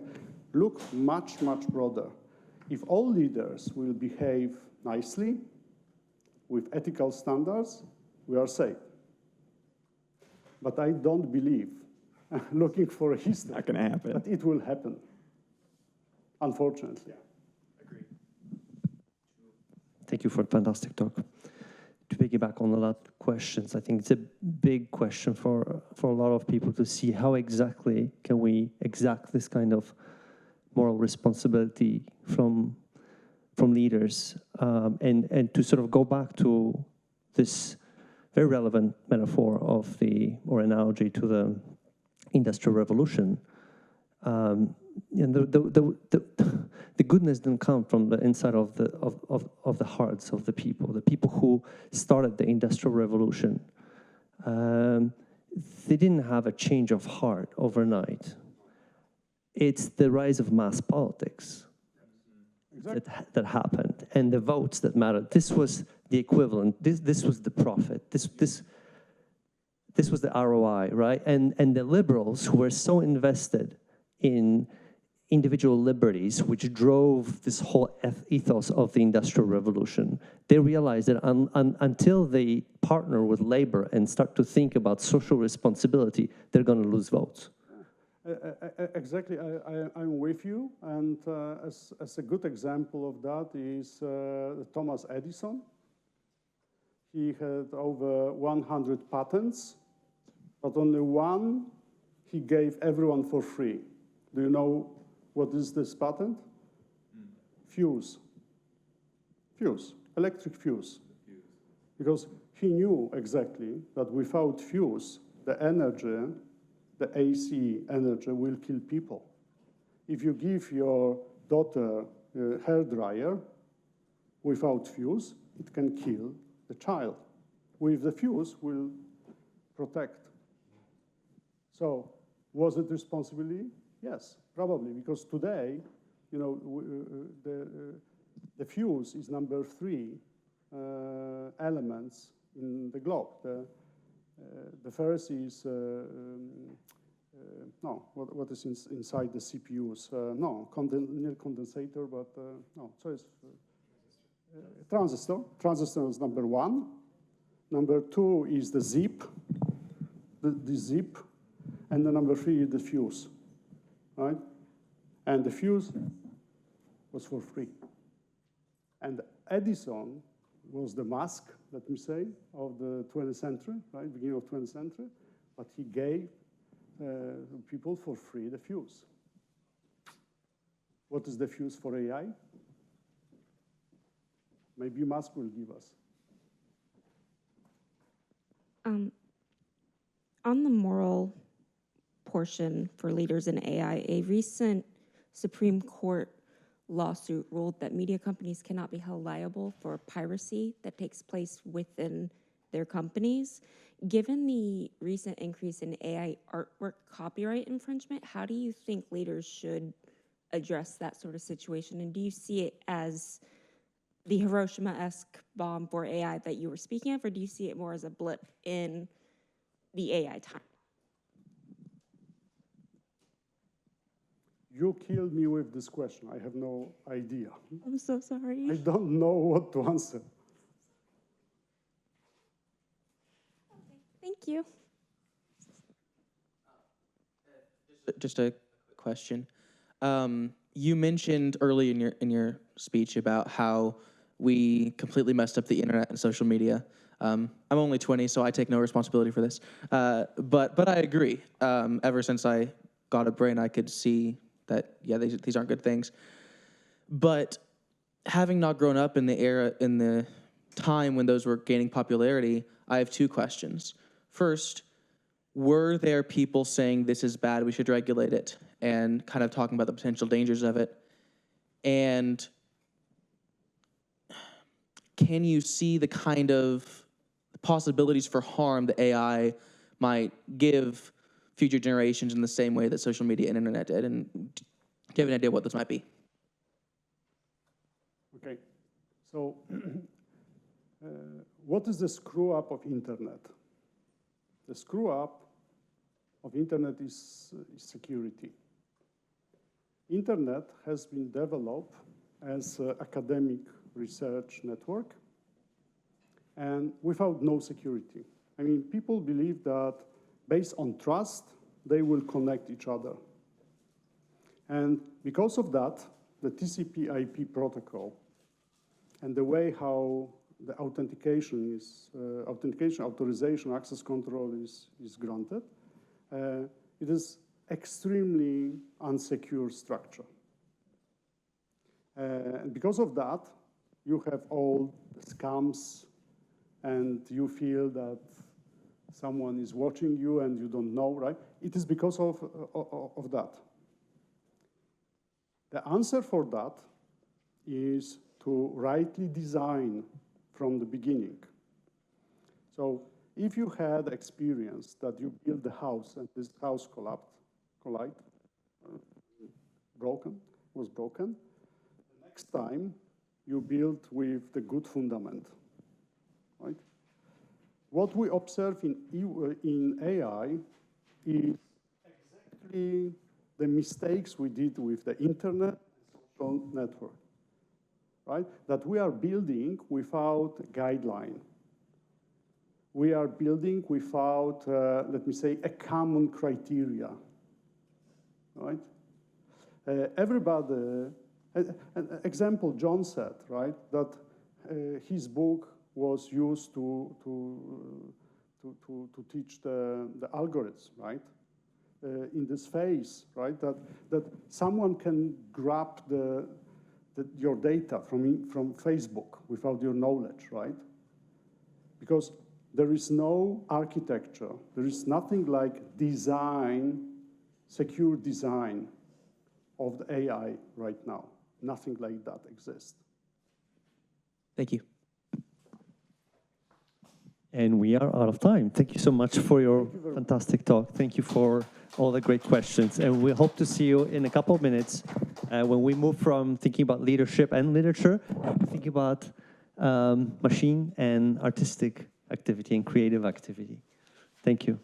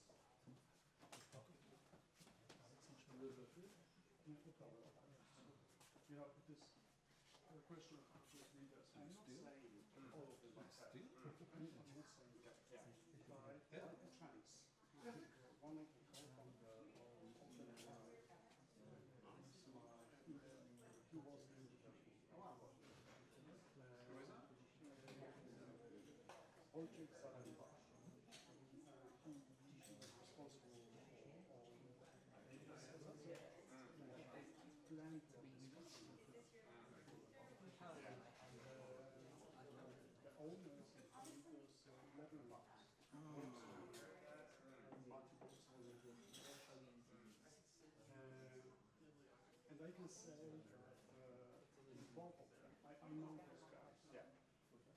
They are decent people. They are changing like on this slide. Yeah. Those guys are the very idea to the business. It's not their fault. They are, that's great. They are so squeezed by financial banks,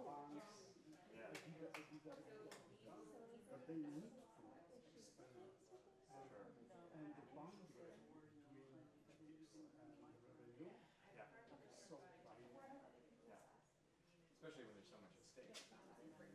It's easy to imagine making compromises. Everybody are saying Do you teach American history?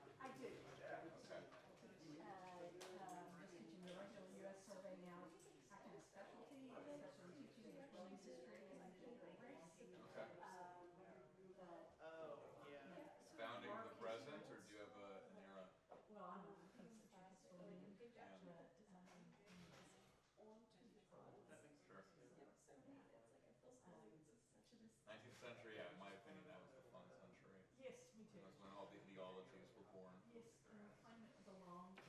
Sure. 1780 to 1915. Yeah, that's the 19th century. So all those things happened. I was trained in French history, and so the history of governments in France sort of nicely bracketed 1789 to 1914. Right. That long century. And our next It's so important. As we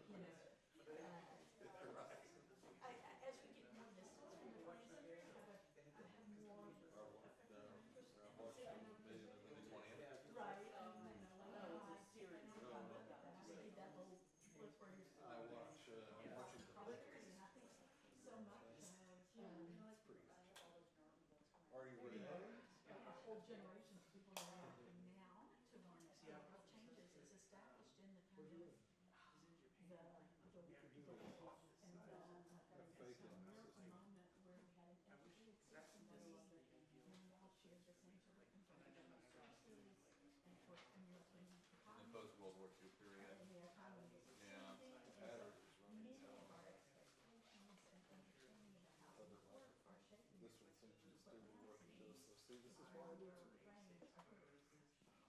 Yeah, in France it's called les 30 glorieuses, the 30 glorious years. For public investment, Right. of robust civil service, of information accessibility in civil society. But yes, we are the farther we are from it, the more it seems like a hiccup in the long durée. Right, it really is, and especially deciding that, you know, you have to have the same.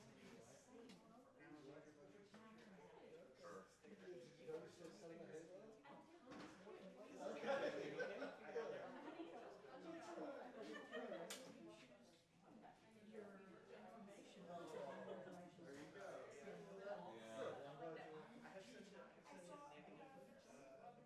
Well, especially for me, having grown up and then politicized in the last 10 years, that was a blip within a blip with, end of history aspirations, close of the Cold War, and the feeling that conflict will just be, regional management, it won't be great power conflict anymore. And as we continue now in the 21st century, for me, just the claim of education as a commanding ideology that brings us back to the 19th century. That's what I find to be historically fascinating about this moment.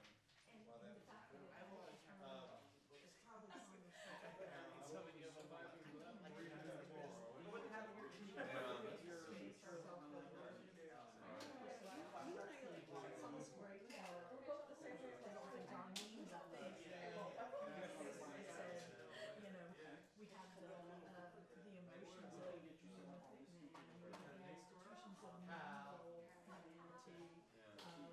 Well, he says the economy was what it was. The 19th century and the technology.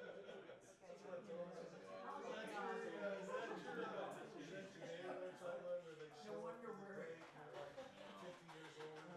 We're struggling so much to try to, deal with people who feel so alienated and Sure. left out. Yeah. And, the number of times you're you just get a normal situation. Well, your demographic watch. It's very valuable to show the past ways of nativism. Right. And how little changes with our current moment. Right. Here we are again. Here we are again, indeed. And it's, so the whole idea that history can avoid past mistakes. I wouldn't say it. I think they look different every time, and they are different because now you're making that mistake.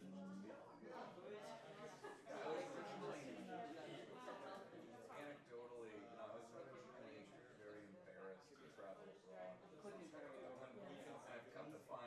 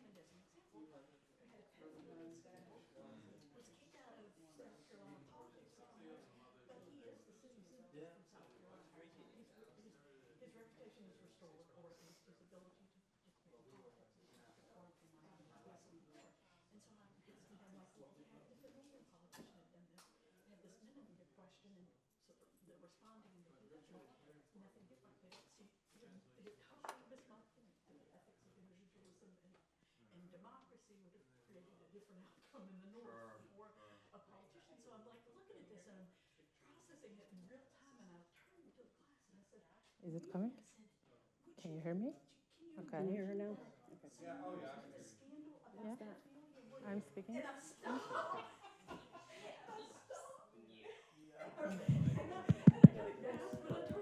Not this. You can't hear it? Now? It's okay. Okay. I'll get out of your way, excuse me.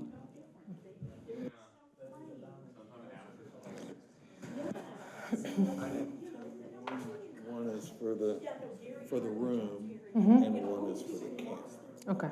So that, I've got two audio streams going. One. I lose one, I still have the other. Okay. Which happens. Okay. All right, welcome back, everyone. I'm not sure if the volume is it too loud over there? Like this? Like this? Is it good? All right, perfect. All right, I'm so thrilled to introduce our next speaker right now. Sila Shehrazad Yücel is a multidisciplinary artist based in Istanbul. She holds degrees in landscape and interior architecture and has experience as an art director in cinema. Drawing from Ottoman miniature painting, photography, and jewelry making, she merges her diverse creative practices with text-to-image AI to create surreal photographic syntheses, which you will see, and you should definitely see on her Instagram feed. Her works have been presented at international solo and group exhibitions in Turkey, Germany, Italy, Brazil, Argentina, and the United States. And I wanted to add a personal touch here of why I'm so thrilled that Sila is here. About a year ago, I landed at a cocktail party where everybody was in finance. And I found just the one person in the crowd who happened to be talking about art. And I asked what she was doing, and she said, "Oh, we're agency, art, online art gallery." I said, "Oh, really? Okay." Because I'm starting to think about this conference, and the idea is to bring together people from different backgrounds. And the missing piece for me here is an AI artist. Do you know anyone? I said, as a matter of fact, I do, because we represent her in the United States. And so she connected me, she gave me the name, and then I contacted that same artist via Instagram, and she responded. Because I looked at her work and said, "This is absolutely fabulous. This is amazing. First of all, I want to own a piece. I don't know if I can afford it. But second of all, I want her to come to the conference, because this is absolutely unusual what she is doing. It's the stuff of dreams." And so then we started a conversation. Yes, Sila accepted, and then the conversation, I'm not sure if I can join in person because of everything that's going on. The wait for visa appointments is several months. So, well, let's see what we can do. And meanwhile, it turns out that Sila was showing her work as represented by that gallery in the most exclusive social club in Dallas, right, in the Highland Village. So, well, I'm going to go check it out. I gave him a call, and she said, no, sir, you're not a member of this club. You cannot come. And I said, okay, well, fine. And then a week later, I said to myself, no, this is too weird. I have to go see it. So I emailed the manager. I was that guy who asked for the manager in this point. And I said, I'm sorry, but I happen to know the artist. I'm sorry, I used your name, yes. Started to throw out names of your agency people. And so finally, they said, okay, you can come. So I made the appointment for the weekend. I show up, and they didn't know who I was, so they had to call another manager who was on duty. Finally, I saw this.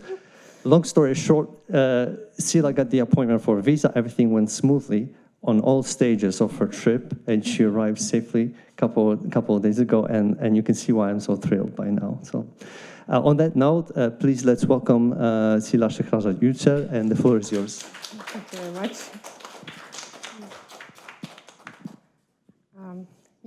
I'm Sula. I'm coming from Istanbul. When Patrick invited me for this event, I realized that I really want to look closely to my work process with AI.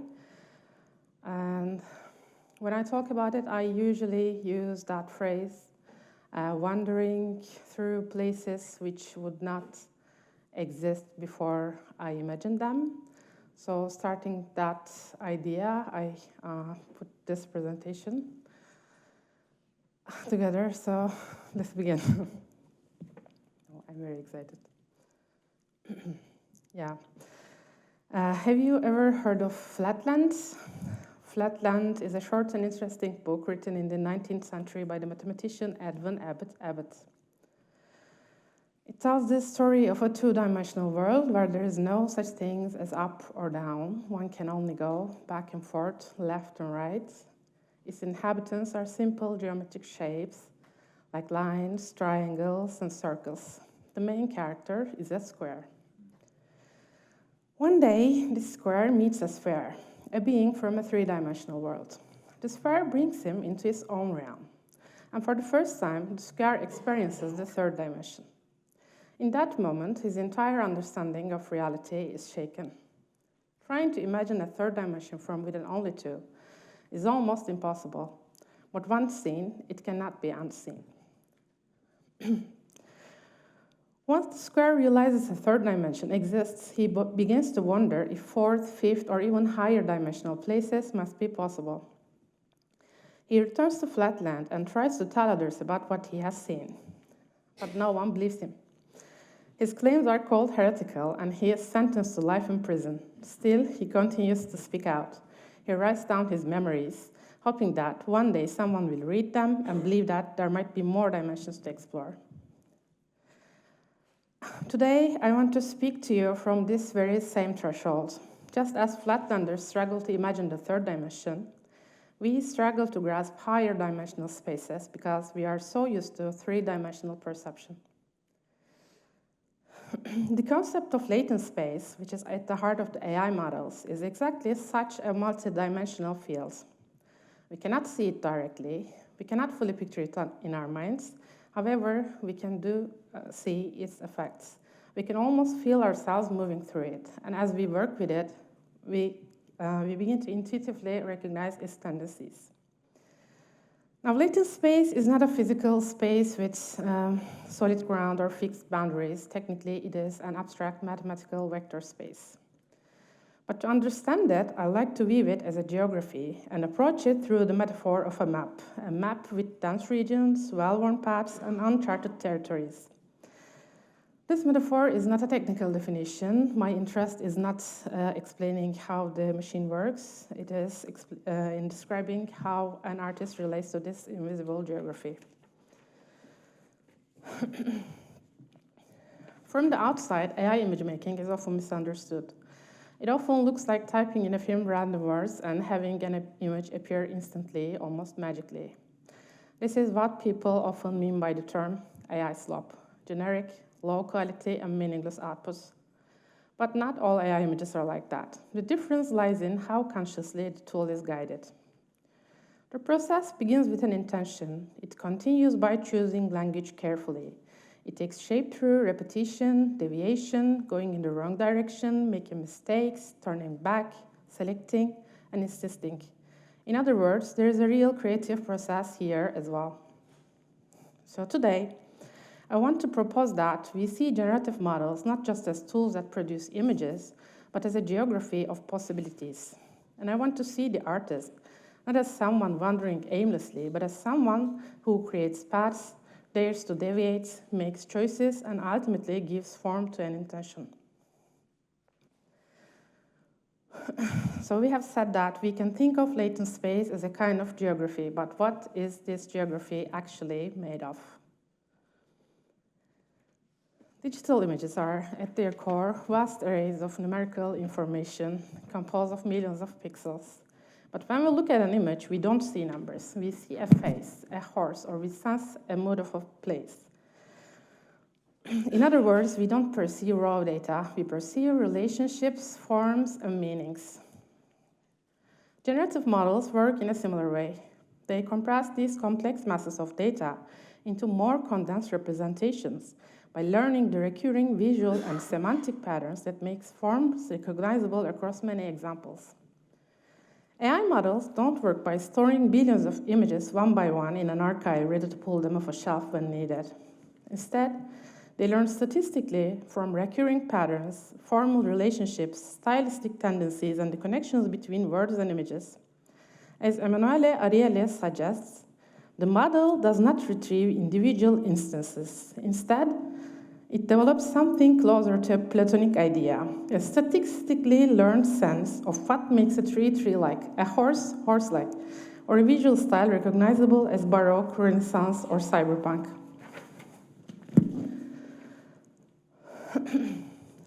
When we ask the model to create a Renaissance-style portrait, it does not retrieve a particular painting from memory, nor does it assemble a collage by cutting and pasting from stored images.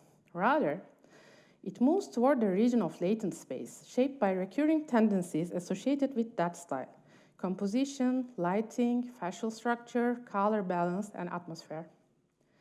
That is why latent space is better understood not as a storehouse of images, but as a field in which condensed representations of forms, recurring visual and semantic patterns, and familiar resemblances between images are encoded.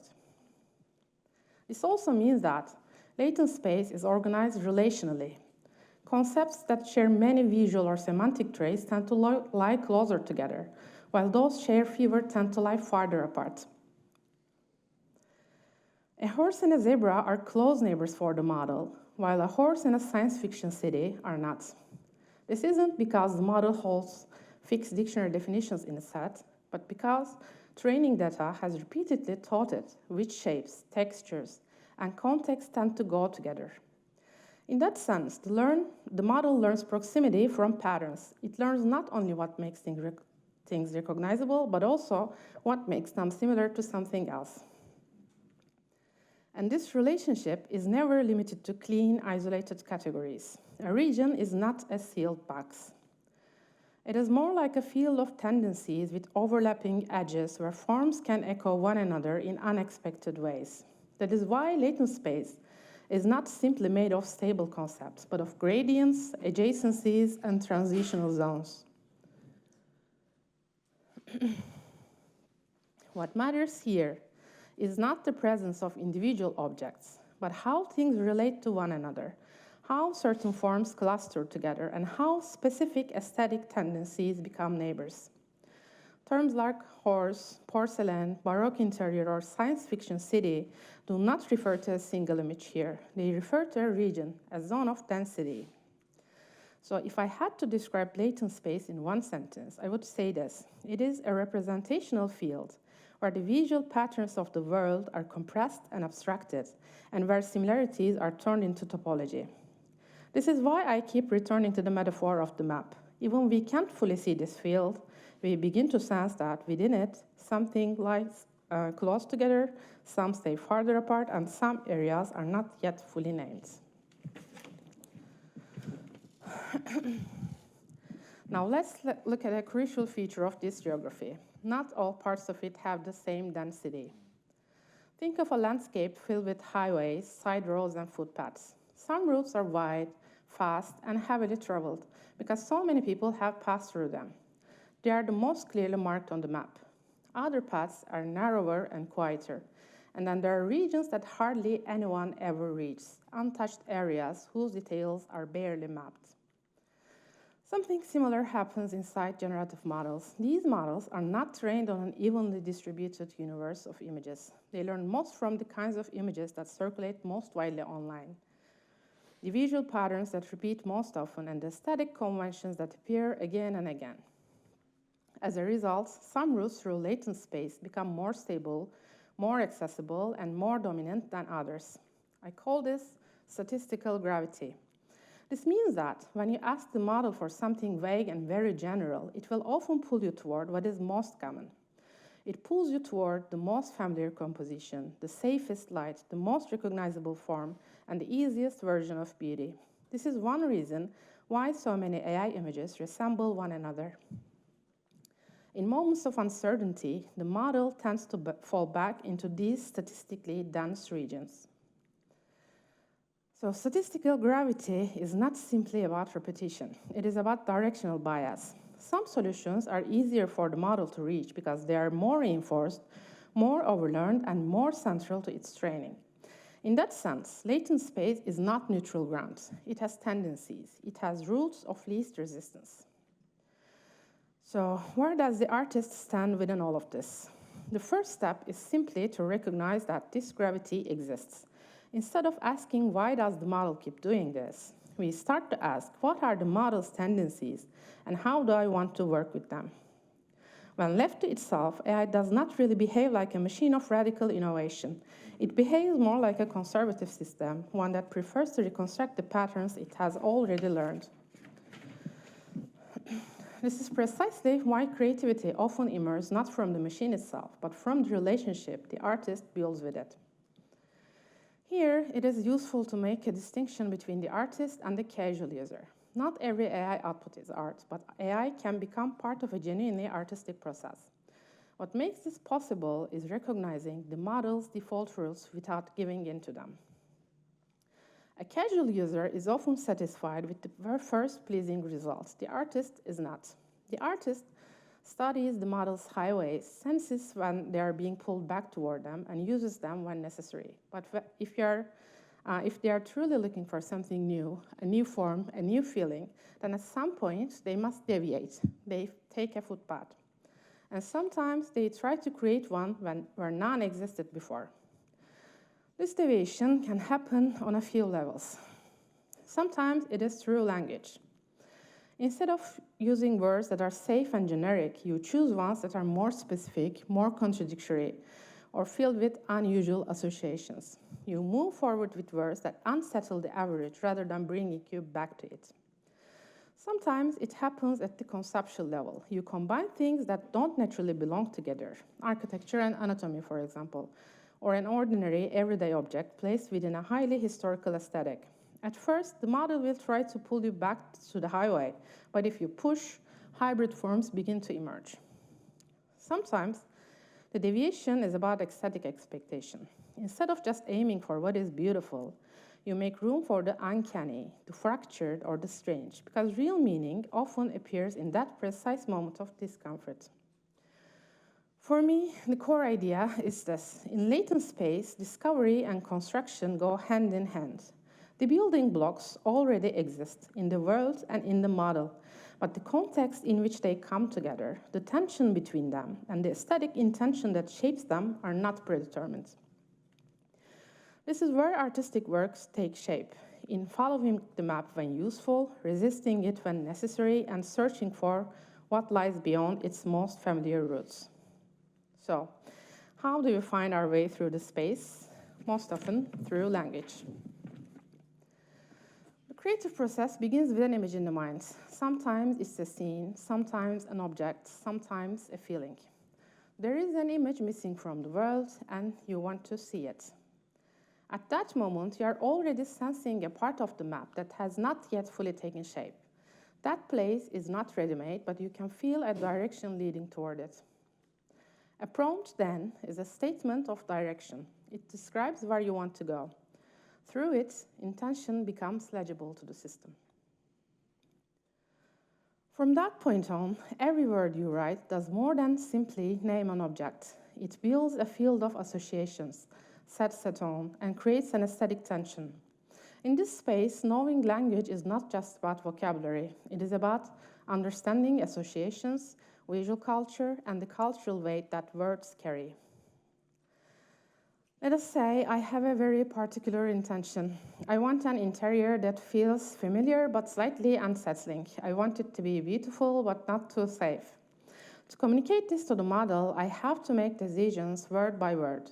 Do I say beautiful, or do I use something more specific like lovely, splendid, glamorous, cute, stylish, or cozy? And how do I describe that unsettling quality? Should I call it uncanny, eerie, disorienting, gloomy, or claustrophobic? And what exactly is the space? Is it a room, a lobby, a corridor, or a gallery? These may seem like small differences, but each word points toward a different region of latent space. And words do not only point to isolated objects, they also activate nearby associations. A word like night, for example, does not arrive alone. It can pull neighboring tendencies, such as armor, swords, castles, or horses. In other words, prompts do not simply specify things. They often awaken a wider semantic field around them. This is where the creative work really begins. An artist does not have to stay within the dense, familiar zones. Sometimes, instead of combining words that naturally go together, we bring together things that are contradictory or seemingly unrelated. Take the example of horse and carpet. The model knows horses and it knows carpets. It has seen thousands of horse photographs, paintings, and drawings. It knows horse anatomy and movements. It knows rocking horses, carousel horses, and equestrian sports. And in the same way, it has seen Persian carpets, Turkish carpets, modern minimalist carpets, carpeted interiors, carpet sellers, and people weaving carpets. But when you ask for a carpet pattern horse, you are pushing the model to form a new, less familiar relationship between two separate fields. You are trying to connect a region of animals to a region of textiles and ornaments. This is where statistical gravity kicks in. The model will naturally try to produce something more plausible. A horse standing on a carpet, a horse draped in a carpet-like covering, or a horse motif woven into a carpet. It leans towards scenes that are more likely to exist in the real world, or toward decorative and emblematic solutions rather than a fully living creature. But by refining your words and trying again and again, you can push it in other directions. Eventually, you can create a hybrid form, a real-looking horse in which carpet pattern and ornament begin to function as part of its own anatomy. The model is not inventing something out of nothing. It is forming a relationship that did not exist before between elements that already existed. But in art, that relationship is exactly what matters. Originality often emerges through these unusual connections. What interests me most is that the in-between is not empty. Between two known regions, there is never just one bridge or just one possible outcome. There are many possible forms in between, many ways they can blend, and many latent transitions from one form to another. Most of these do not appear in the training data as familiar, ready-made images. Many may never have existed in the world as stable visual forms at all. And yet, they remain possible because the model has learned the elements and relationships from which such forms can be composed. This is where artistic work becomes especially important. The artist is not simply finding what is already there in finished form. The artist is moving through partially hidden adjacencies and helping to bring one path to life among many possibilities.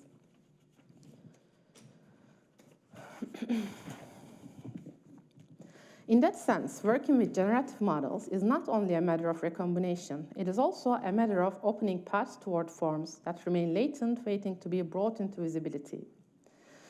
These are the regions I like to call the terra incognita of latent space, unknown territories, misty in-between zones that have not been charted on the map yet. What the artist does with language is precisely this, probing these areas. Which word, when added, pushes the image into a cliché? Which word, when removed, causes the scene to lose its soul? Which two words, when placed side by side, suddenly create a new energy? From the outside, this might look like simple prompting, but from within, it is a delicate process of orientation. Language here is not just descriptive, it's exploratory. That is why I don't see prompt writing as just telling a machine what to do. I see it as gradually making an intention legible through language. Sometimes the model misunderstands you. Sometimes it becomes too literal. Sometimes it pulls you back toward the center. That very tension, the friction between intention and the tendencies of the model, is the creative process. So using language as a compass means not only finding the right words, but also identifying the wrong directions. The artist learns what to call forth, but also what to keep out. This is where a personal style begins to take shape, learning which paths return to the familiar and which begin to open up a visual language of your own. At this point, I should address a familiar criticism, the use of AI to imitate other artists. Yes, imitation may be possible with AI, but AI did not invent that possibility. Imitation and plagiarism existed before AI, and they still exist now. This is not really a matter of technique, but of intention. AI can also be used to develop an aesthetic direction that is distinct rather than derivative. And most generative models offer more than just words. Reference images, personal archives, personalized model training, and technical adjustments can also become part of the process. So while language is the primary compass, it is not the only one. These tools allow the artist to steer the process with greater precision rather than simply accepting the model's defaults. Sorry. Yeah, until now, I have described latent space as a kind of geography and the artist as someone moving through it by sensing direction, testing language, and opening paths. But I want to emphasize that the work doesn't end when the first image appears. In many ways, that is precisely where another crucial part of the work begins. The metaphor I find most useful here is excavation. When an archaeologist begins a dig, they don't know exactly what they will find. They may have a hypothesis, a map, a set of clues, but what lies beneath the surface is still uncertain, and not everything that emerges has the same value. Some fragments are broken, some are technically interesting but insignificant. Others may seem minor at first, but later reveal an entire structure of meaning. Excavation, then, is never only about uncovering. It is also about sorting, interpreting, and deciding what matters. A very similar thing happens in AI image making. You begin with an intention and try to approach it through language. The model responds to you with images. You adjust the wording, push in another direction, remove excess, try again. Very quickly, you are no longer dealing with a single result, but with a growing field of variations, fragments, and accidental discoveries. What accumulates is not yet a coherent body of work. It is raw visual material. And this is where another form of authorship becomes central. Some images are technically good, but empty. Some are too familiar, too closely aligned with the model's default habits. Some images miss the original intention entirely, but others contain a feeling that is harder to define. Sometimes a detail, a distortion, or an unexpected visual relation makes one image stand apart. At that point, the task is no longer simply to generate, it is to recognize. In this context, I don't see curation as something secondary, it is part of production itself. The artist doesn't simply ask for images and then passively receive them. The artist judges, filters, rejects, and redirects. Each act of selection reshapes the next stage of the process. That is why the right to say no becomes so important. Out of hundreds of possible images, to choose only a few and reject almost everything else is not a minor gesture. It's a decisive one. That refusal is part of the work. Sometimes you discard an image because although it's visually attractive, it feels lifeless. Sometimes you keep returning to an image that is flawed, because somewhere inside that flaw, there is a possibility worth pursuing. In that sense, artistic judgment doesn't always align with technical perfection. Sometimes what matters most is not polish, but tension. This is also why I find the language of discovery slightly insufficient on its own. The artist is not merely discovering what the model already contains. What emerges only becomes meaningful through a long process of evaluation and framing. The model may produce possibilities, but it doesn't decide which of them matters. That decision remains profoundly human. At this point, the practice starts to resemble curation in a fuller sense, not only selecting individual images, but establishing relations between them, deciding what belongs together, what must remain separate, and what kind of visual logic begins to form across a body of work. One image may gain force because of another placed beside it. The work does not speak only through its making, but through the structure in which it is placed. For that reason, I still find the concept of the found object useful here. An ordinary thing, once selected and reframed, can begin to signify differently. Something similar happens with AI outputs. In their raw state, they are not yet works of art. They become meaningful through acts of choice, arrangement, and context. The artist doesn't merely receive the image, the artist positions it.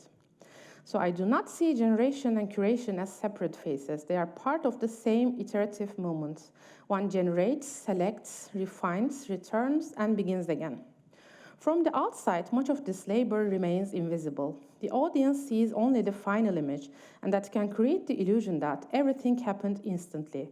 But in reality, what appears finished is often the result of a long sequence of trials, refusals, and careful judgments.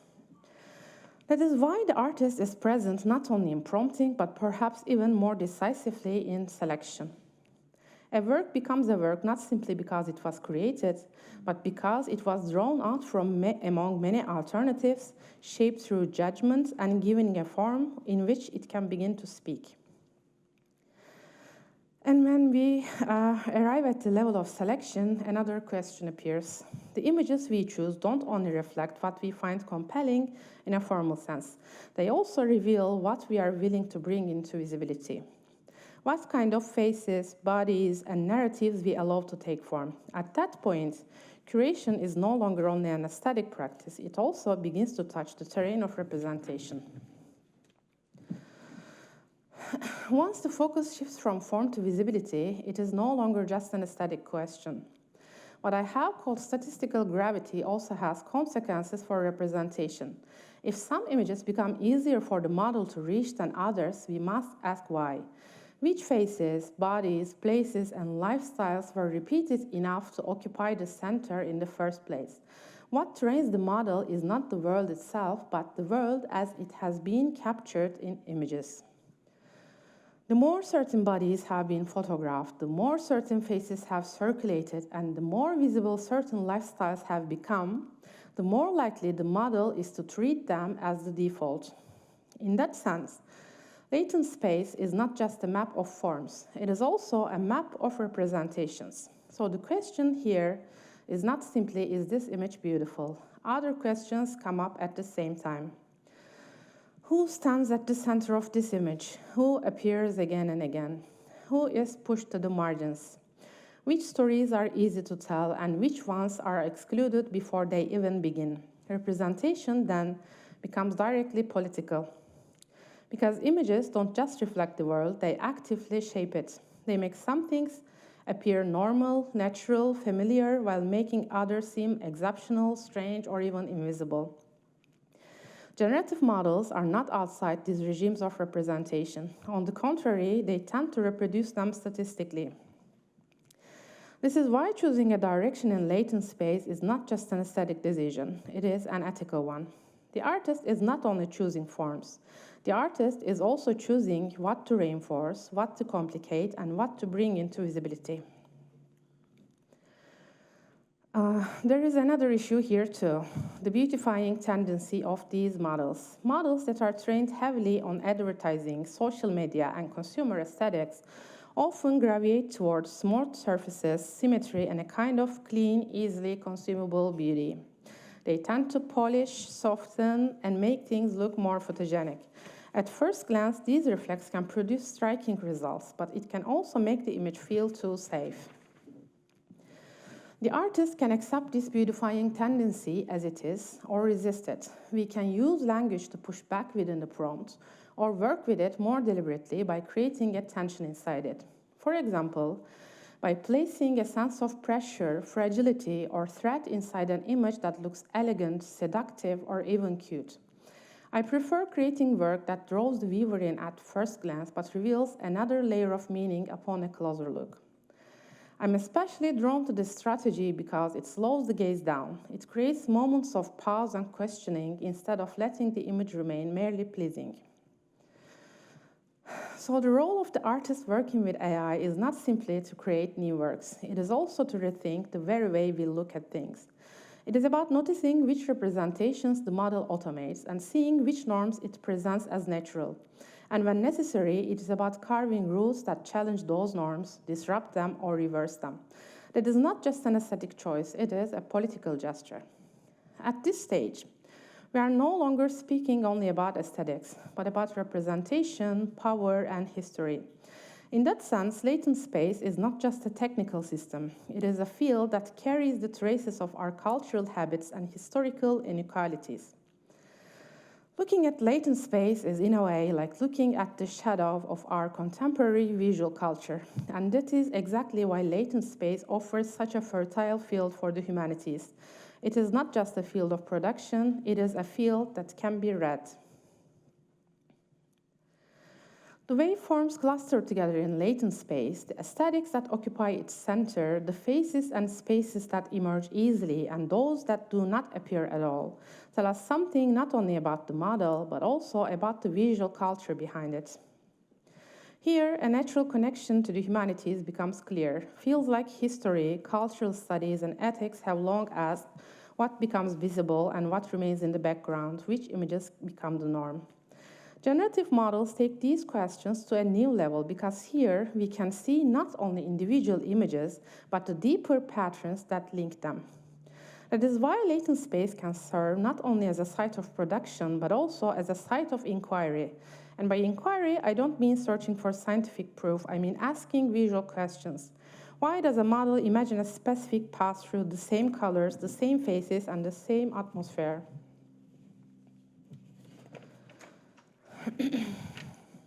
For example, when you prompt a daily life scene in a 19th century Ottoman interior, instead of expecting a historically accurate result, you actually begin to see how today's digital culture imagines that world.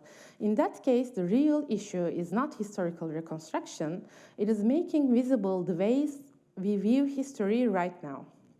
The same logic applies to many other subjects. Why is that future city almost always brings up glass towers and neon lights? Why does portrait of a woman usually return to a particular template of beauty? These are not just production habits, they are cultural habits. These tendencies become especially visible in practice where seemingly neutral prompts can still produce remarkably narrow defaults around gender, race, class, and social role. This is exactly the kind of terrain that artistic projects can explore and question. Creating cities that have never existed or seen somewhere between utopia and dystopia can become visual thought experiments. They test our desires, fears, and longings. Here, the artist is not delivering definitive answers, but suggesting visual hypotheses. Sometimes a single image can make a cultural tension visible in a way that words cannot. This is where art and the humanities meet most powerfully. The humanities often think through concepts, while art thinks through images. An artist working with generative models can move between these two worlds, working with form, tone, composition, and aesthetic decisions, while also engaging with questions of memory, representation, and history. In that sense, each path they open can become not just an aesthetic statement, but as a form of critical reading. At the same time, when working with AI, the humanities remain essential for another reason: context and critical thinking. As I mentioned earlier, the model does not give us the actual archive, it reconstructs its patterns. That is why it is so crucial to keep our critical distance. The image it produces might feel convincing or even familiar, but that does not make it reliable. On the contrary, sometimes that exact feeling of familiarity is what we need to examine most closely. To conclude, I want to return to where I began, to the title of this talk. What I mean by off the map is not only moving toward an unknown aesthetic region, it is also recognizing how the map itself was made. Between its named regions, like countless unseen connections and possible paths not yet drawn. What matters here is that the artist does not simply follow the routes already given by the model, but senses their limits, understands the assumptions they are built on, and moves beyond them. That is why I see the generative artist not as someone who simply uses a machine, but as someone who works within latent space as a path maker. The map may already exist, but the path only appears when someone is willing to walk it. Thank you.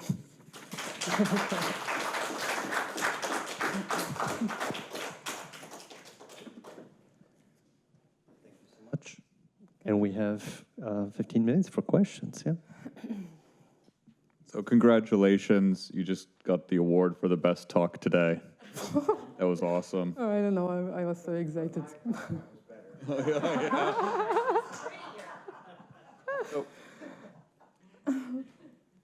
Cliches have had a lure on artists for a long time.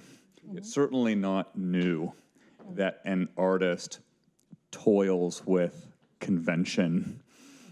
What's made explicit by the latent space, as you nicely depict the highways or footpaths created by vector embeddings.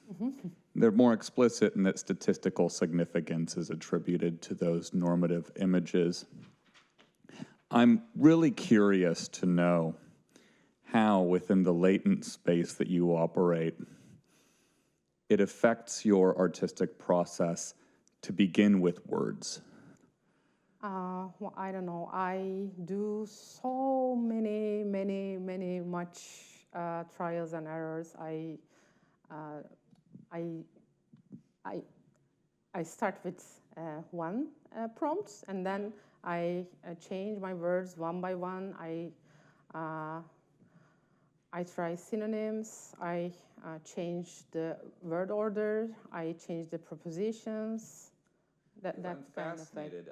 Perhaps if you had an art practice beforehand in painting or whatever other medium, just what you think about beginning with what strikes me as a very intellectual medium, words, as opposed to a different medium as your starting point. No, well, I don't know. I just have an image, and then I describe it through words and change the words this way. I mean, I had kind of a similar thought as you were talking about just, how important it is to be creative with words. I wrote down, so the best AI visual artists are poets. Yeah, I thought this was the and so it made me think like, oh, it'd be so interesting to just feed like actual poems into a generative AI model for images. And do you sometimes look to poets for inspiration? I didn't. No. But Yeah. I will try. Yeah, it's an interesting idea. Yeah. Yeah, because people often talk about certain things as being ineffable or indescribable, and my tendency is always to resist that because there's a lot of things that I thought were indescribable until I read this poet or that poet. I'm like, oh, this person figured out how to describe it. But yeah, I had a separate kind of question, and I wanted you to.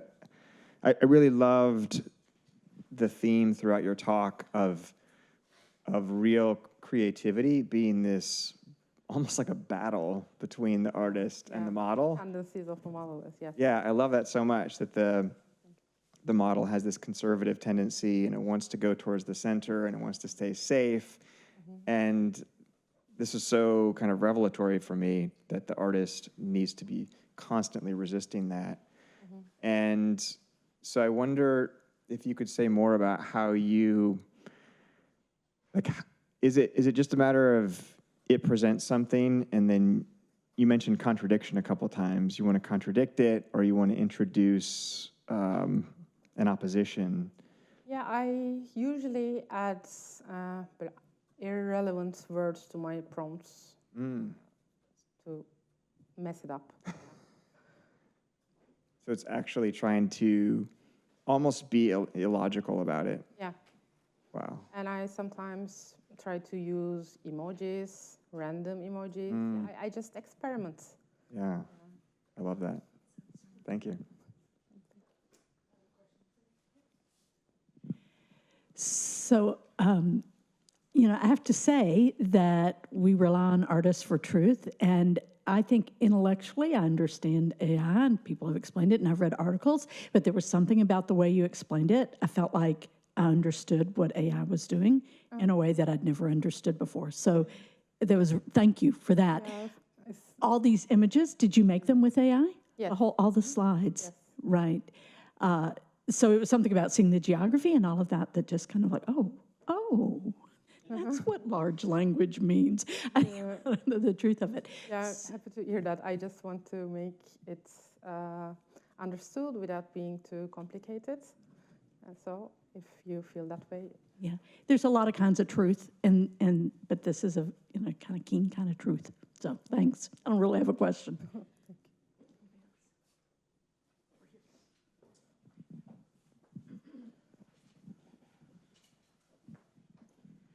So you've spoken a lot about your process. I'm curious as to how you liked your work displayed, because since the images themselves live virtually, do you like them being displayed in a gallery setting virtually through a digital screen, television versus computer, or do you like it on photographic paper or print, hung in a frame?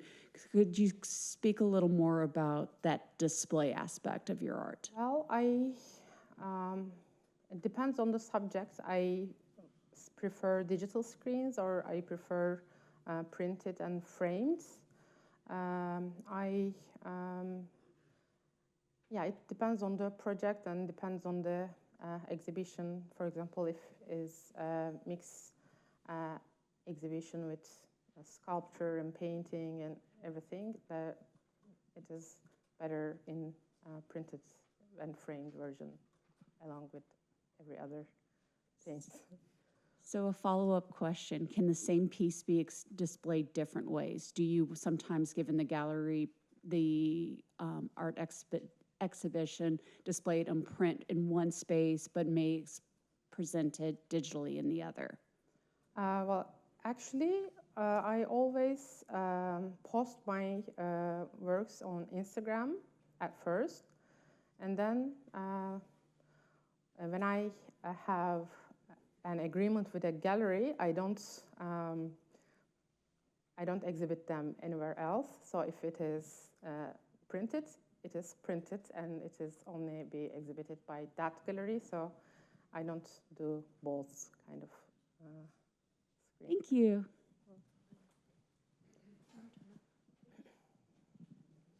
Thank you. I echo everybody's comments that this was very stunningly clear and well illustrated. I had a question that goes back to the first two comments, which has to do with training, or should I say, the creation of art and walking this path is based not solely on, but primarily on language prompts. And because much of the corpus of training data is drawn from English language materials, and I know that you're based in Istanbul, do you think there are any limitations for AI artists who may not be native English speakers? Are there any limitations when it comes to creating prompts if the person does not have a deep knowledge of the English language, or what ways does that change or affect art creation through AI? Yeah, maybe, but you don't need to know grammar perfectly. Just like words. Just vocabulary is always, not always, but mostly enough. I use Midjourney mostly, and Midjourney uses English, but also there are different models. For example, Google's Nano Banana, you can prompt in your own language, and it's perfectly good at understanding many languages. So I also had a question. I don't know if you answered it or not already, and I missed it, but in what languages or language mostly do you work? I use mostly Midjourney for my artistic work, and I use it in English. English. But sometimes I like not artistic work, maybe the product replacements or something. I use Nana Banana, and I sometimes use it in Turkish. I was curious because when I go back to my undergraduate classes in linguistics, and I think about the different groups of languages and the different ways in which they organize meanings, and some languages being syntagmatic and having kind of a more syntactic structure, other being paradigmatic and having a looser set of associations between. I was wondering to what extent you have, or are you potentially considering experimenting with these different languages, because that would probably give you different results and different pathways in that latent space, maybe. Yeah, when, I don't know, maybe 3 years ago, in Instagram, there was a Midjourney AI community, and we made this challenge, just speak random words and open Google Translate and pick a random language, and Google Translates will try to understand your sayings in that particular language, and then use it as a prompt in Midjourney and add some certain words after it, and we posted together that kind of stuff. I think I used something German, and it was like giant strawberries and ridiculous strawberry-themed images appeared with that world. Fascinating. So I don't know if there's another question. I have one more, and then I've heard somebody told me that there are people who work extensively with prompts, actually collect their own archives or prompts. Mm-hmm. Do you have those? Do you collect your own archives of prompts where you go back to things because they were particularly successful, because they rendered the ideas in just the right way for you? Mm-hmm. And so the question for me later is the organization. How do you deal with, because you have a lot of images. Yes. Yes. And how do you yourself organize this digested latent space that you've created meanings from? Yeah, it is not well organized, but in Midjourney, there's a search bar. You can search certain words, and I have recurring themes for my works, and when I try to make a new series in that particular direction, I search for that word in Midjourney, and I find my old prompt, and then I revise it with the new, adapted for the new subject. Fascinating. Thank you so much. But sometimes it is really hard to find the particular thing I'm looking for, because, yeah, there are hundreds of thousands images in my Midjourney account for that many years. Yeah. Exactly. Okay. Well, thank you very much. We are actually out of time, so thank you. Very much. Thank you so much for this fantastic talk. And I'll just use a minute at the risk of underwhelming all of you to just maybe throw out a few keywords that sort of bring it all together a little bit, or maybe not, I don't know. But one thing that sort of stood out for me when I was hearing all the lectures was this question of inevitability. it's coming, not for us, but with us. And there's the question of to what extent we can shape the way that it's being rolled out. So there's a considerable amount of agency to push back against how exactly AI is coming. The other issue that came up in all or most of the talks is this question of hybridity and partnership between humans and AI. It's not the question of either human or AI, but rather how do we engage with it in productive ways? Yes. Another question, interaction and iteration. Yes, I think sometimes we take on the great burden of having to have solutions right away, have the perfect blueprint for how we understand it right now, or else the world collapses. But in fact, just like with everything else, it is a process of iteration. It is a process of trying things out all the time. And it takes courage to do that. And the last thing, the question of learning. I think it's interesting that we are used to thinking about learning and kind of getting updates on our own disciplines, areas of interest. I think the pressure is more and more to learn about how to convey it and to how to mediate our disciplines through technology that is coming in there. And also, how do we learn to learn? Kind of another level of questions that maybe some of us who have been in academia for a while are not necessarily always entertaining. Finally, there will be a book. Hopefully in about a year or so. So I hope that you can connect with everyone who accepted the invitation, who spoke over here, and I hope that you follow their work through the book that will be advertised all over the place at UTA when it comes out in about a year. So we hope. Thank you again for your time and for engaging so deeply with all of the talks and for the amazing conversation. Have a great night. Bye-bye.